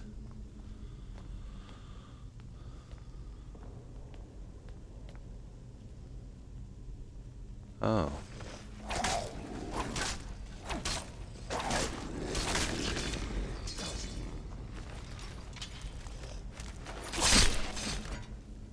Yeah, sure.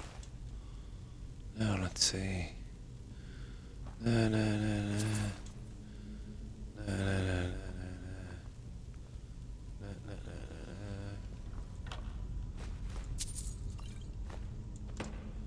na. Okay. That's a one-way ticket from here, I'd say. I think we're almost finished this quest, aren't we?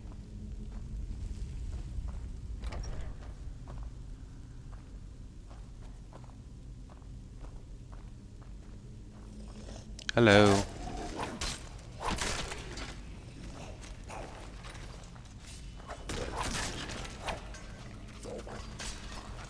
This guy is getting carried away a little bit.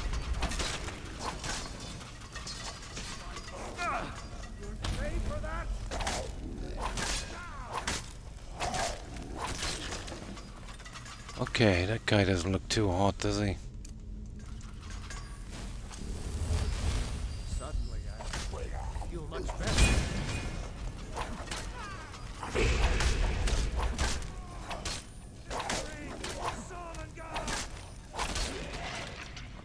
Has he even got any weapons? I better get him. He must have losing it. We'll give him one after.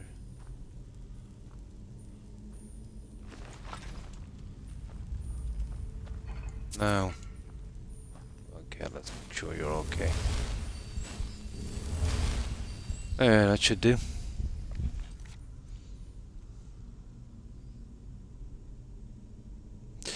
Yeah, I was telling you what happened to FGS, wasn't I?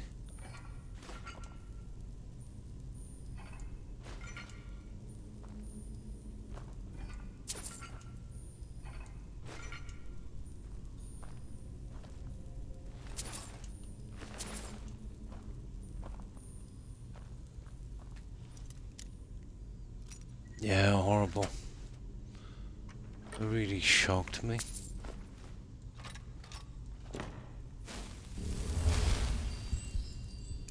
Suddenly I feel much better.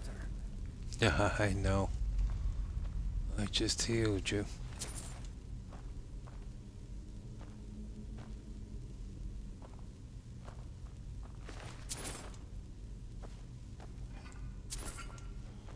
Oh, it's gonna be a while selling that, isn't it? Okay, we know there's a boss in here. We'll take him out as quick as we can.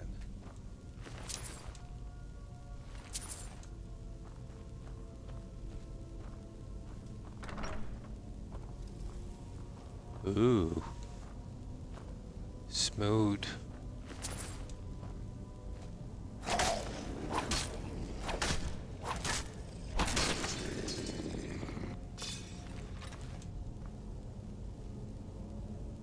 Ah, I'm about to be careful here now. Okay, where is that? There he is. Spider, I'd say. What is it with the spiders?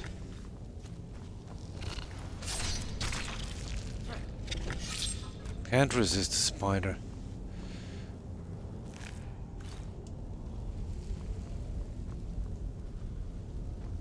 Okay, so far so good. Gotta be something in there.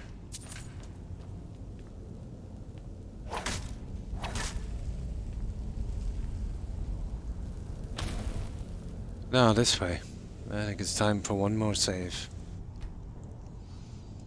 Got this guy and he's still alive.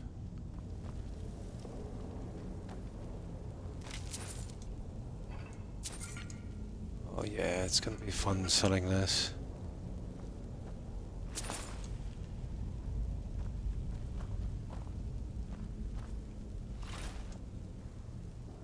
Uh-oh. So let's make a deal. Now, the heavy cheap stuff, obviously. Yeah, I think we're keeping those, aren't we? They used to be very rare before.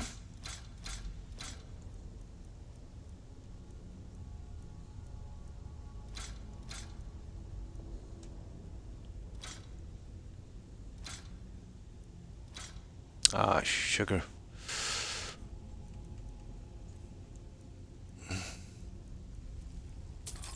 I wanted that from my follower.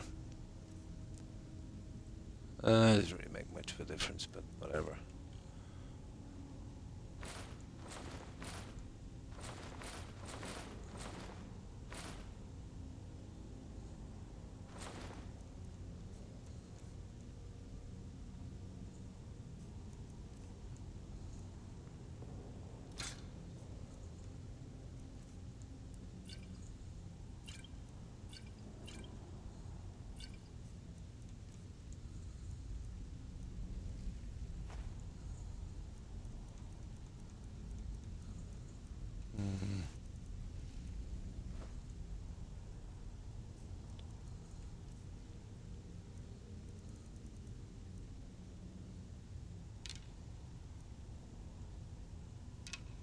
That will do.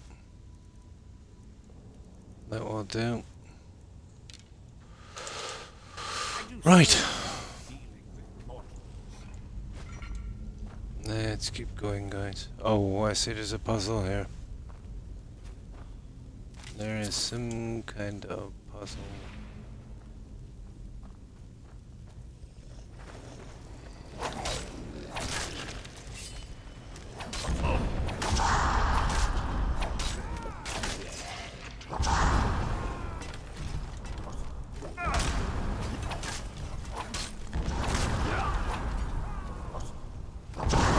Sugar.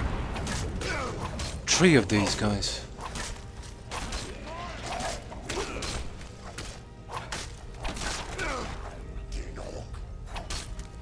He's running for it anyway. Oh, that was close, guys.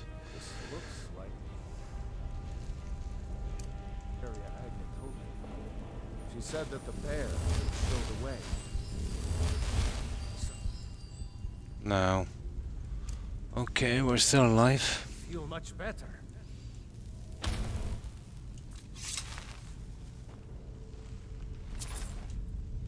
I know we can carry all this junk.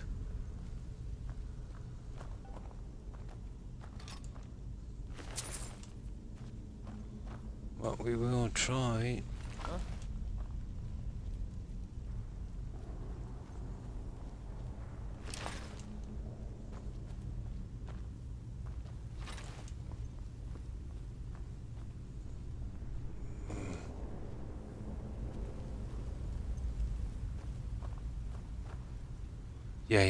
Yeah, it's a puzzle, alright.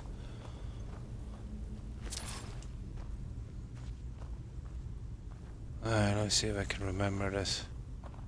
Sugar.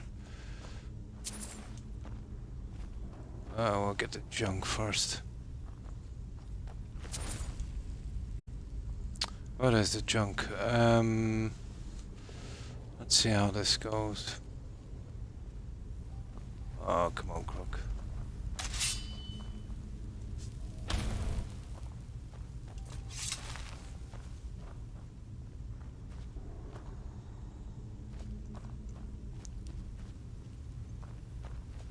Yeah, I know it. Where is it? Yeah, it opens that there, so. Yeah. Okay, let's see if I can remember this. There was one down there that was broken, but there's nothing to turn.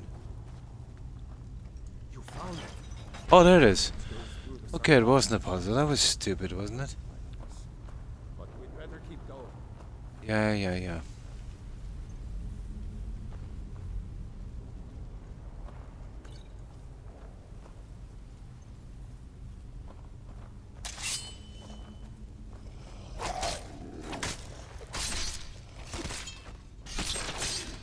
Oh, this guy's picked up a weapon for himself, has he? About time.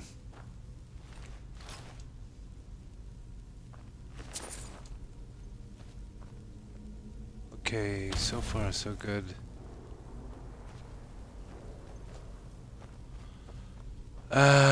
Right. This is it, guys. That's the last one there. That's the boss.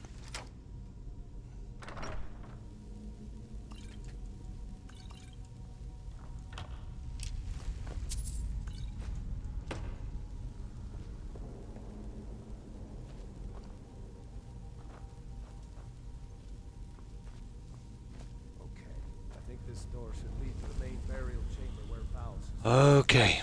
Let's get in. Put an end to this. Ooh. Hang on. Let's see if we can clear the bottom section here while we can.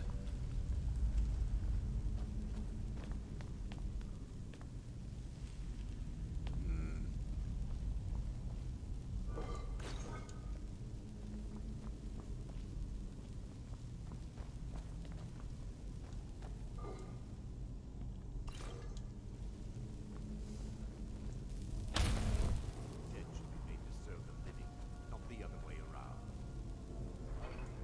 My ancestors were Sovngarde, and you with them. Sovngarde is a myth, you swit. And now you can join your ancestors in service to me. Not happening.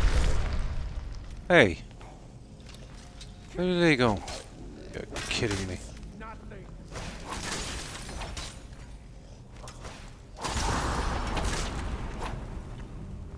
Okay, don't die. Where is that idiot? There he is. Never should have come here.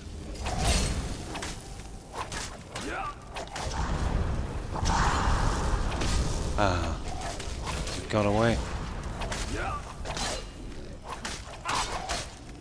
Uh-oh. One moment now, guys.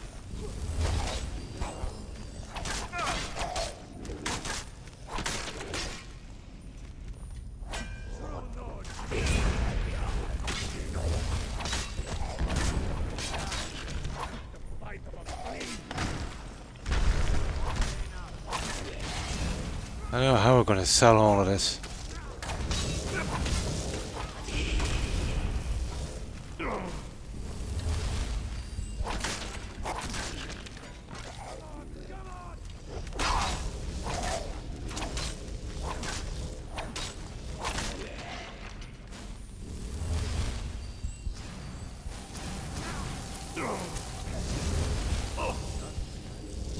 Okay, where's that idiot gone again?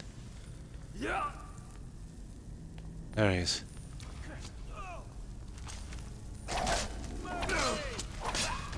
Got him. Got him. Now let's see. And he's still alive.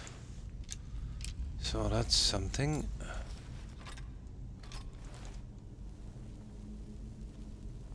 Yeah, we'll talk with that guy. Well, where's he going now? Look at this idiot down here.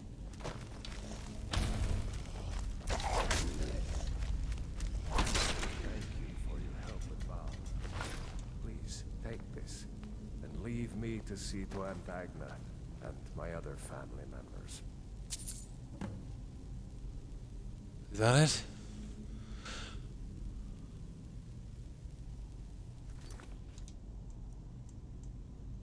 Oh, it was miscellaneous. No, that's it. It's done.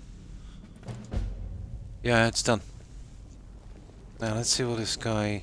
May the gods watch over your battles, friend. Oh, he is a follower. Yeah, he is a follower. Let's not waste any time. Now, let's start to gather up this junk, obviously. We'll probably need our friend again. And then we get out of here, we'll drop that guy back. He needs a little bit of fixing. If we can do that, we'll be up to date with the followers.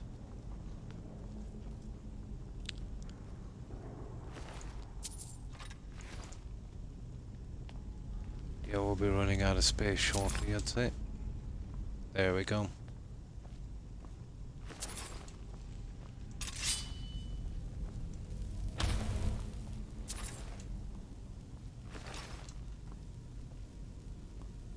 We are running out of space.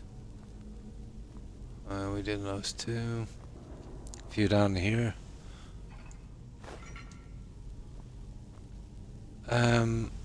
Has that guy got any cash? No, we need to wait 2 days. And just clear enough space.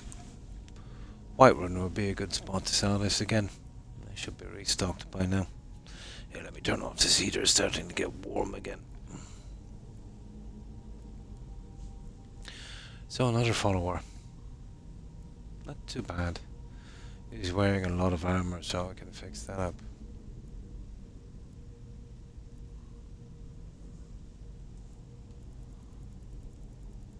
Yeah, we'll just get him to hang about on the inside, I suppose. I can sort him out later if I need to.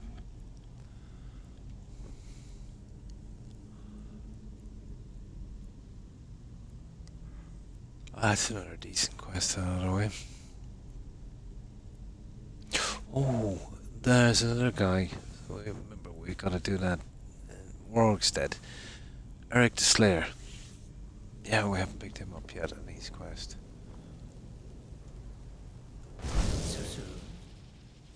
He's pretty much like that guy. Iron armor once you do the quest.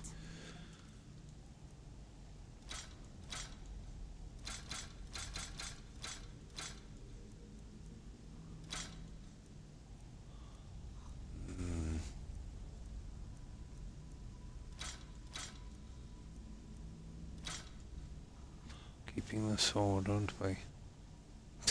For a while at least, though. I think it would be probably better with an axe.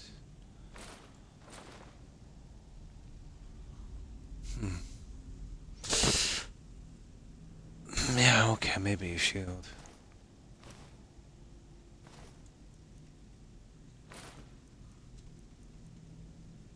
Ooh. Okay.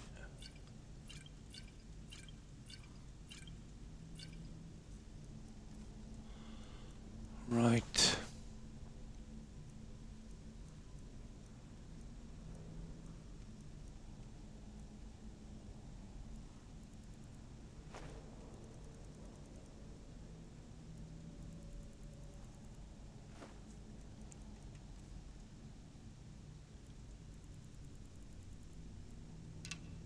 There, that should give us enough breathing room. Now there's a few dead guys around here. Or did we already get these? Nope. That's it, we're ready to go.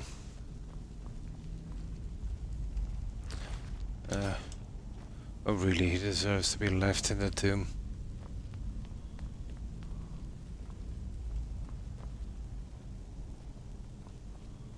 Alright, let's go.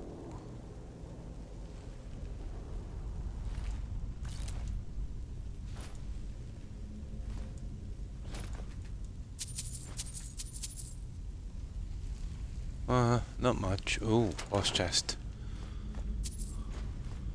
Useless, isn't it? Oh, yeah, it's not the one I wanted. Speedrun, yeah. Oh, hi, Stephen. Pretty good, pretty good. And how have you been?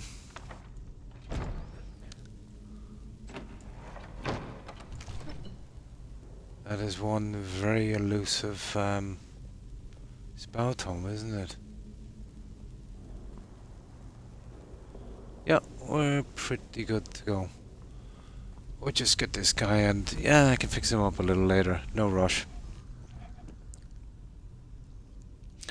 So, how's your day been, Stephen? Anything interesting? And are you almost set for the holiday?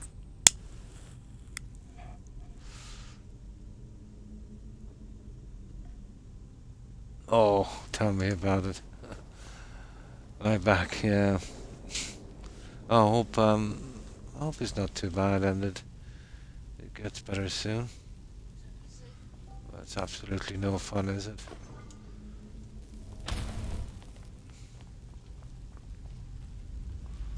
Probably lower back.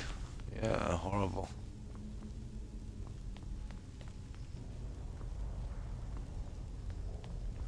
Well, you're in the right place.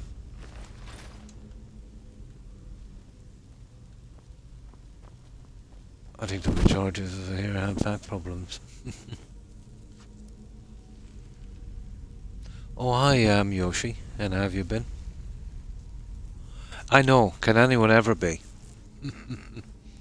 Yeah, I've still got tons to do. And I know I've forgotten something. Yeah. When it's frigid. With difficulty, I'd say, Yoshi. With great difficulty.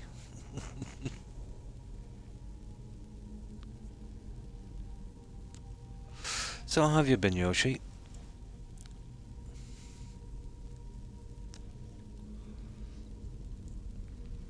Now, time for me to get something to drink.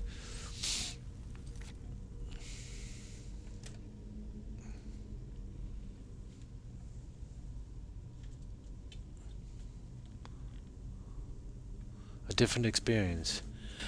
I once played the old Sims way back. I think it was the first one. Yeah, I'm kind of familiar with it.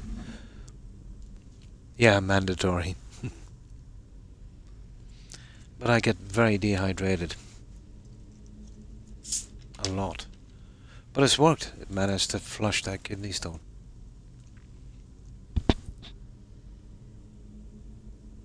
Then for... Yeah, I've heard people complain about 4.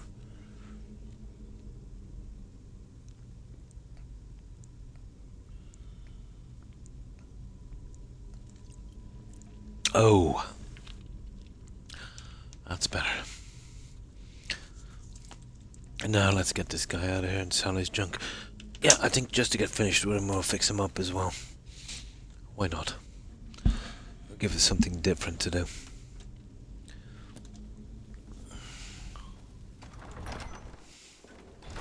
But we should drop him off before we kind of go on. Oh, we gotta... Yeah.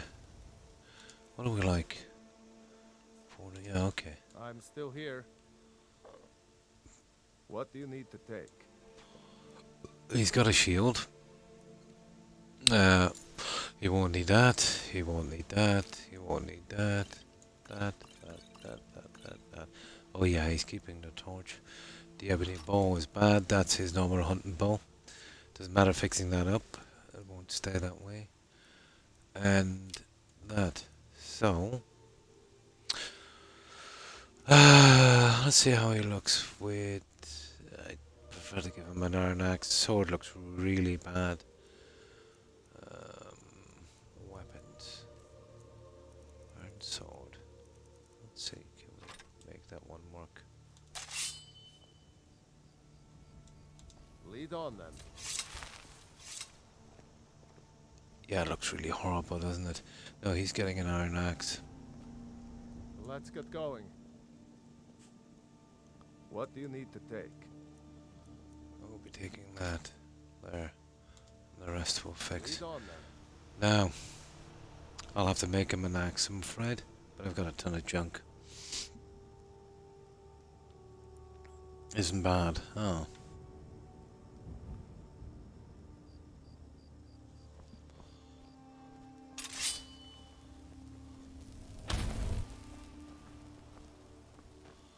Now,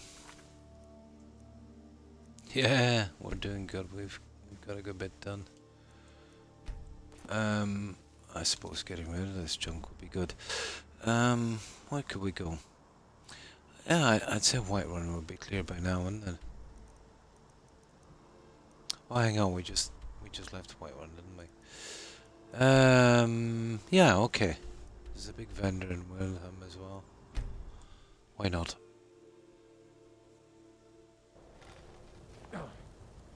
Oh, there's a horse DLC in Sims now, is there? Oh. Oh.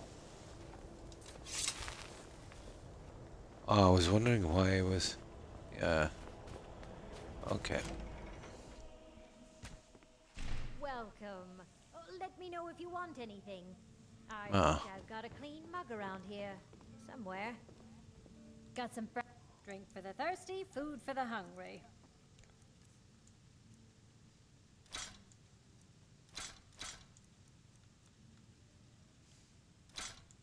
Oh, nice.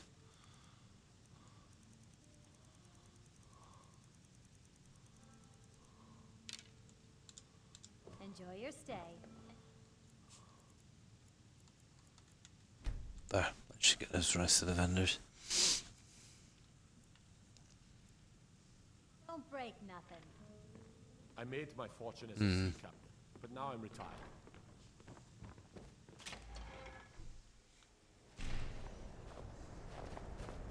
Can't just throw the big logs on the fire. Gotta have the little bits. Oh, where's my follower? There he is. That guy came complete with his own torch. Nice. Hands to yourself, sneak thief. May the god... Blades, helmets, pretty much anything to suit your needs.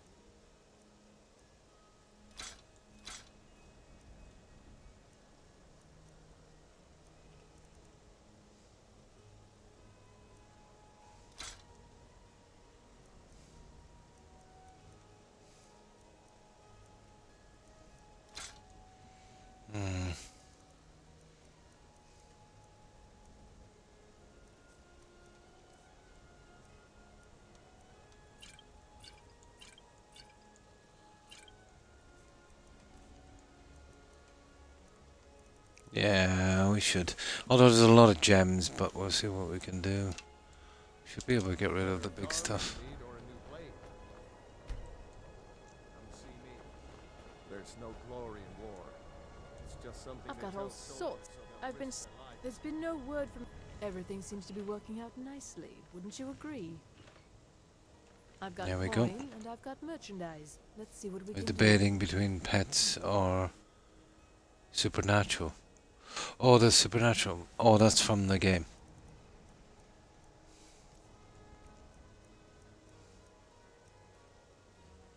Yeah, expensive, isn't it?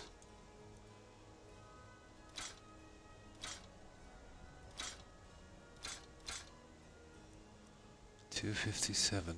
Oh, looking at potions. Scrolls. Okay. Okay. 220.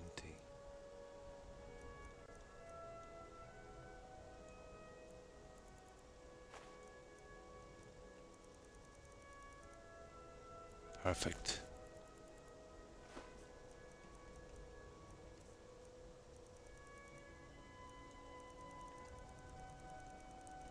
Yeah, we'll get this junk out. They Hurry call me back. a war hero. Bring more merchandise. I'm no hero. Now here's a minute. See for yourself.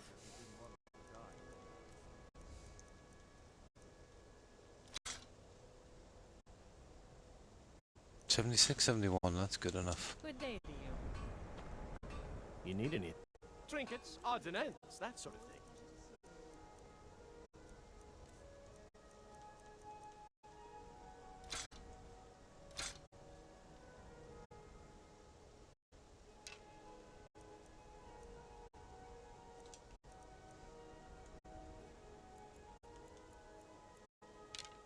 Perfect. Be sure to stop by Sodri's. Now, that's nearly all of the vendors here. Got something for just about everybody in here.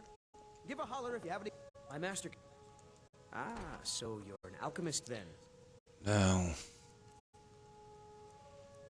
mm, I was thinking about keeping those ice and oh, that's so good. Not sure if I have one of them actually. Okay.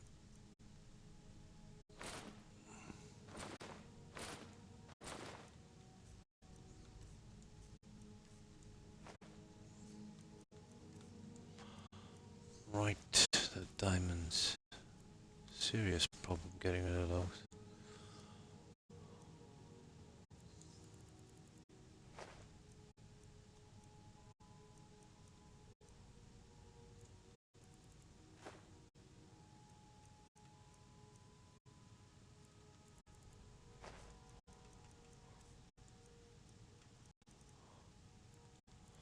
Well, that's every penny from these guys. I'm not sure if it's worth our while to go to the other shops. Vampires, werewolves, witches. Oh, I see. Yeah, I see what you mean.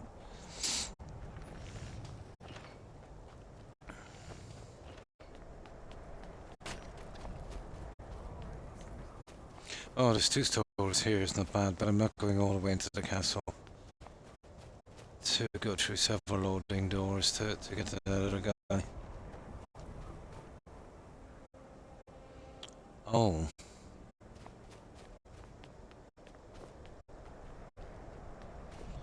Well, that game has definitely gotten complicated since I played it. Need something?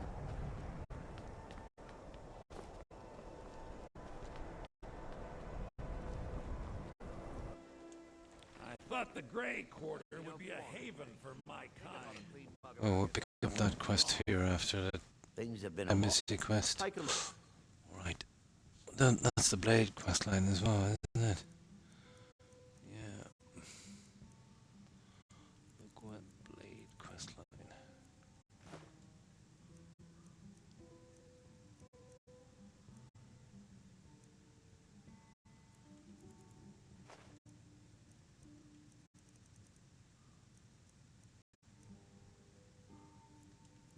Should work out perfectly.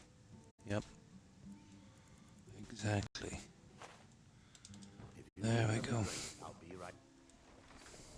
Not the cold of Skyrim that gets to me. It's the stink from the people. How much time have we left? We have got an hour, guys. Good to see. Trinkets, odds and ends, that sort I'll of thing. definitely get that guy settled in and get a little bit more done.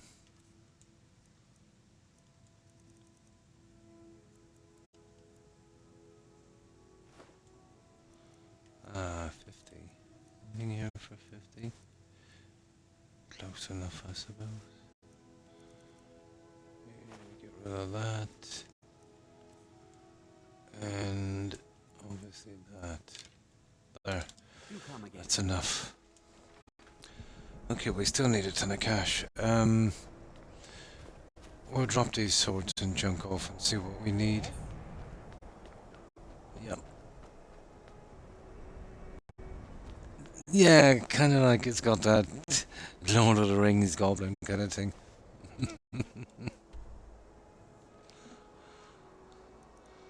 Definitely. Okay, the weapons. Where is that one? Here.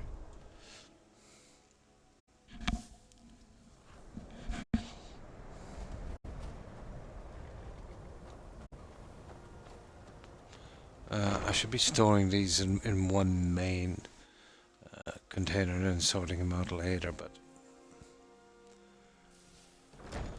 I'll have to sort something out.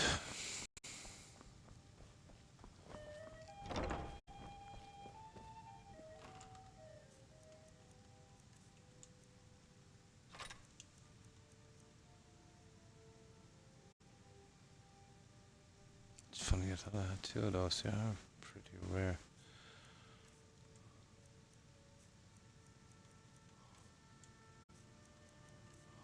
Oh, we got a ton of ingredients. Of course we did.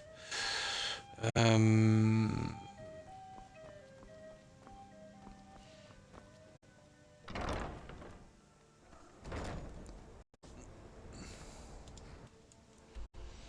No, we need to get rid of this, don't I? Okay.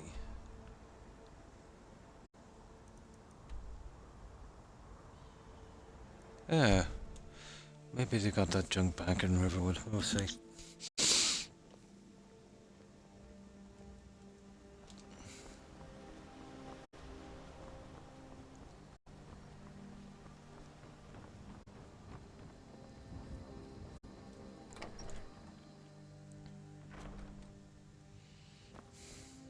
The suit, trinkets, odds and ends. That's Apparently.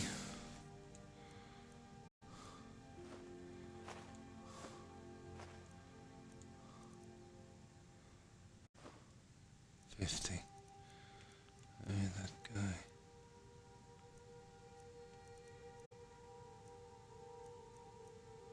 Yeah, that's good enough. 55. all right then. Ah, you're kidding me. What was that? Those idiot thieves. Always a problem.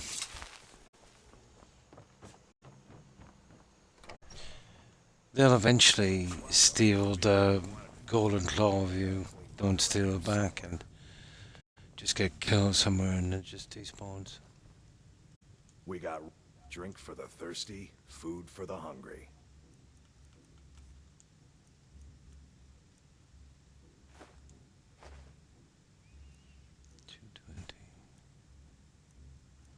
Okay, we'll do 2 of those.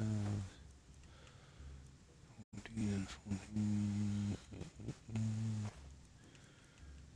Okay. Perfect. We might as well wait till morning. And then we'll hit Whiterun. It should be okay by now. We'll get rid of the rest of this. Grab our junk for fixing this guy up and yeah, that would work.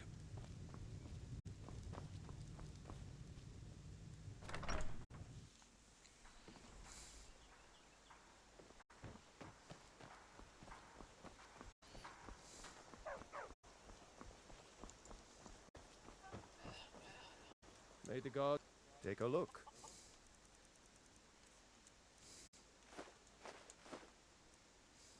Ah, forgot about the stupid diamonds.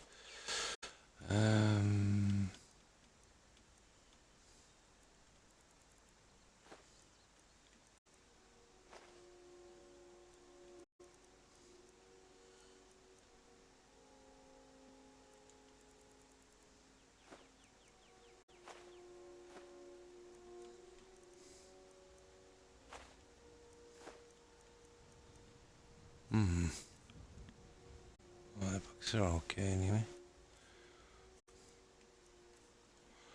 Now,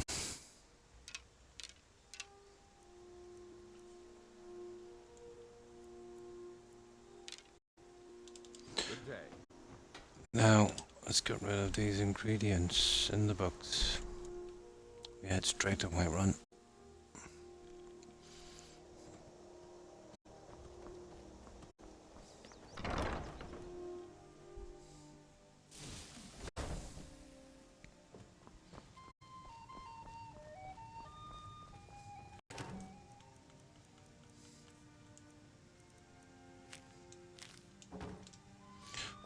I think we've got that bone thingy, haven't we?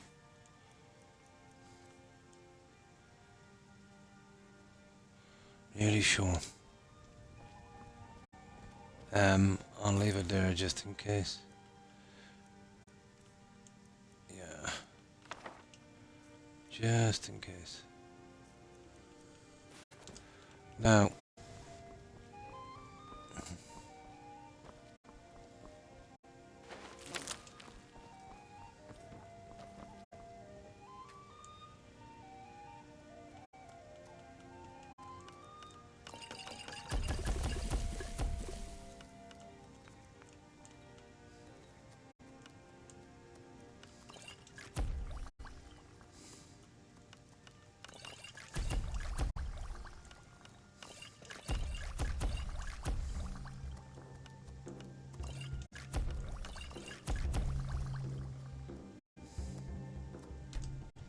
Oh, absolutely. That's why I hate that Prowler's Prophet thing. Oh, the amount of gems.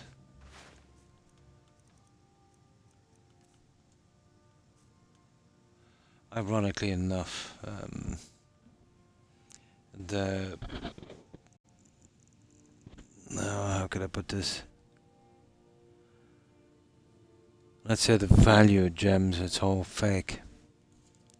You got, what, 2 or 3 major companies, you know, with tons of gems and just purposely not releasing them. You know, creating that kind of false value and rarity. It was a great gag.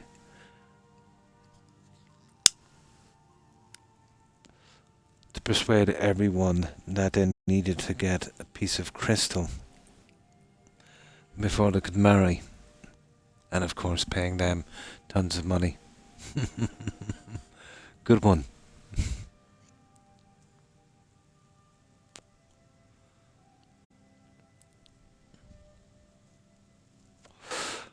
Two I can think of. I think there's 3 main companies that would...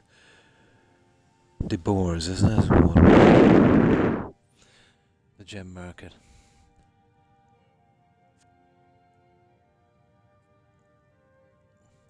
Oh, did you see that documentary? That guy, I think he was digging somewhere in some Indonesia or something. He found that huge ruby. It kind of looked like a kind of melted mess. But this thing, it was like, this thing was easily 50 kilos. And then he sold it to this guy for, I think, a couple of $1,000. And he sold it for a lot of money, and then he sued him and he got more money. Yeah, that was interesting. Huge ruby.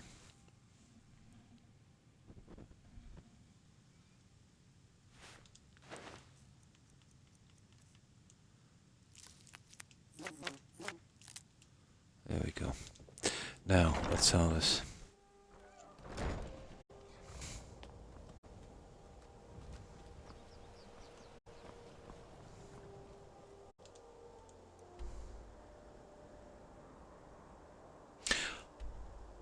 You remember that other one as well? That movie was... This one part was kind of funny. Blood Diamond. Yeah. That one with DiCaprio and that other guy. I remember they were running across and I think the guy said to DiCaprio, he said about the diamonds or diamond or whatever it was, something like, and I'm paraphrasing here, in your country he said it's bling bling, in mine it's bling bang. Yeah, I think that's what he said. Oh, Sierra Leone, obviously, the conflict diamonds. Yeah, I think it was Sierra Leone. In Civilization. Nice. I don't know which version I have, but I got 100% on that one.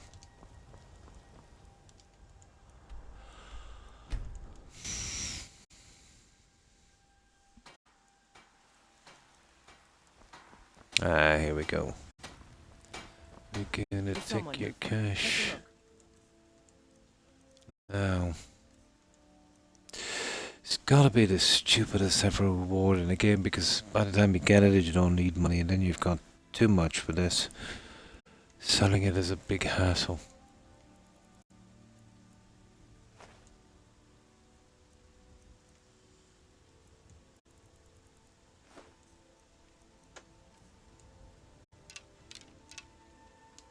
Don't forget to check inside the shop. Well, it's fun taking all the money.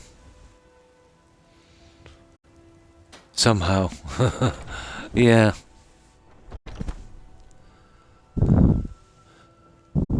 Welcome to Blaze. My favourite part in that was getting the spies and kidnapping the famous people and bringing them over to my cities.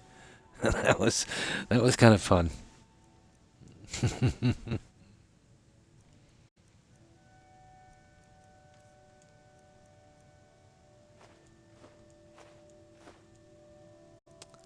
300, yeah, that would be cool.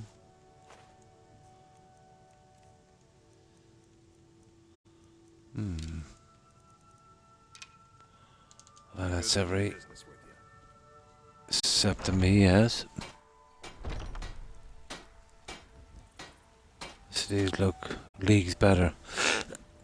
They've always been pretty kind of nasty with the expansions and stuff that usually put their games on sale, but then you'd be caught that do a ton of expansions and DLCs and extras. Yeah. They've always been pretty cash grabby. Got something for just about everybody in here. Give a holler if you have any. Good to see. What are you hunting? Never. I don't want to know. Oh, let me see.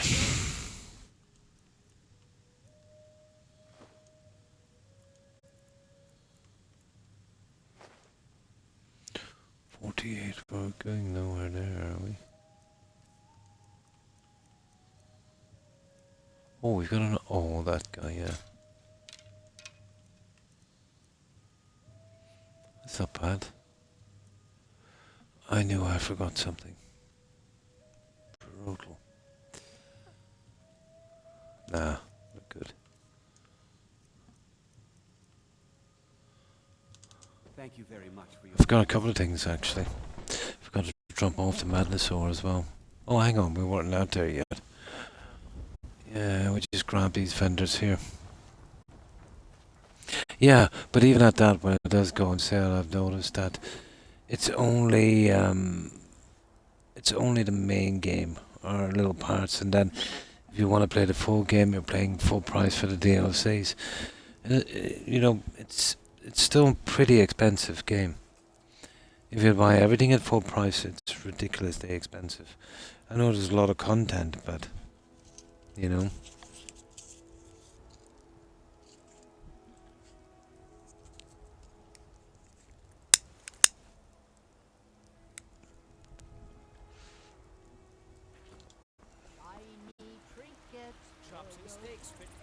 What do you need? Oh, a bit of this and a bit of that. Pretty much like, let's say, if you're going in a sale, let's say, you know, there's Fallout 3. You know, so let's say it's down to maybe a tenner or maybe even a fiver. But then all of the DLCs are full price, they never go on sale. I wonder if that's something like the old Dragon Age where the selling of the DLCs was kind of sold out to a third party.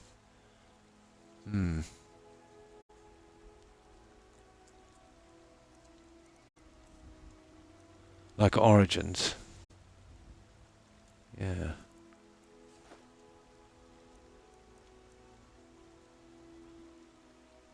Whatever. They deserve a little bit of a tip, I suppose.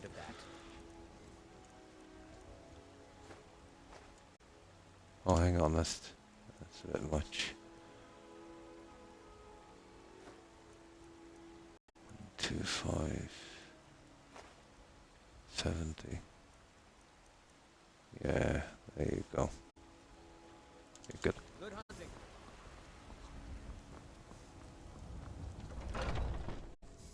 Got something for just about everybody. Cheese, yeah? Give a holler if you have any questions. You and me. Some may call this junk. Me, I call them treasures. This is a problem selling this junk, alright. Thanks, Todd.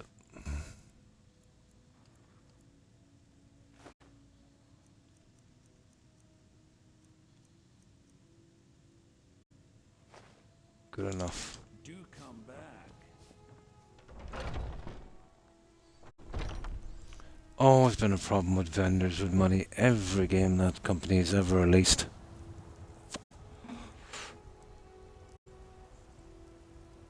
But Starfield was a treat. Vendors with $5,000 with probably 500,000 credits worth of inventory.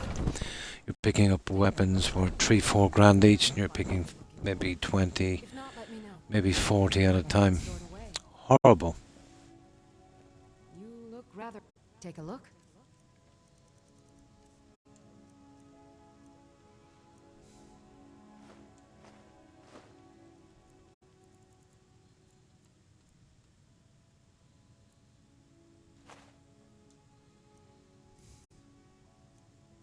Oh, that's pretty decent. Come back anytime if you need a remedy. Yeah. But do I detect a Oh, I get rattles? I've got something. kind of like that sometimes myself, kind of disconnected, I suppose. Yeah, pretty normal. Come on in. Just Me, it's mostly out of some kind of boredom. cold out. If it's work you need, let's sate that appetite,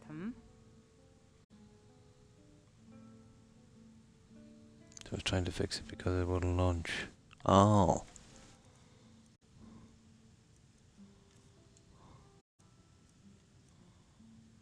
Okay.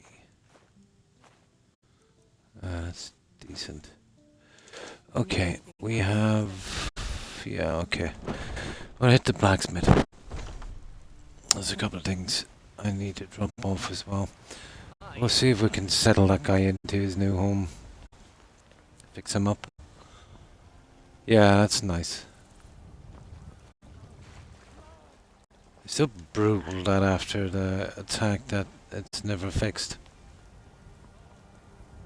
No problem. And if you're not back, thanks for hanging out, Yoshi. Appreciate it. Have a good one.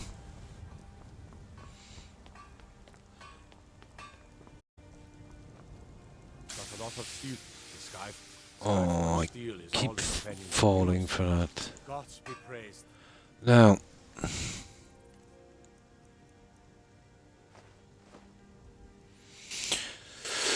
let's see.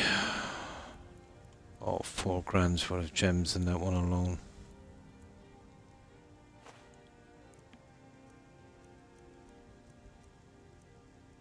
Yeah, good enough. Good enough.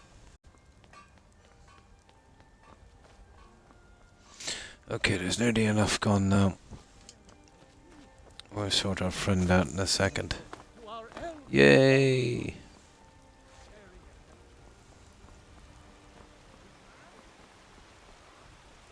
And that was just from that one small dungeon. Yeah, the gems are a major problem.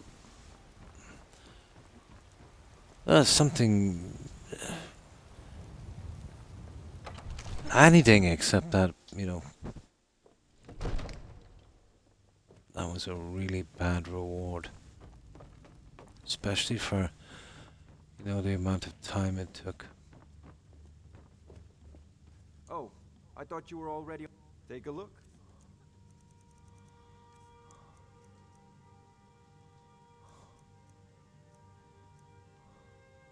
Oh my. There. That's good enough. Hello, Toby. When did you wake up? Up you come. There's a good baby. Oh, you want a hug? Oh, okay. You want a little hug, yeah? Hmm? That's it. Go on in there and go sleep. Go on and go sleep. It's too early for hugging. It is. I know you're a good dog. I know you don't like Skyrim.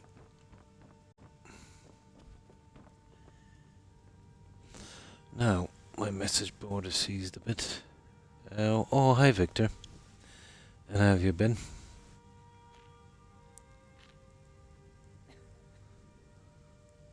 Oh yeah, they're still here. Oh, they're getting on now. 11 and 12. Hmm.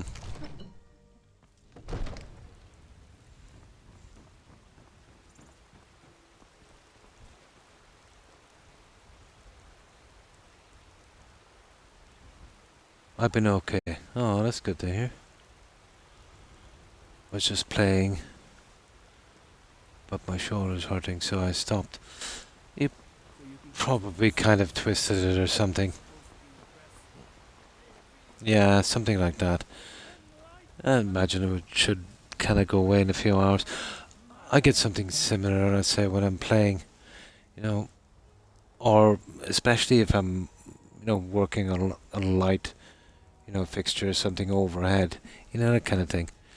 But with me, sorry, it's usually, maybe sleeping on my side, wake up, get that kind of thing.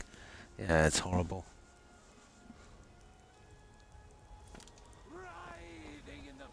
Like kind of muscle pull, I presume.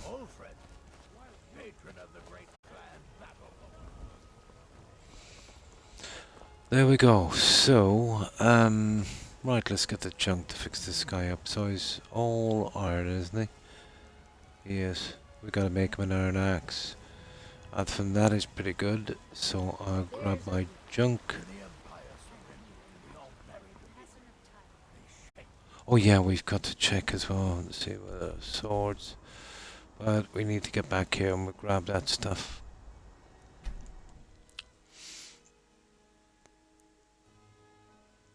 Yeah, you went. Oh. Oh. Yeah, yeah. Yeah. I'm dreading that time with my doggos.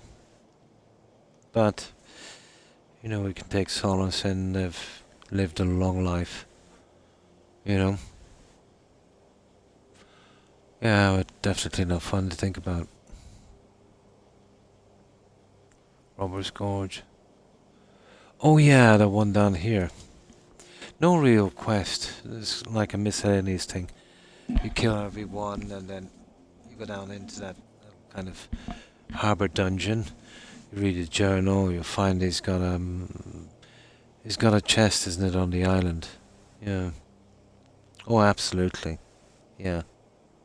Absolutely, 100% Victor.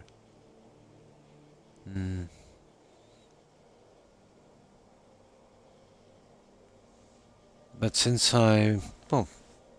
basically as long as I remember, there's always been a dog in my family.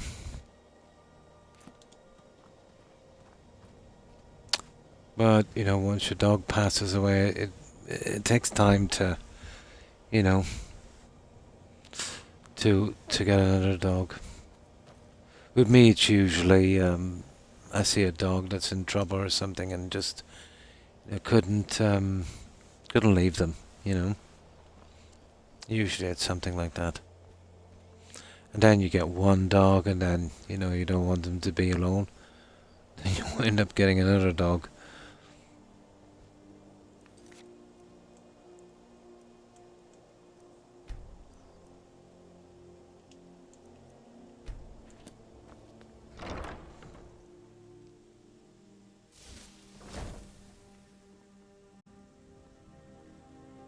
Oh, absolutely. It's not like as detrimental, let's say, if a human, loses their hearing. Their other senses can fill in,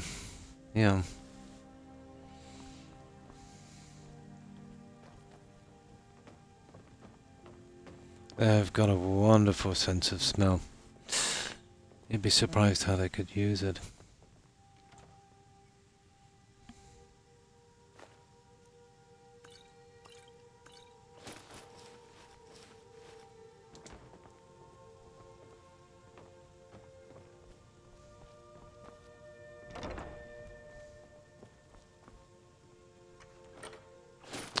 Right, let's fix up our guy.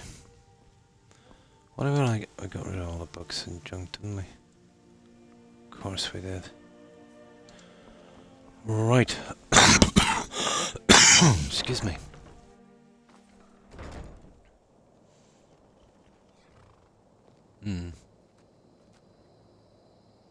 Yeah. Obviously, I've seen a lot of dogs come and go. I remember each and every one.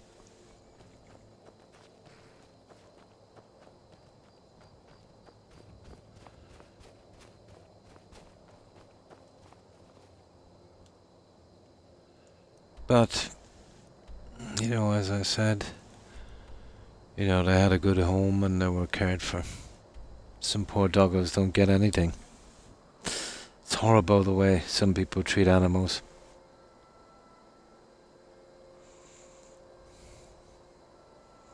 I built an idea of collecting Skyrim books.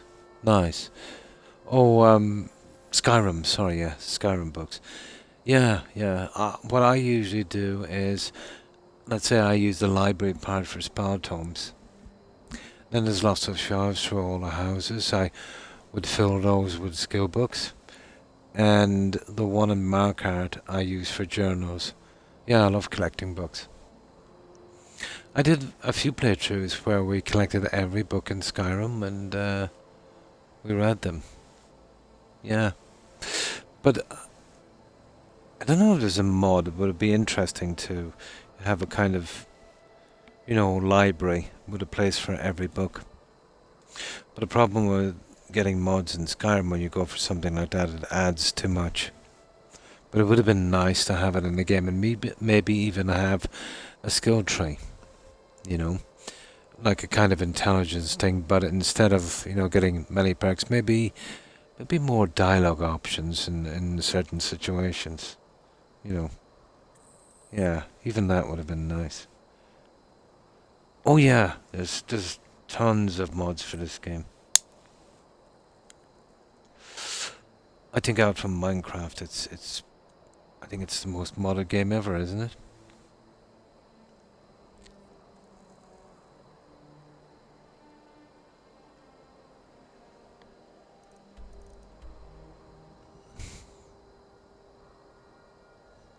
Mods, well, yeah, even the most stable mods, you're playing at your own risk.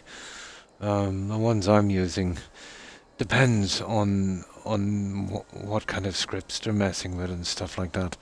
Mine are simple enough, but I find, especially in Fallout 4, and to a certain extent in Skyrim as well, the mods that are far-reaching.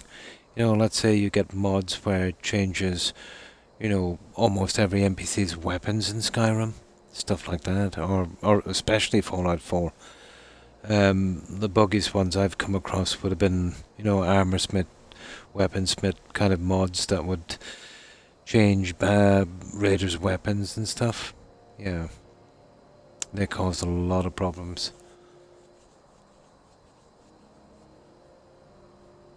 Oh yeah, they've been around a while. I've been playing this game before mods. But, yeah, the mods started coming in. It started bringing a lot of new players to Skyrim. And all of the BGS games, like Fallout 4, basically kept the company alive because they've been sitting on their hands for a long, long time.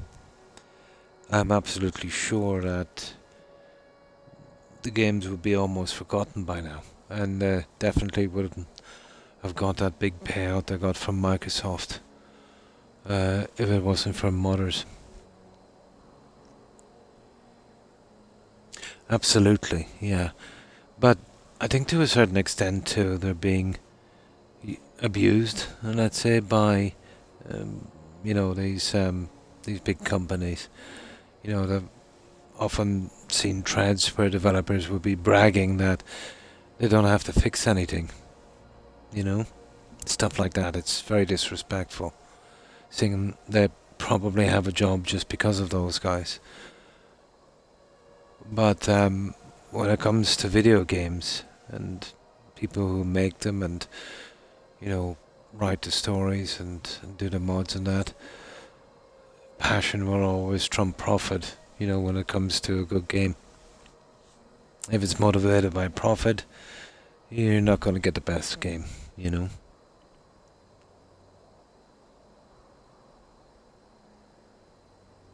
Ooh, yeah.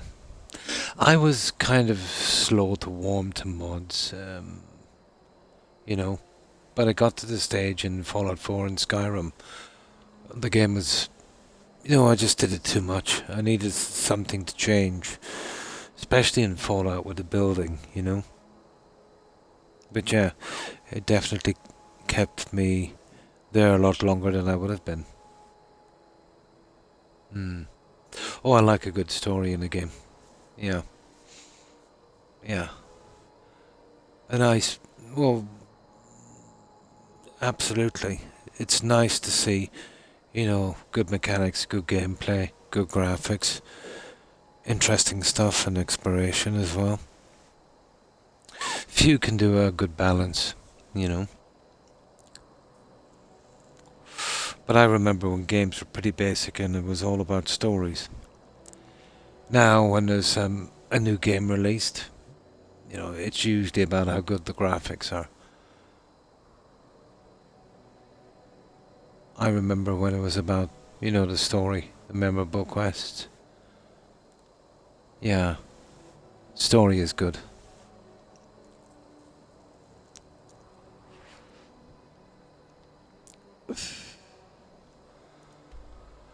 That's why I like to see little unexpected things in quests, you know, something you wouldn't be expecting, even though I've played the quest many times. Something humorous.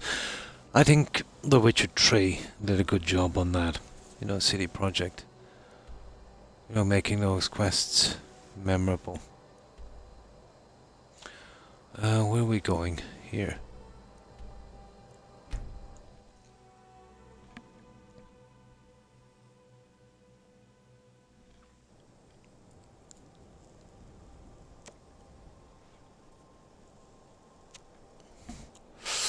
Now, let me see. Oh yeah, we're checking this guy, wasn't it? Weapons. Yeah. I think I have that already. I'll just quickly check. But I'm nearly sure I got all of my stuff for that. Of creatures and werewolves, shut up. They can be pretty rare in a vanilla game. Sometimes you go an entire playthrough. But I often seen some pretty decent werewolf versus vampire battles. What then it doesn't really kind of kick in this game until you do the Dragonborn DLC, or not the Dragonborn, the Dawnguard, yeah. And then the vampire assassins, they were fun. But I think it was only on my 10th or 12th playthrough I started to see those guys. They were very, very rare. But I remember one playthrough in particular. I must have had maybe a dozen encounters with a vampire assassin.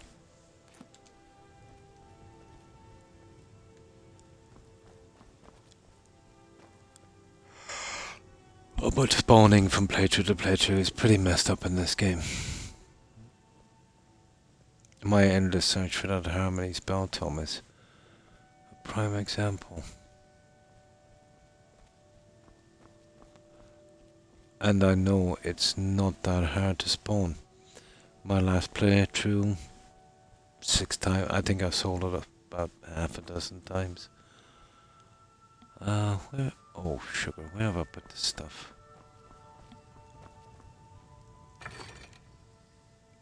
Oh, okay, I know I have it here somewhere.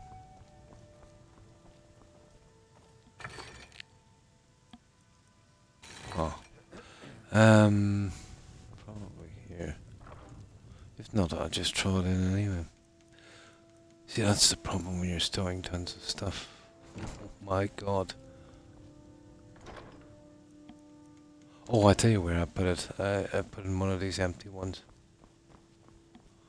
I put it in one of these. Oh, hang on. No.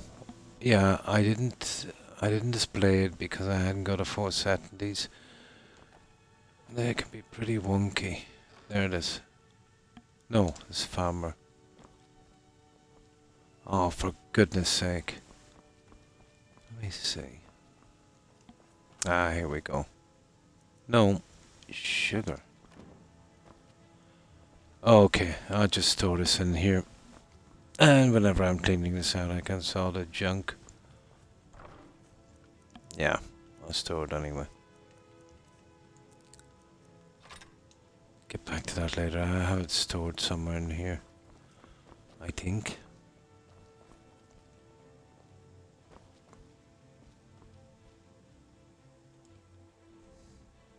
Oh, this is a modded house. I rarely do modded houses, but because I'm playing with better adoptions with more kids and my home is your home, I needed for And those 6 kids and like a ton of followers. But it's pretty decent. I would recommend it. It's the closest I ever got to the kind of ideal place for me.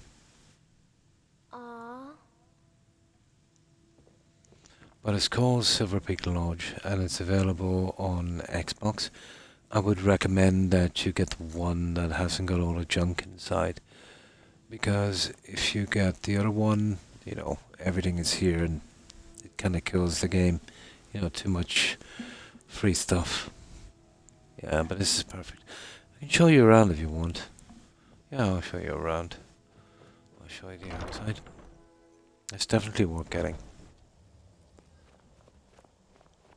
It's the most ideal one I have ever gotten, actually.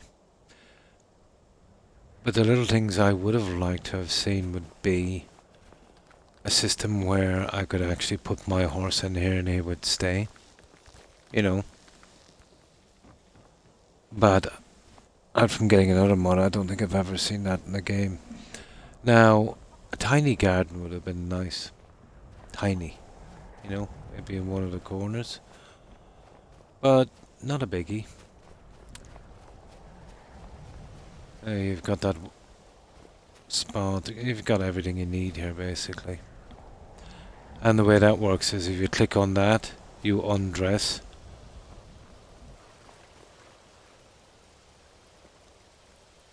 In here. Take a little dip. Now inside. Yeah, it's got a lot inside. Now on the back, there's a huge thing you jump off into a pond at the bottom of the mountain. Where is it? Yeah, you see that one down there, and it's got the same system as the Dragonborn DLC. You just kind of float up and you jump off. I've never used it, but you know, if that's your thing.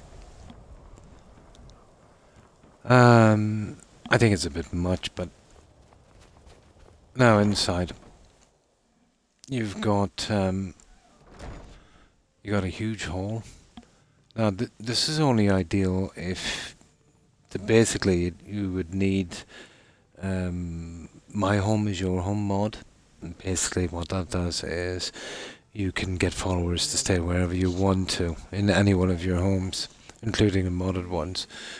You can tell them where to work, where to sleep, that kind of stuff. And of course 6 kids with better adoptions. So I'll be running them with those 2. Your 6 kids go in here, and you've got 6 beds. And this is their little area. This is your main bedroom here. I don't like the fact that you gotta go through a loading screen to get to this one, but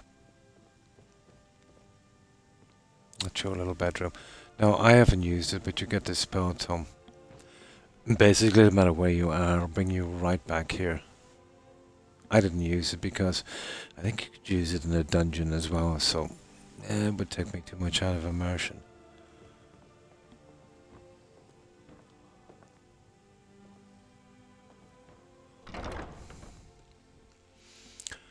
So you've got all of that stuff. Now you've got tons of places for your unique items. Oh yeah, hot tub as well. So here you have all of your masks, including the ones from the Dragonborn DLC, and even that one from the Daedra quest. But basically me, I don't know if it's just me, I would prefer to put that one in the center. I've always been kind of symmetrical about stuff, I suppose. This is for all of those Paragon gems. And that's for all the black books. That's for all of the dragon claws. And all of the amulets here. Now, I don't use these, but these are all the shrines. Hey, Pa. And, of course, all of the standing stones. Oh, hi there. Now, this is interesting. As you finish quests and quest lines, you click on these guys and it gives you a little memento. So I haven't done the Dawnguard DLC, but when I do click on that, it will give me something here. And the same with the Dragonborn DLC. And you can see the quests I'm missing here. I'm missing that one there, and that's the Ebony Blade. That's the only one I'm missing. But I can't do that until a certain time in the kind of story. Yeah, I do, and I like how they did it that you don't actually need to have the weapons, you know. So I remember one modded house where it wanted the rueful axe, and the problem with that is, you know, you've got to kill Barbas to get that one, you know. But here, all you've got to do is just finish the quest, and you just click on that, and then you can save it for decoration. So it doesn't force you into anything. And this is for the Elder Scrolls, all three. Now it will take the stuff from you, even though it's a quest item. I think you can take it back, but I wouldn't be storing it, you know, until you finish the quest. Then I finished all of these quest lines, so I'll just show you here. So that's what it looks like. And then when it's done, and it'll only work after you do it, and then it will give you that. So that's that. That's almost finished. Now, nice fish tank here. You can change it from here to an ordinary table, but it's kind of glitchy. You know, stuff disappears from it, so I just leave the fish tank, and I think it's better anyway. You've got this pretty big area for everyone. You've got a little reading spot over here. You've got that bar here. You've got your kitchen. You've got enchanting and alchemy. Tons of storage space for weapons. And again, you've got another little workshop here, just like outside. This is the coolest part, I think. Down here. You're someone who can get things. Oh, we've got to do that marriage as well, guys. Forgot about that. I played through this game. I couldn't even count, Victor. Full playthroughs.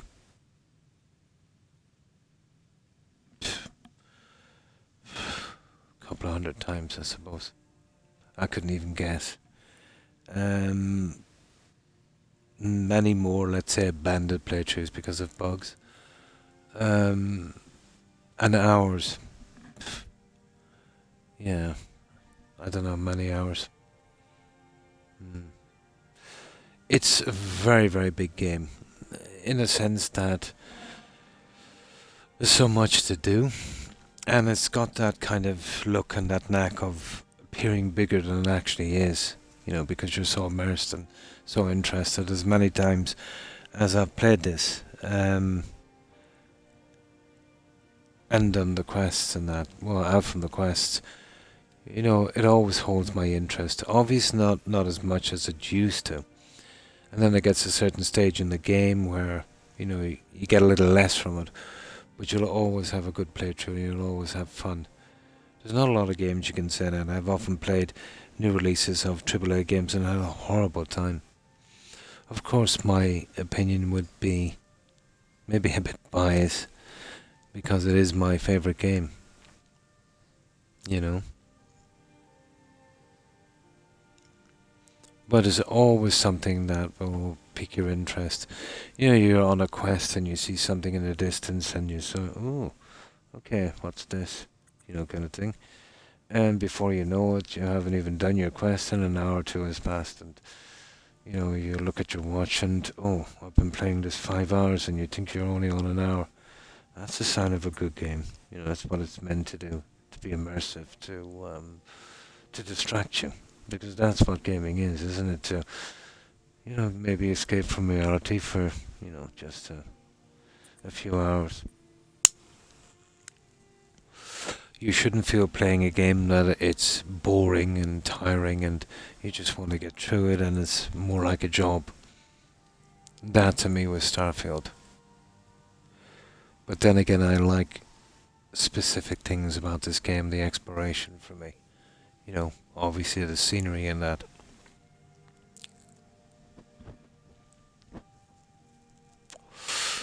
But gaming has another side as well, I suppose. You know, if you're ill or if you've got medical problems or pain issues and stuff like that, you know, some people will turn to their hobbies like, you know, maybe watching movies or, you know, something else. And for some it's gaming, you know, it's always been that for me. And because I don't take painkillers, I'm totally against doing that because of the habit forming it causes. And I've seen what that can do. And being immersed in this has always taken the edge of that, you know, and given me that kind of, how could I put this? Advantage, you know. So it's been very helpful in that sense as well. So for some people there's a lot more to gaming than, you know, just playing the game. Yeah, it can perp you. Yeah, it can. Yeah, absolutely. Yeah. So, you know, games are, for some at least, a lot more complicated than they look. But the same can be said for any hobby.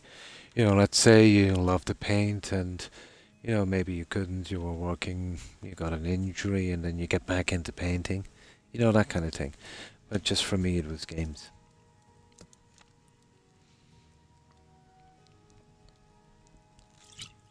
So that's why when you're watching YouTube or whatever and you see people rebelling, you know, against changes in their favorite IPs, you know, from whatever reason, you know, maybe they've changed the graphics or maybe the game is pretty boring of the killer of characters, or, you know, maybe they start doing this game. So you'll get a lot of backlash, let's say, from that. Probably mostly because, you know, people think they're very important to kind of preserve them as they are, within reason, you know. And then some people just play games and, you know, move on or whatever. It's like everything in life.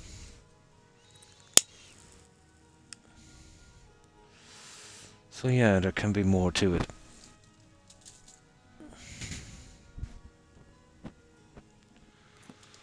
So, this is interesting. Basically clicking on that, you can have no dragon attacks around here, or some dragon attacks, or tons of dragon attacks. I've set it to no dragon attacks, I don't want that hassle. But there's no dragon attacks now anyway. This is the bedroom here for all followers, so you can imagine how many followers you can hold here. But only with that mod. My home is your home. It doesn't supply you that, but it supplies you room for them. And I've already done that. Now, down here, this part is interesting. Now, that doesn't mean much here, but you see this little thingy here? That globe? Now watch this. Now watch me and watch that character that's following me.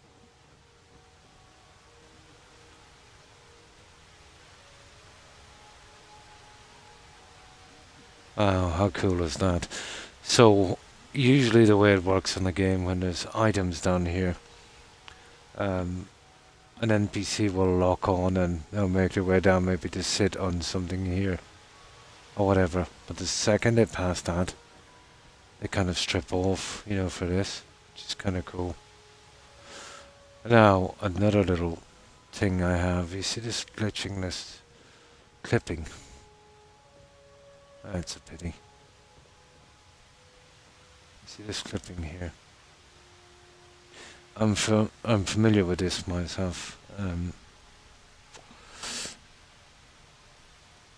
under no circumstances would I consider myself a modder, but I have done a lot of building.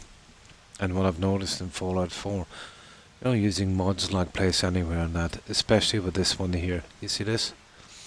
What tends to happen is when you put an item one into another, both ends of it are literally occupying the same space. You get this clipping. Now, in this guy's defense, it doesn't show up for a while. Sometimes, But when it does, I come back and just push that in a tiny, tiny bit more. And this stops. But I don't know what system he was using. Maybe he couldn't go back over it, yeah. Yeah, it was basically two objects occupying the same space. And then the whole thing goes a bit sideways. This is common, this clipping. It's getting something too perfect, You see that kind of thing that's flashing, yeah.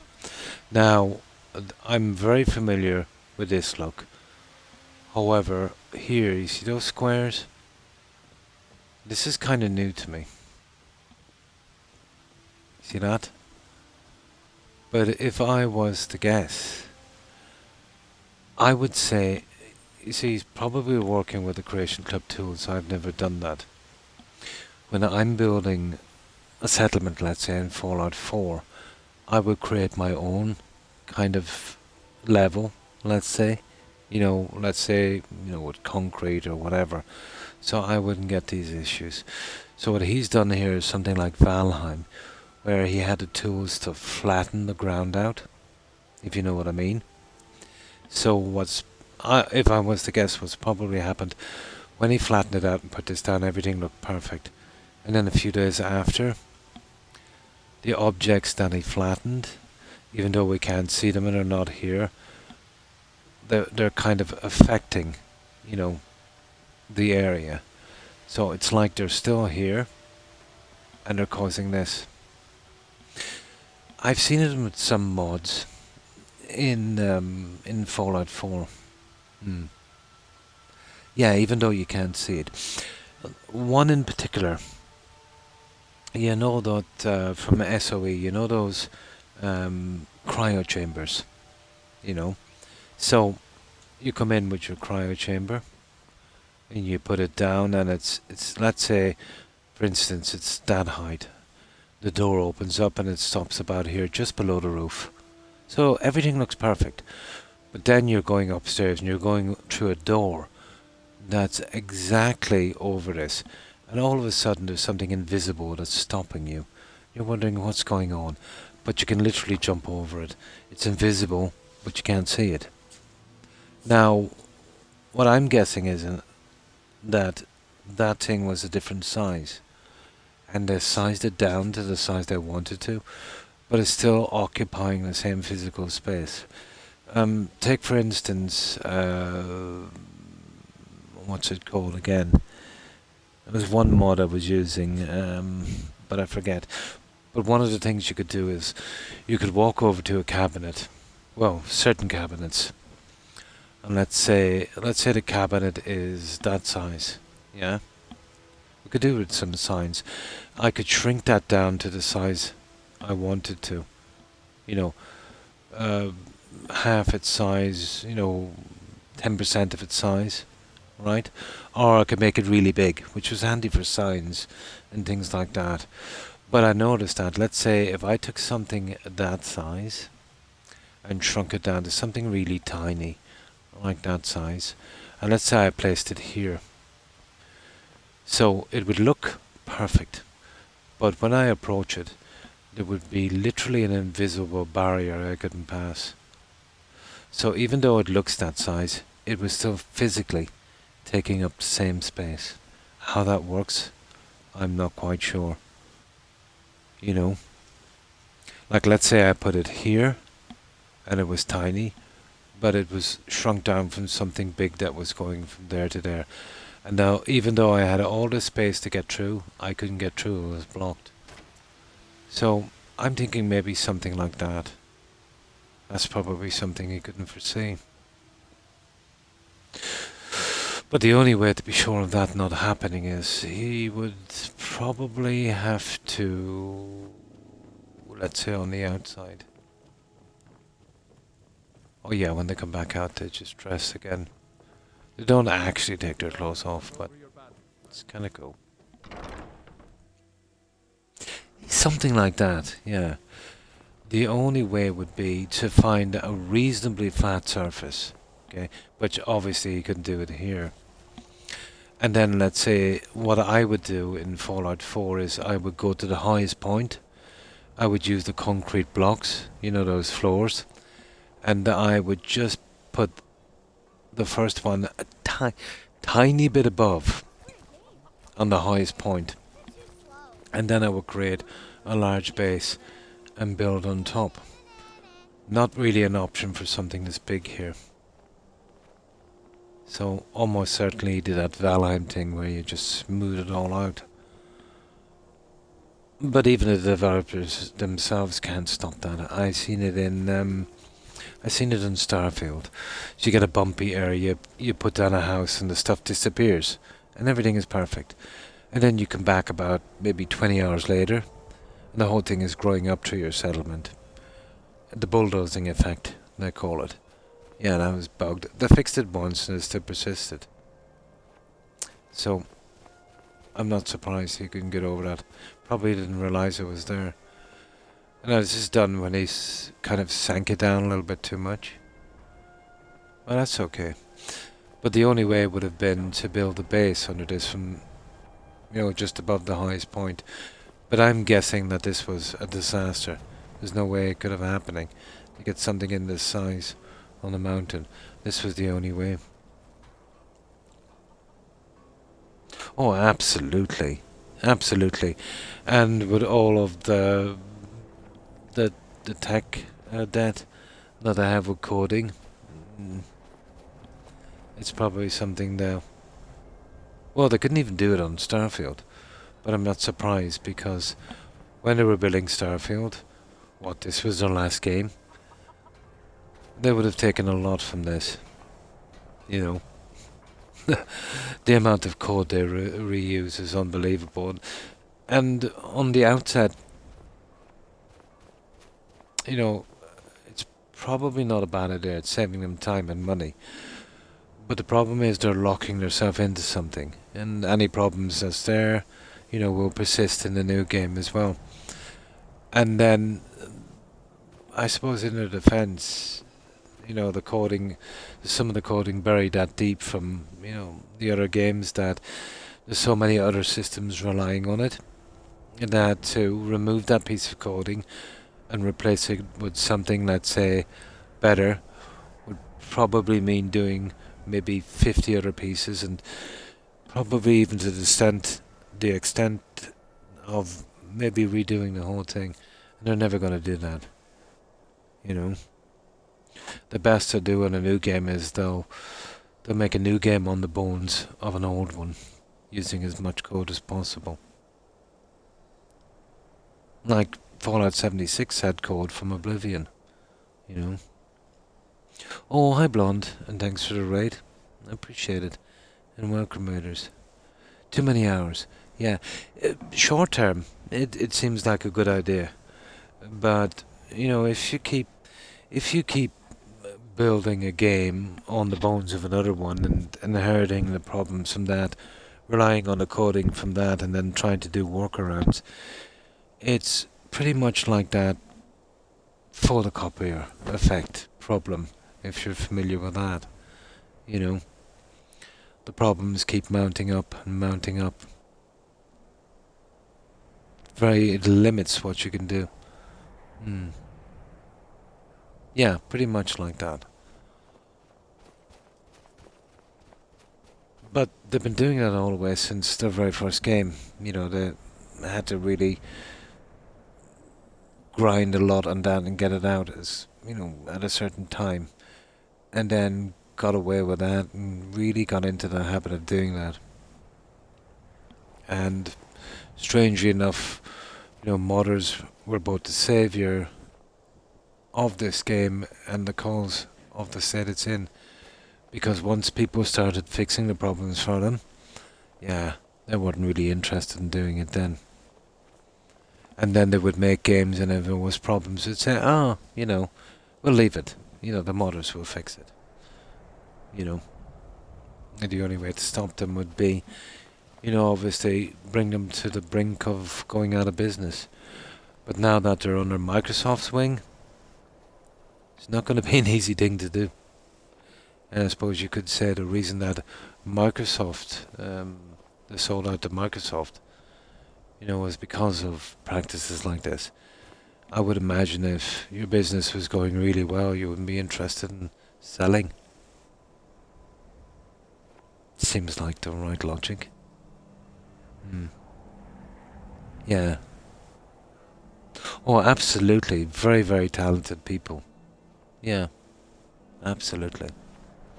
And the fact that they're doing it for free, just for the love of the game and the passion, they're capable. This is why you see indie companies, coming out with such good stuff with such a limited budget and equipment and manpower. They like what they're doing, they play games themselves, and, it's not about the money. But BGS was like that. Well, kind of like that one time. Lots of games. Then they got a few successes, they got really big, and yeah, it was good. Then, the CEOs, let's say the founders and that, they would be approached by some corporation. We want to give you a ton of money for your stuff, and, you can still be CEO and everything, you'll be in charge of everything, and, oh, we'll just be in the background giving you tons of money, And, yeah, they'd go with it, and then the corporations would get more involved, changing stuff, and then, the guys would get ticked off and get disheartened and leave, and sometimes try to form another studio. And then the cycle starts again with indie studios. It's just a money thing.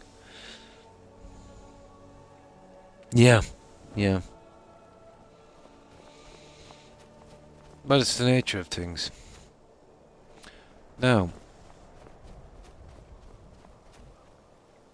right, let's fix this guy. So, yeah, that's basically the one. But yeah, great house. Now let's see if we can get this guy in. And then we'll fix him up.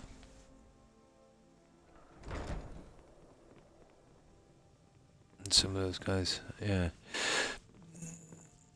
The way, from what I understand what's happening with gaming, it's kind of silly. Let's say they've got a team together of, let's say 40, 50 people is a good round number for a studio. And they've got 40 really good people, they've been there a while, they know their stuff, and they're pretty talented. Let's say they haven't got much on, and, work is a bit slack for some reason, then they'll, sack maybe 20 of those really talented people, keeping a kind of skeleton crew. That's a lot of experience lost. Then, okay, they come up with, well, obviously that's for reasons to make, the company look good, or we're getting more profit, where it looks better in the books, the shares is going up, everyone is happy. That's the short-term effect. The long-term effect is when they start to do another game, they've got to hire in, let's say, temporary guys on contract. They wouldn't be as experienced, and they wouldn't have the same kind of commitment, if you think about it. If you're there in a permanent job, you want to get that game out, you want to rise to the ranks. Well, those guys know that that's not possible. They're just temps. So when their job is over, then they're unemployed. So they're in no rush to finish the job either. And that's costing more money. Take Ubisoft, for instance. I was watching one of the CEOs do a kind of interview. And they said on the game they're working on, that one that's caused all that controversy, half of the devs are first time. Think about it. Um, so, and he was trying to create a certain narrative where he was saying that they were saying that the game is rubbish, which you would say, why would he say such a thing? Well, there was more. He was creating a narrative that they didn't know, you know, which, I don't know, it was a strange way of doing it. And that it just seems like it's rubbish, but, you know, by the time, you know, Ubisoft, whoever they're called, are finished polishing it and fixing it together, it just seems that way, and then it's a magical, great game. But to me, what I took from that was, you know, those new devs that got in actually probably play games, and they probably weren't kind of brainwashed by that toxic positivity that most companies would have, and they've seen the game for what it was. But yeah, it wasn't a great statement, to be honest.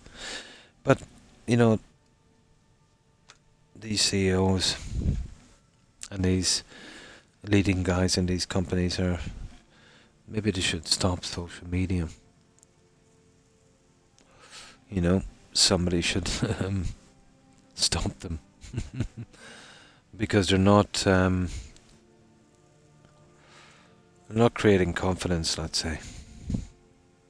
And they're either doing that or they're arguing with their player base and insulting them. Just never a good idea to insult your customer base. But there's no such thing in gaming as the customer is always right. Let's get going. Here we go. Huh? How can I argue with that? Where are we gonna get this guy to hang out for the time being? Yeah. Here. Stay here. Let's get going. Huh? Huh? It would seem so. Ideally, he'll hang out around here. I just want to spread him out a bit, show him where to sleep, and then we'll dismiss him. Then I'll steal his stuff and we'll fix it up.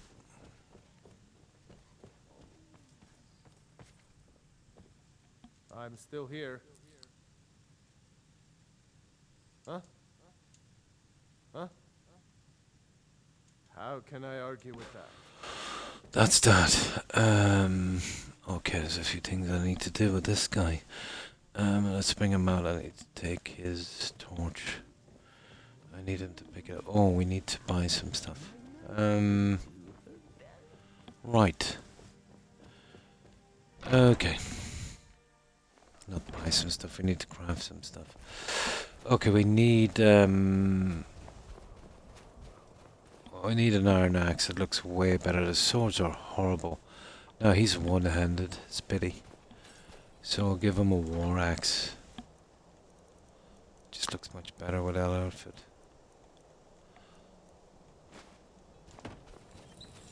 Soon, I will be of age. Well, you look of age now. The taste is bitter.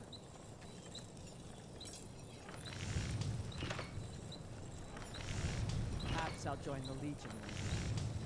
Hang on, where's the iron? There it is.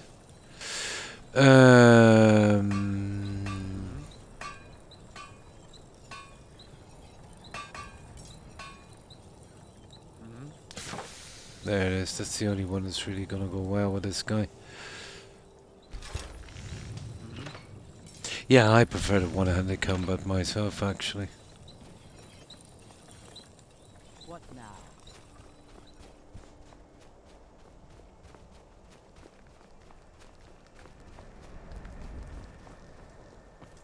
I find this is the best way of doing this. What do you need to take?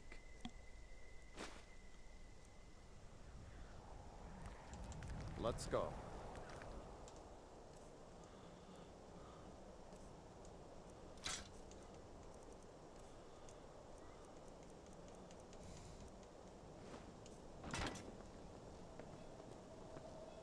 I have my reasons for this. Fine. What? What? I prefer to see that kind of red.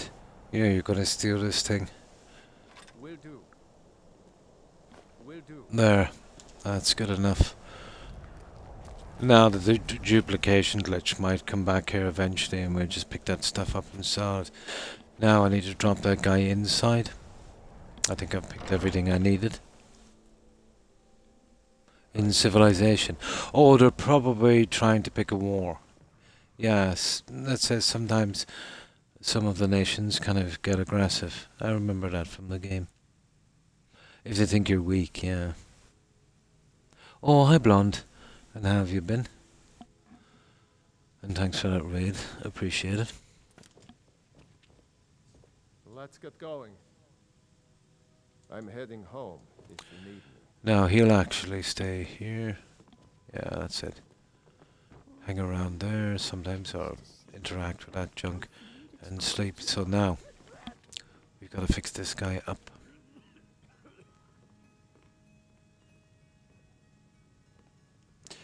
Yeah, well, probably at some stage in the game somebody will have to pick on you. How they actually choose them, probably the strongest one. Yeah. Maybe they've got you outnumbered or something. But I used to play a lot of that game. What do you need, God?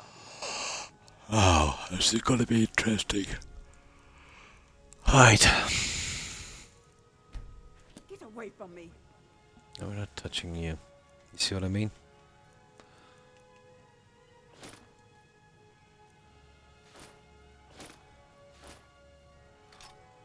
There.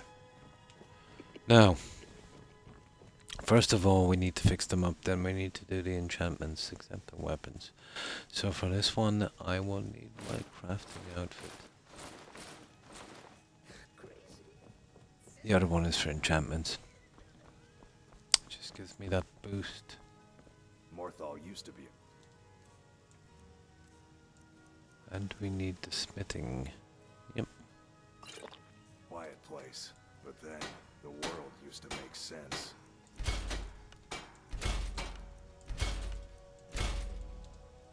Oh, we just have time. I think we got the weapon, don't we?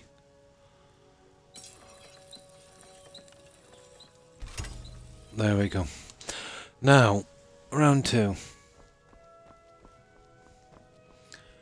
And now I'll get away with the first one because I want 100% exactly on the resistances. Move, you... Oh! You're kidding me.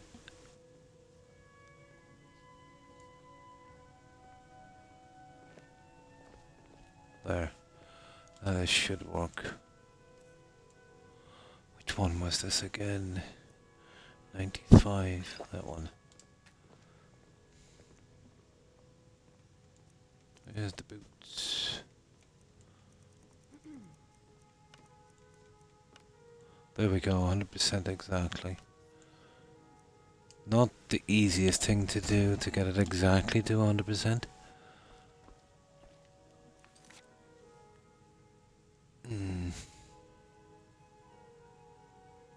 I have tanks and powder, probably only have... Oh, probably, yeah. But I guess the stage in that game, I think, where somebody has to kind of step up. That a lot. But yeah, it keeps getting in your way. One of the reasons why I don't bring followers. Well, I got out of the habit in New Vegas. You know, they were always dying and you're always babysitting them and looking for them, getting lost and all of that. Totally not worth it.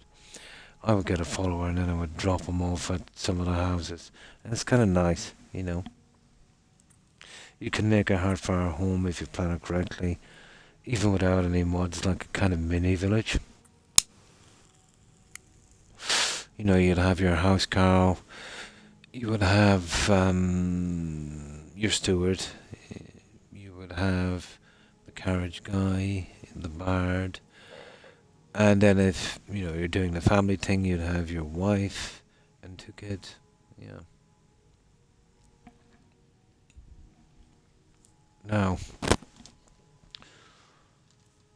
gotta change all the stuff now.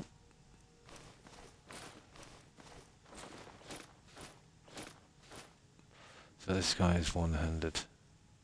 Let's see what his armor is like. I don't think he needs any boost. 3, 4. Nah, he's well over the mark. Right. Now, hang on, let's see if we're wearing the right thing. Yeah, we are. Now we need that 97, that one there. That's the highest I can get it without doing any exploits or glitches and stuff.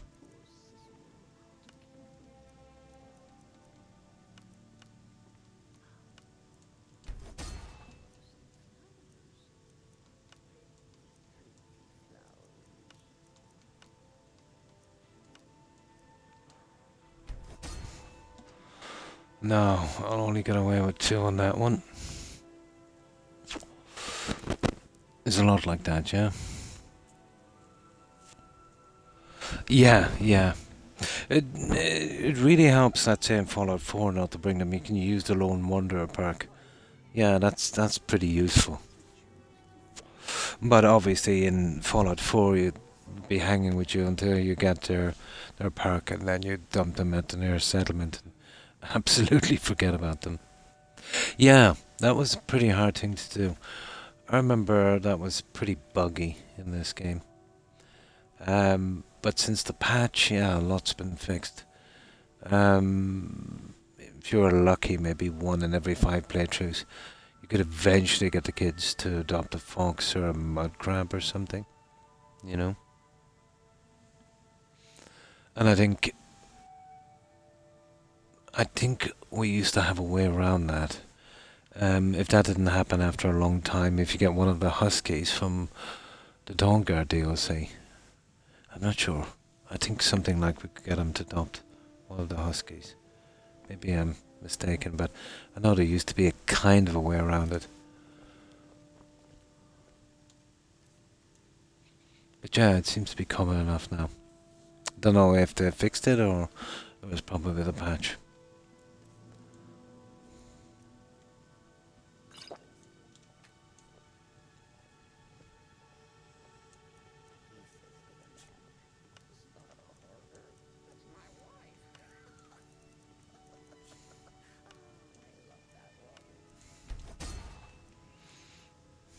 That's it, guys. That's everything.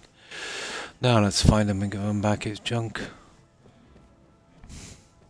Oh, that's the problem. Fine. There he is. That naked idiot.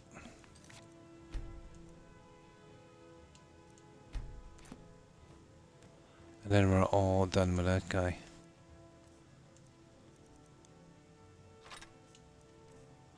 Now, sometimes you're going to get caught doing this, but let's see.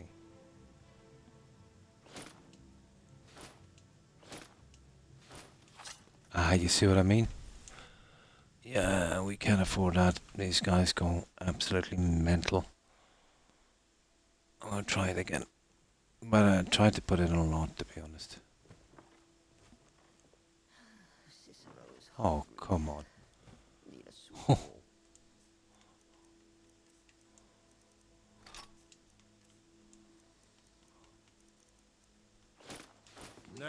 Ah, come on. Silly.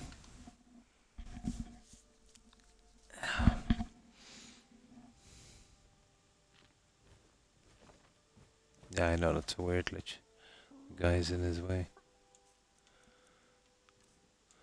Okay, we'll try one more time and then we'll do it in bits and pieces.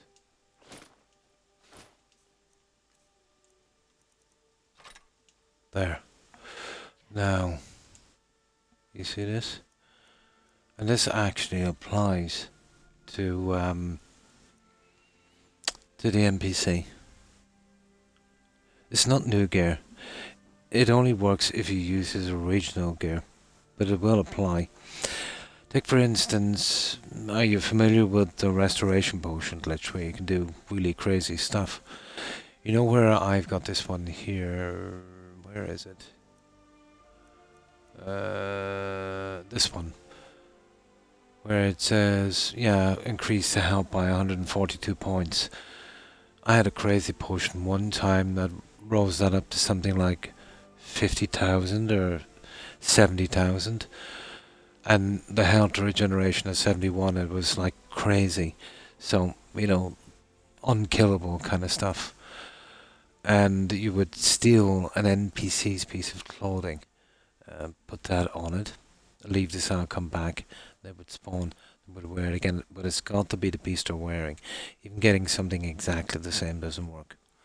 It has to be something they're wearing. And I would have a sword doing maybe 2,000 damage, and I would start hacking them, and no damage, basically making them essential. I did a couple of playthroughs, Victor, where really long playthroughs. I did that to every NPC in Skyrim for fun. I know. I need my head tested. But I discovered that out of sheer desperation, with NPCs dying and quests getting unfinished. But yeah, he'll take the new gear. It's not exactly new, it's his original gear. But it has to be the stuff he's wearing. There's two ways of doing this. You can leave the cell and come back. Here it's easy because we're just going to walk out the door. Or, if you take an item and give it back, I prefer to do it the other way. Now, watch this.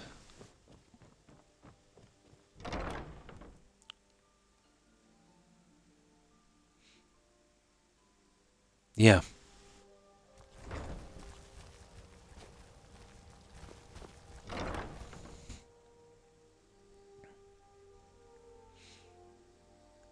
I'm tired, so so you're ended the stream a little early.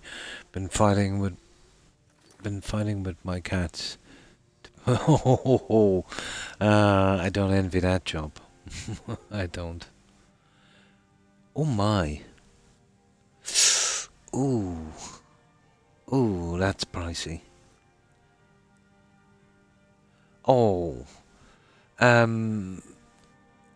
my doggo, Toby, let's say, when he almost lost his eye, was literally hanging out. So, my veterinary surgeon lives, even walking, you'd get there in 10 minutes. But dropped him in. He was there overnight. He had an operation. They saved the eye. Yeah, the first guy said he couldn't save it, so I got a guy that said he could. They saved the eye. They did a brilliant job. Your money, I think about $150. That was for a major eye operation. My goodness, very expensive, you know. But that's, you know, probably common. Yeah. One catch is blood work, and a rabies shot costed all of that. Oh. Yeah. The shots here, $50. Yeah. But there was a time when you could give your pets the shots themselves, and they would only cost $6 or $7. But there's a kind of crooked law put into place now. You've got to get a veterinary surgeon to call out. Yeah.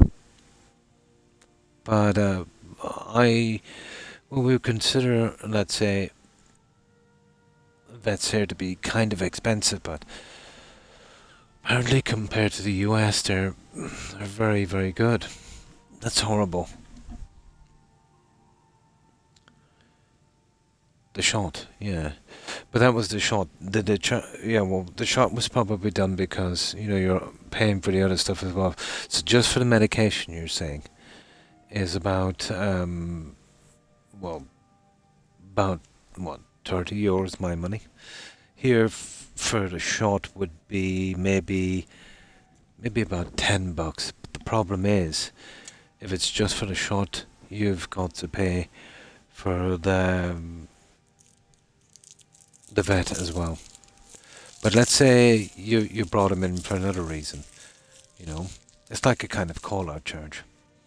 Let's say you were getting other work done, and then that was just added. that would be the more than $10. Yeah. Hmm. But rabies is not a thing here. Yeah. But there's other stuff, obviously. You know, like distemper and, you know, that kind of stuff.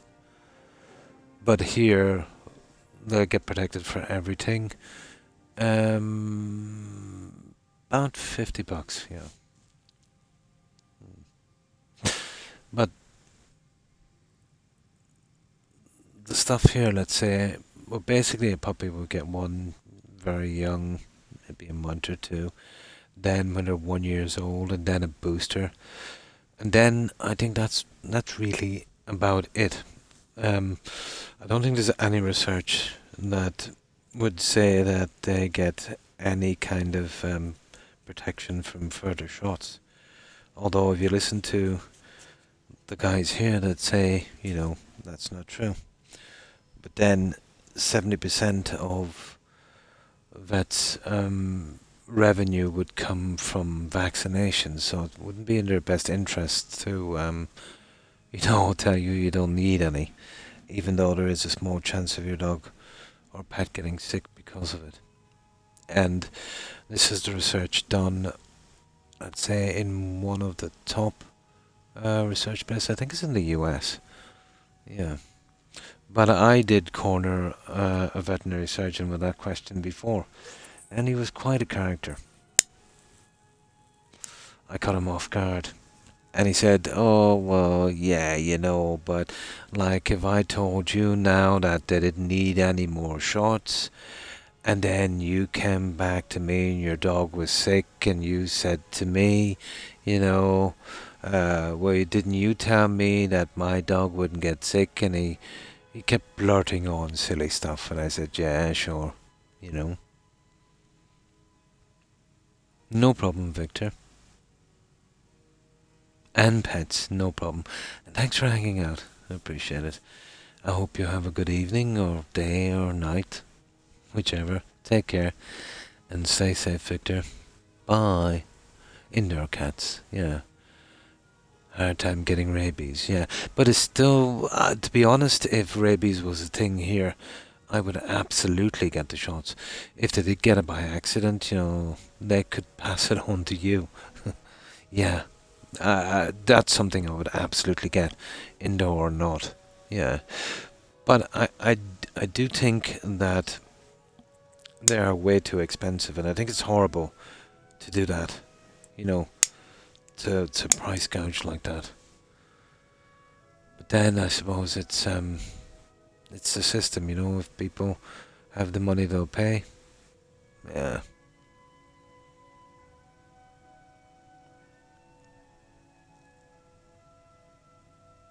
Oh yeah. Both ears should. Well, the procedure you said, so was it ear infections, some ticks and stuff like that? Oh,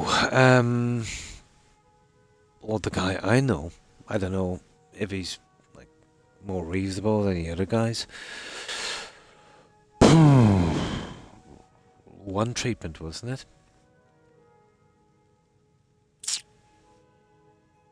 About 100, I'd say. Yeah, about 100. But then I suppose it's supply and demand, you know. Oh, that's horrible.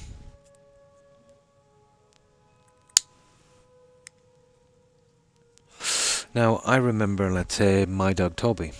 You know, he has issues because before I got him, you know, he had no wonderful home. And let's say when he was nervous, he would kind of chew on his leg, on the joint, and it stripped away the skin, and I was fearing it was going to get infected. No matter what I did, I couldn't stop him, so he needed a cone.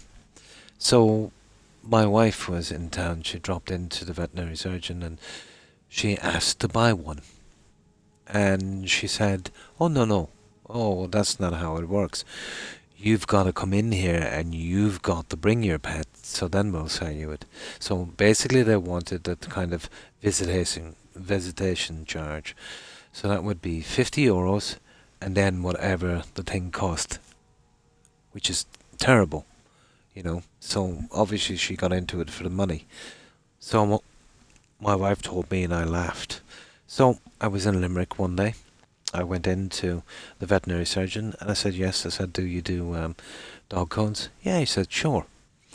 So I picked out 3 of them and I said, how much is that? And he said $6. And I paid him the $6 and that was it. Instead of giving the other one probably 60, you know. So you'll get some surgeons, veterinary surgeons are basically gads, you know. They'll really, you know, take advantage of a situation. And it's easy to do so. They know people care about their pets. It's horrible to take that job if that's all you're there for, you know. I know everyone has got to eat and make a living and make a good living, but, you know, I think it's horrible. It's just an ear infection, an ear mite medication. Oh my goodness. My. Yeah. Oh, that's horrible. That really is. There's even organizations here where, you know, even the smallest charges. Let's say if someone was charging you $50 and you're on a really low income, there's organizations here. If you call them, they would do it for free in certain circumstances. You know.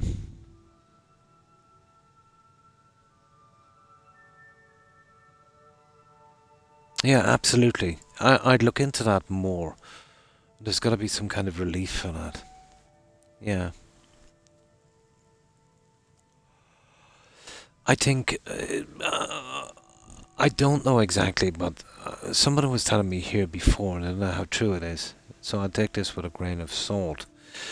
But at one stage here, if you needed an animal, let's say if you had emotional issues or, you know, it was a support animal, the government would pay you towards its care.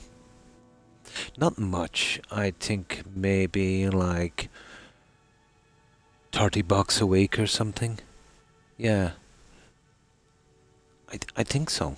In certain circumstances, and you know, probably shoulder the most of the bills for its care, which I thought was you know, a pretty good system. I'd prefer to see my tax money go in something like that. He's lost weight. Oh, the poor dear. Yeah, that's the parasites. That's horrible. Yeah, it is. Horrible. Now, I'm not sure how true that is, but I've heard it from a few people.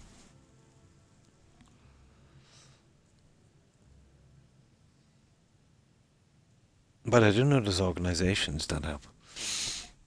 I've done some charity work for them, let's say, in the past. You know, relating to the business I was in. And my wife did charity work for them as well for a long time. So I'm kind of familiar with the system.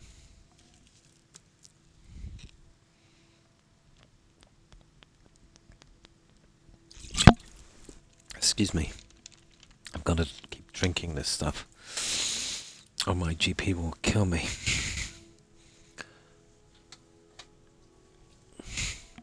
Now, let's see this guy.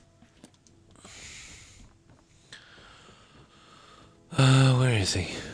There he is. Let's get some meat. Okay, we don't see it yet. Obviously, we've got to be hidden there. Oh, come on, don't be like that. There you go, guys. And that actually applies, which is cool. And that's one finished follower. But only do it on the stuff he's literally wearing. has got to be the stuff he's literally wearing. Even if I was to use another set of iron armor, no, he won't spawn into it. Obviously they have kind of codes.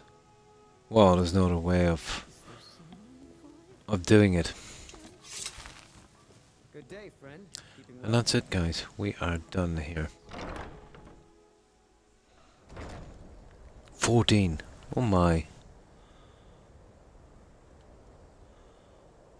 Oh yeah, yeah. Yeah. Yeah. It is a worry. All right. Yeah. But as I said, it's not too bad here. You know, we seem to be, you know, reasonably cheap compared to you know, other countries, I suppose.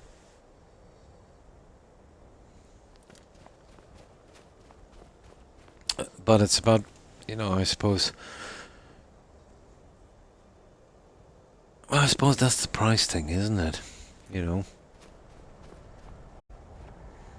If they get, well, they charge $1,000 if they thought people would pay. That's horrible. As I said, I know you have to make a living and a good living, but I think it should be about the animals and their best interests. At least, you know, it should be half of the concern, you know. Well, yeah, I've got to drop some stuff. Well, we've still got about 25 minutes. We'll see if we can find something. Clear a few dungeons, at least. But we got to drop this junk back. Oh, we still have a little bit of stuff to sell as well, but that's not bad. We finished off Markart. We've done that side quest. Oh, that Markart quest took quite some time, didn't it? But it was a biggie.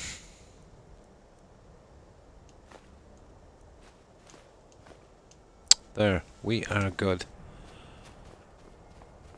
Now, I suppose we'll sell the stuff we have. It's almost $2. Oh, for those little thingies, yeah. There's other stuff I think you can get as well, like drops and things, isn't there? You can apply to his food. Oh, I see. Oh. Yeah.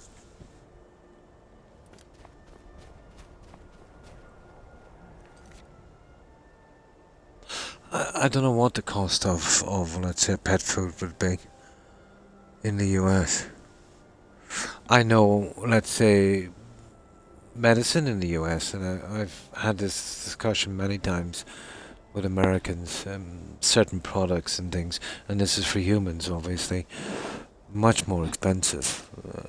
I tried to find some logic to it where, let's say, I have an item here from the very same company, you know, shipped from the US to here, or maybe they've got their own factory here, more than likely. And I would buy that, let's say, for maybe $10 in your money.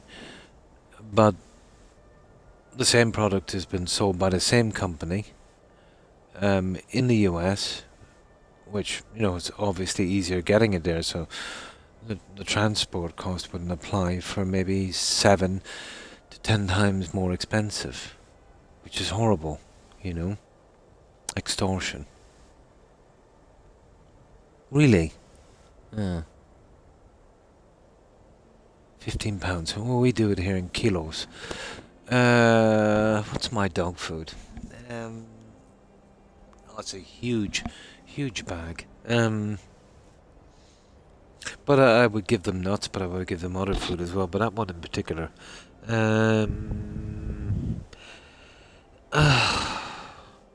Pounds, kilos. Oh no, that's horrible. Yeah, hang on. What's £15 in kilos, guys? That's like 2 kilos, isn't it? Oh, I think here it works out. That's a different thing with dogs, I suppose. It's about $12 for a huge bag.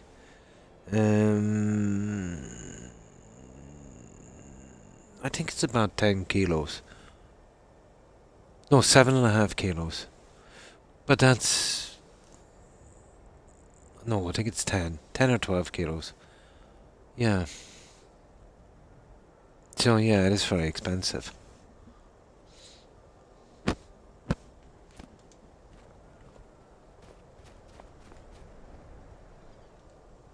Yeah, it's time for a save, I suppose. We've got our settler finished anyway.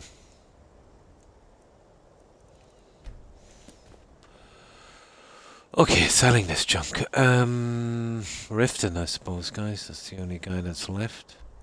There's a ton of vendors here. We should sell it all off. Oh.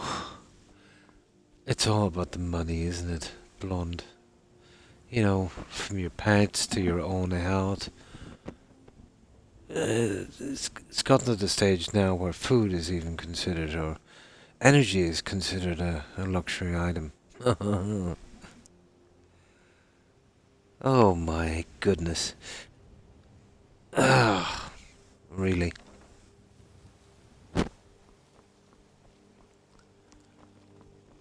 Cash grab. Working at the Riften fishery is tough, but it puts some coin in my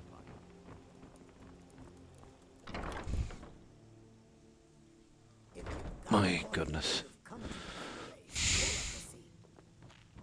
If your allegiance lies with the Empire, It always disturbs me to see that kind of carry on. What in blazes do you want? Take a look. I'm sure there's a lot of good people that charge reasonable prices. But the problem is finding them, isn't it? You know?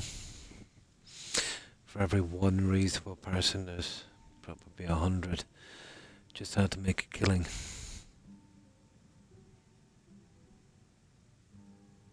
$10 for $8. Or 10 for $10. What's it here? I got 12. But they're pretty large. And they're kind of mid-range quality. Pretty decent.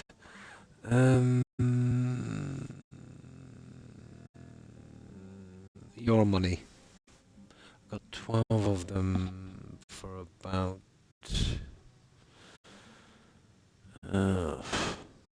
what, your money? About maybe $9.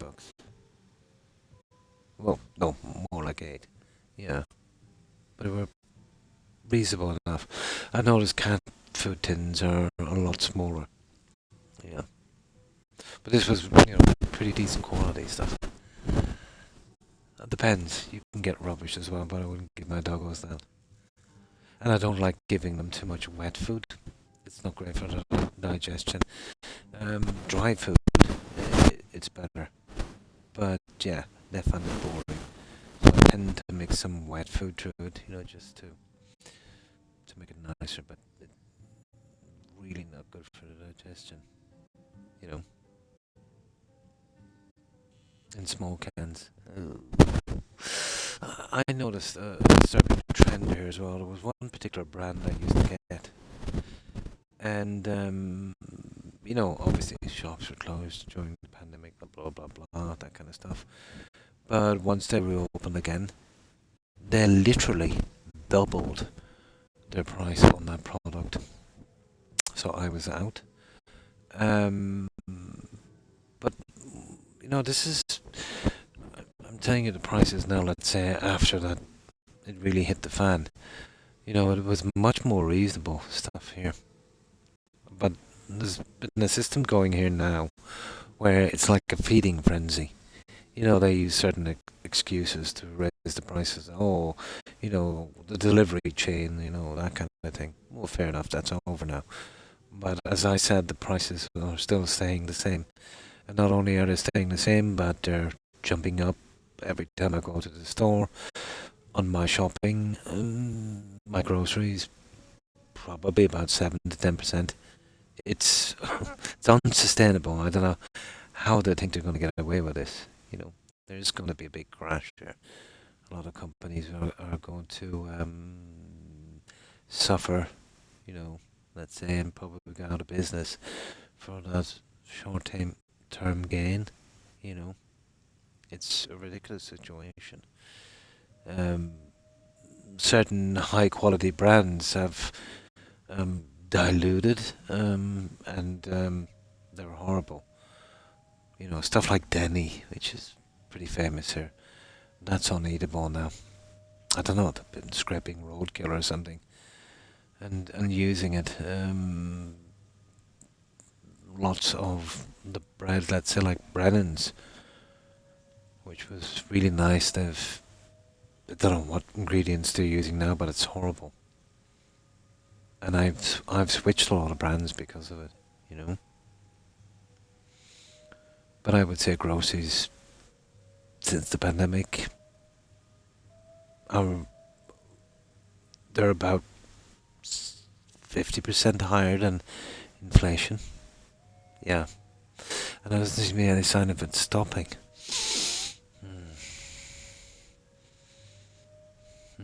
You've been mushed up. Oh, that's a very, very small can, isn't it? Unbelievably small. Yeah. Well, my doggos are small, like probably like a large cat, but still. Drink for the thirsty, food for the hungry. Oh, I forgot to put those away, didn't I? Doesn't matter. We can sell these guys. Where's the biggies?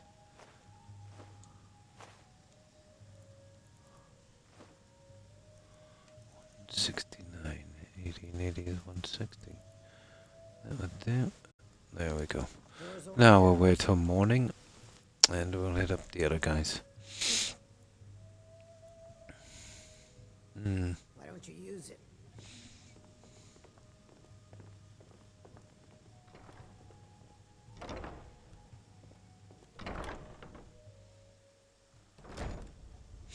Maybe trying him with some other foods, maybe. But, you know, if he's not well, you know, his appetite, obviously. It's hard to know. I'm not that familiar with cats.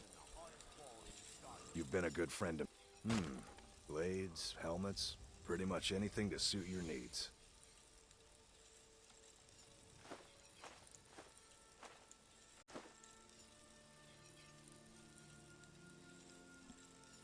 Oh, that's not too bad.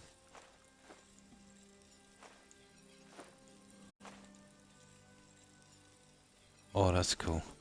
Okay, we've gotten rid of everything, guys. I've got to drop this junk back.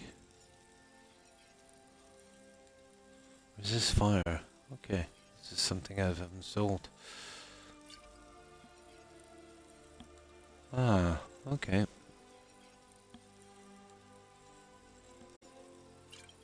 Okay, I actually had some junk.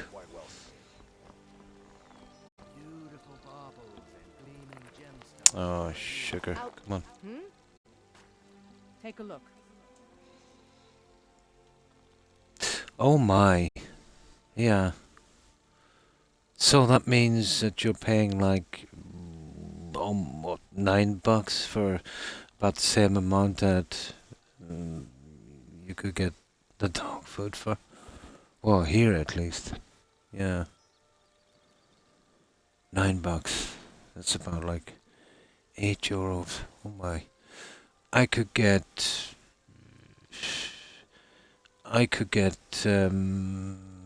10 for that. Yeah. Oh, extortion. Really is. But what can you do? You know? What can you do? You gotta buy him.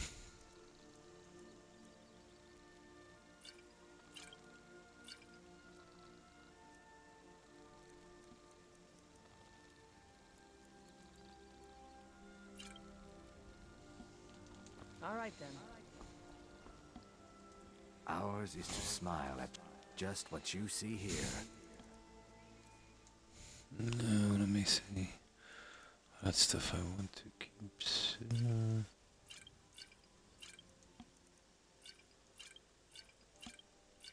There we go, guys. Yeah, that's perfect. That's okay. Oh, I might as well get rid of these 85 hours. I like to keep a kind of clean 500. Yeah, so that's 85. I don't like going any more than 500. I know it doesn't weigh anything, but yeah, I never use them anyway. 100 would be enough, but there we go. Good journey. And let's drop this junk back. We got rid of everything. Nice.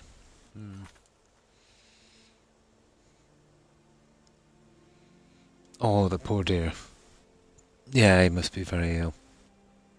He's probably drained, you know, because of the ear infection and the parasites. I'm sure once he's feeling better, he'll be okay, hopefully.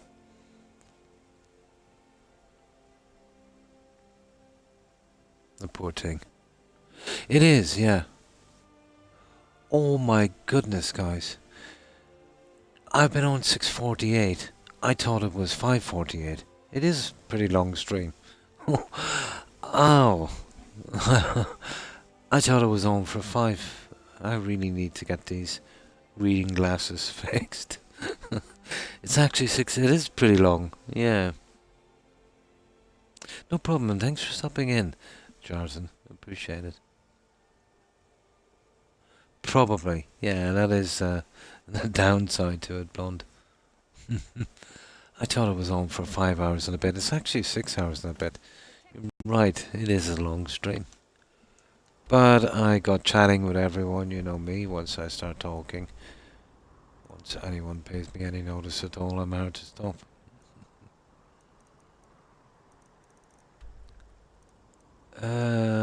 Right.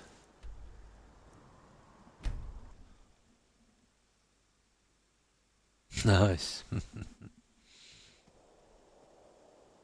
Now, that's it. We did a good stream then, guys. Almost 7 hours. It is unusually long for me. But I managed to get a reasonable sleep today. So can't complain.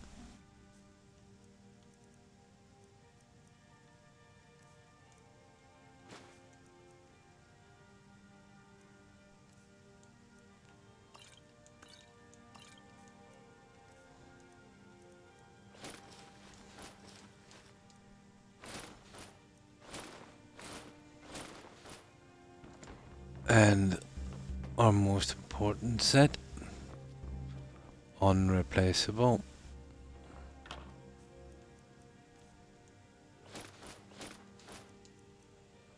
And we are good. 51, that's perfect. That's it, we're all up to date. We've got our follower in, we've got them fixed 100%. We finished the city of Markarth, we got that other one out, and we've got rid of all of our rubbish. Would you believe that took almost 7 hours? Whoa.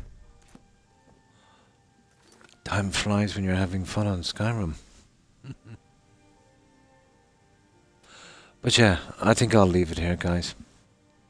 Yeah, I think it's time I got some rest. And I am feeling quite hungry. And it's almost, oh my, it's almost 8 AM here. I'll probably sleep till maybe till noon, maybe even lunchtime.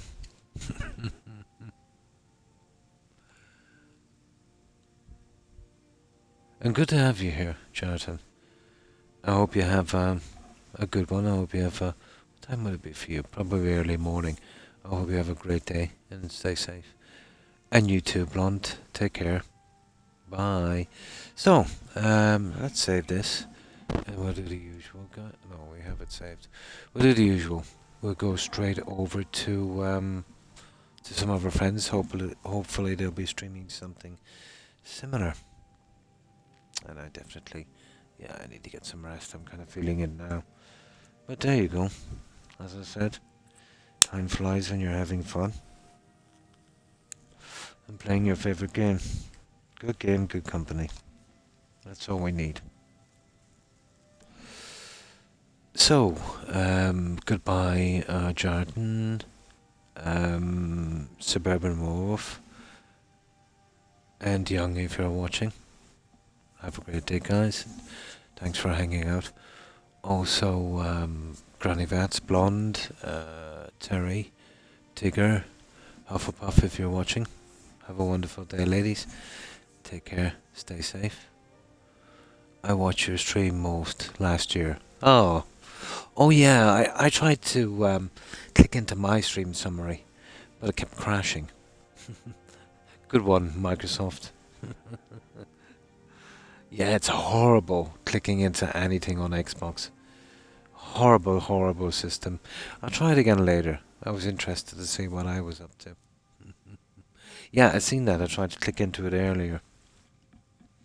So, let's see who else is here, guys. And, of course, thanks for the raids and follows tonight, guys. Appreciate it. Oh, we mentioned Chardon. We did.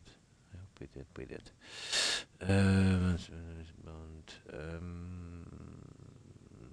And, of course, Victor. And Lewis. And I think Harry was on. Have a wonderful day, guys. Take care and stay safe. Lewis,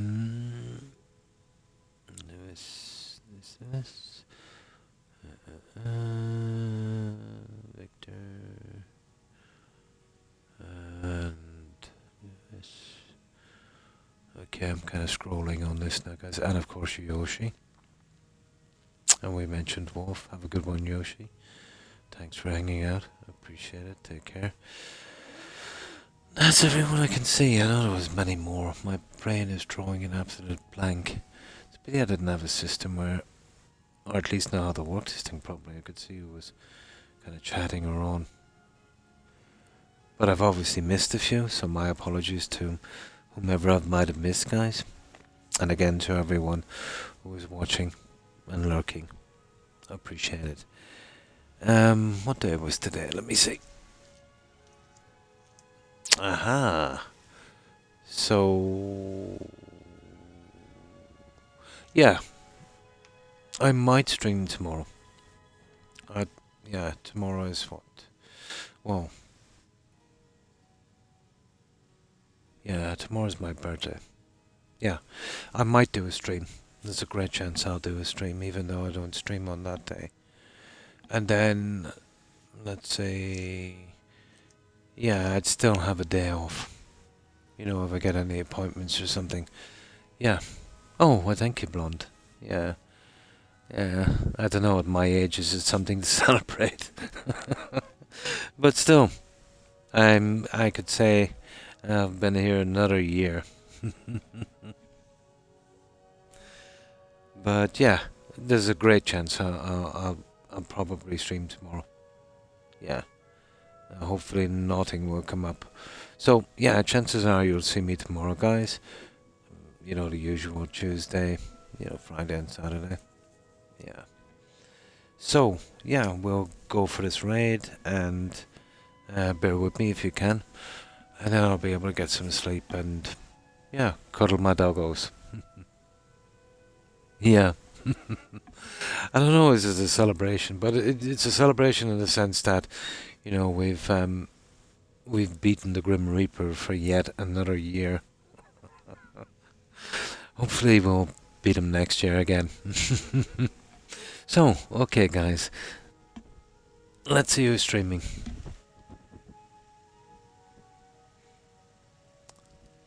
And again guys, thanks again for being here. Appreciate it, and have a good one. Right, let's see who's out here.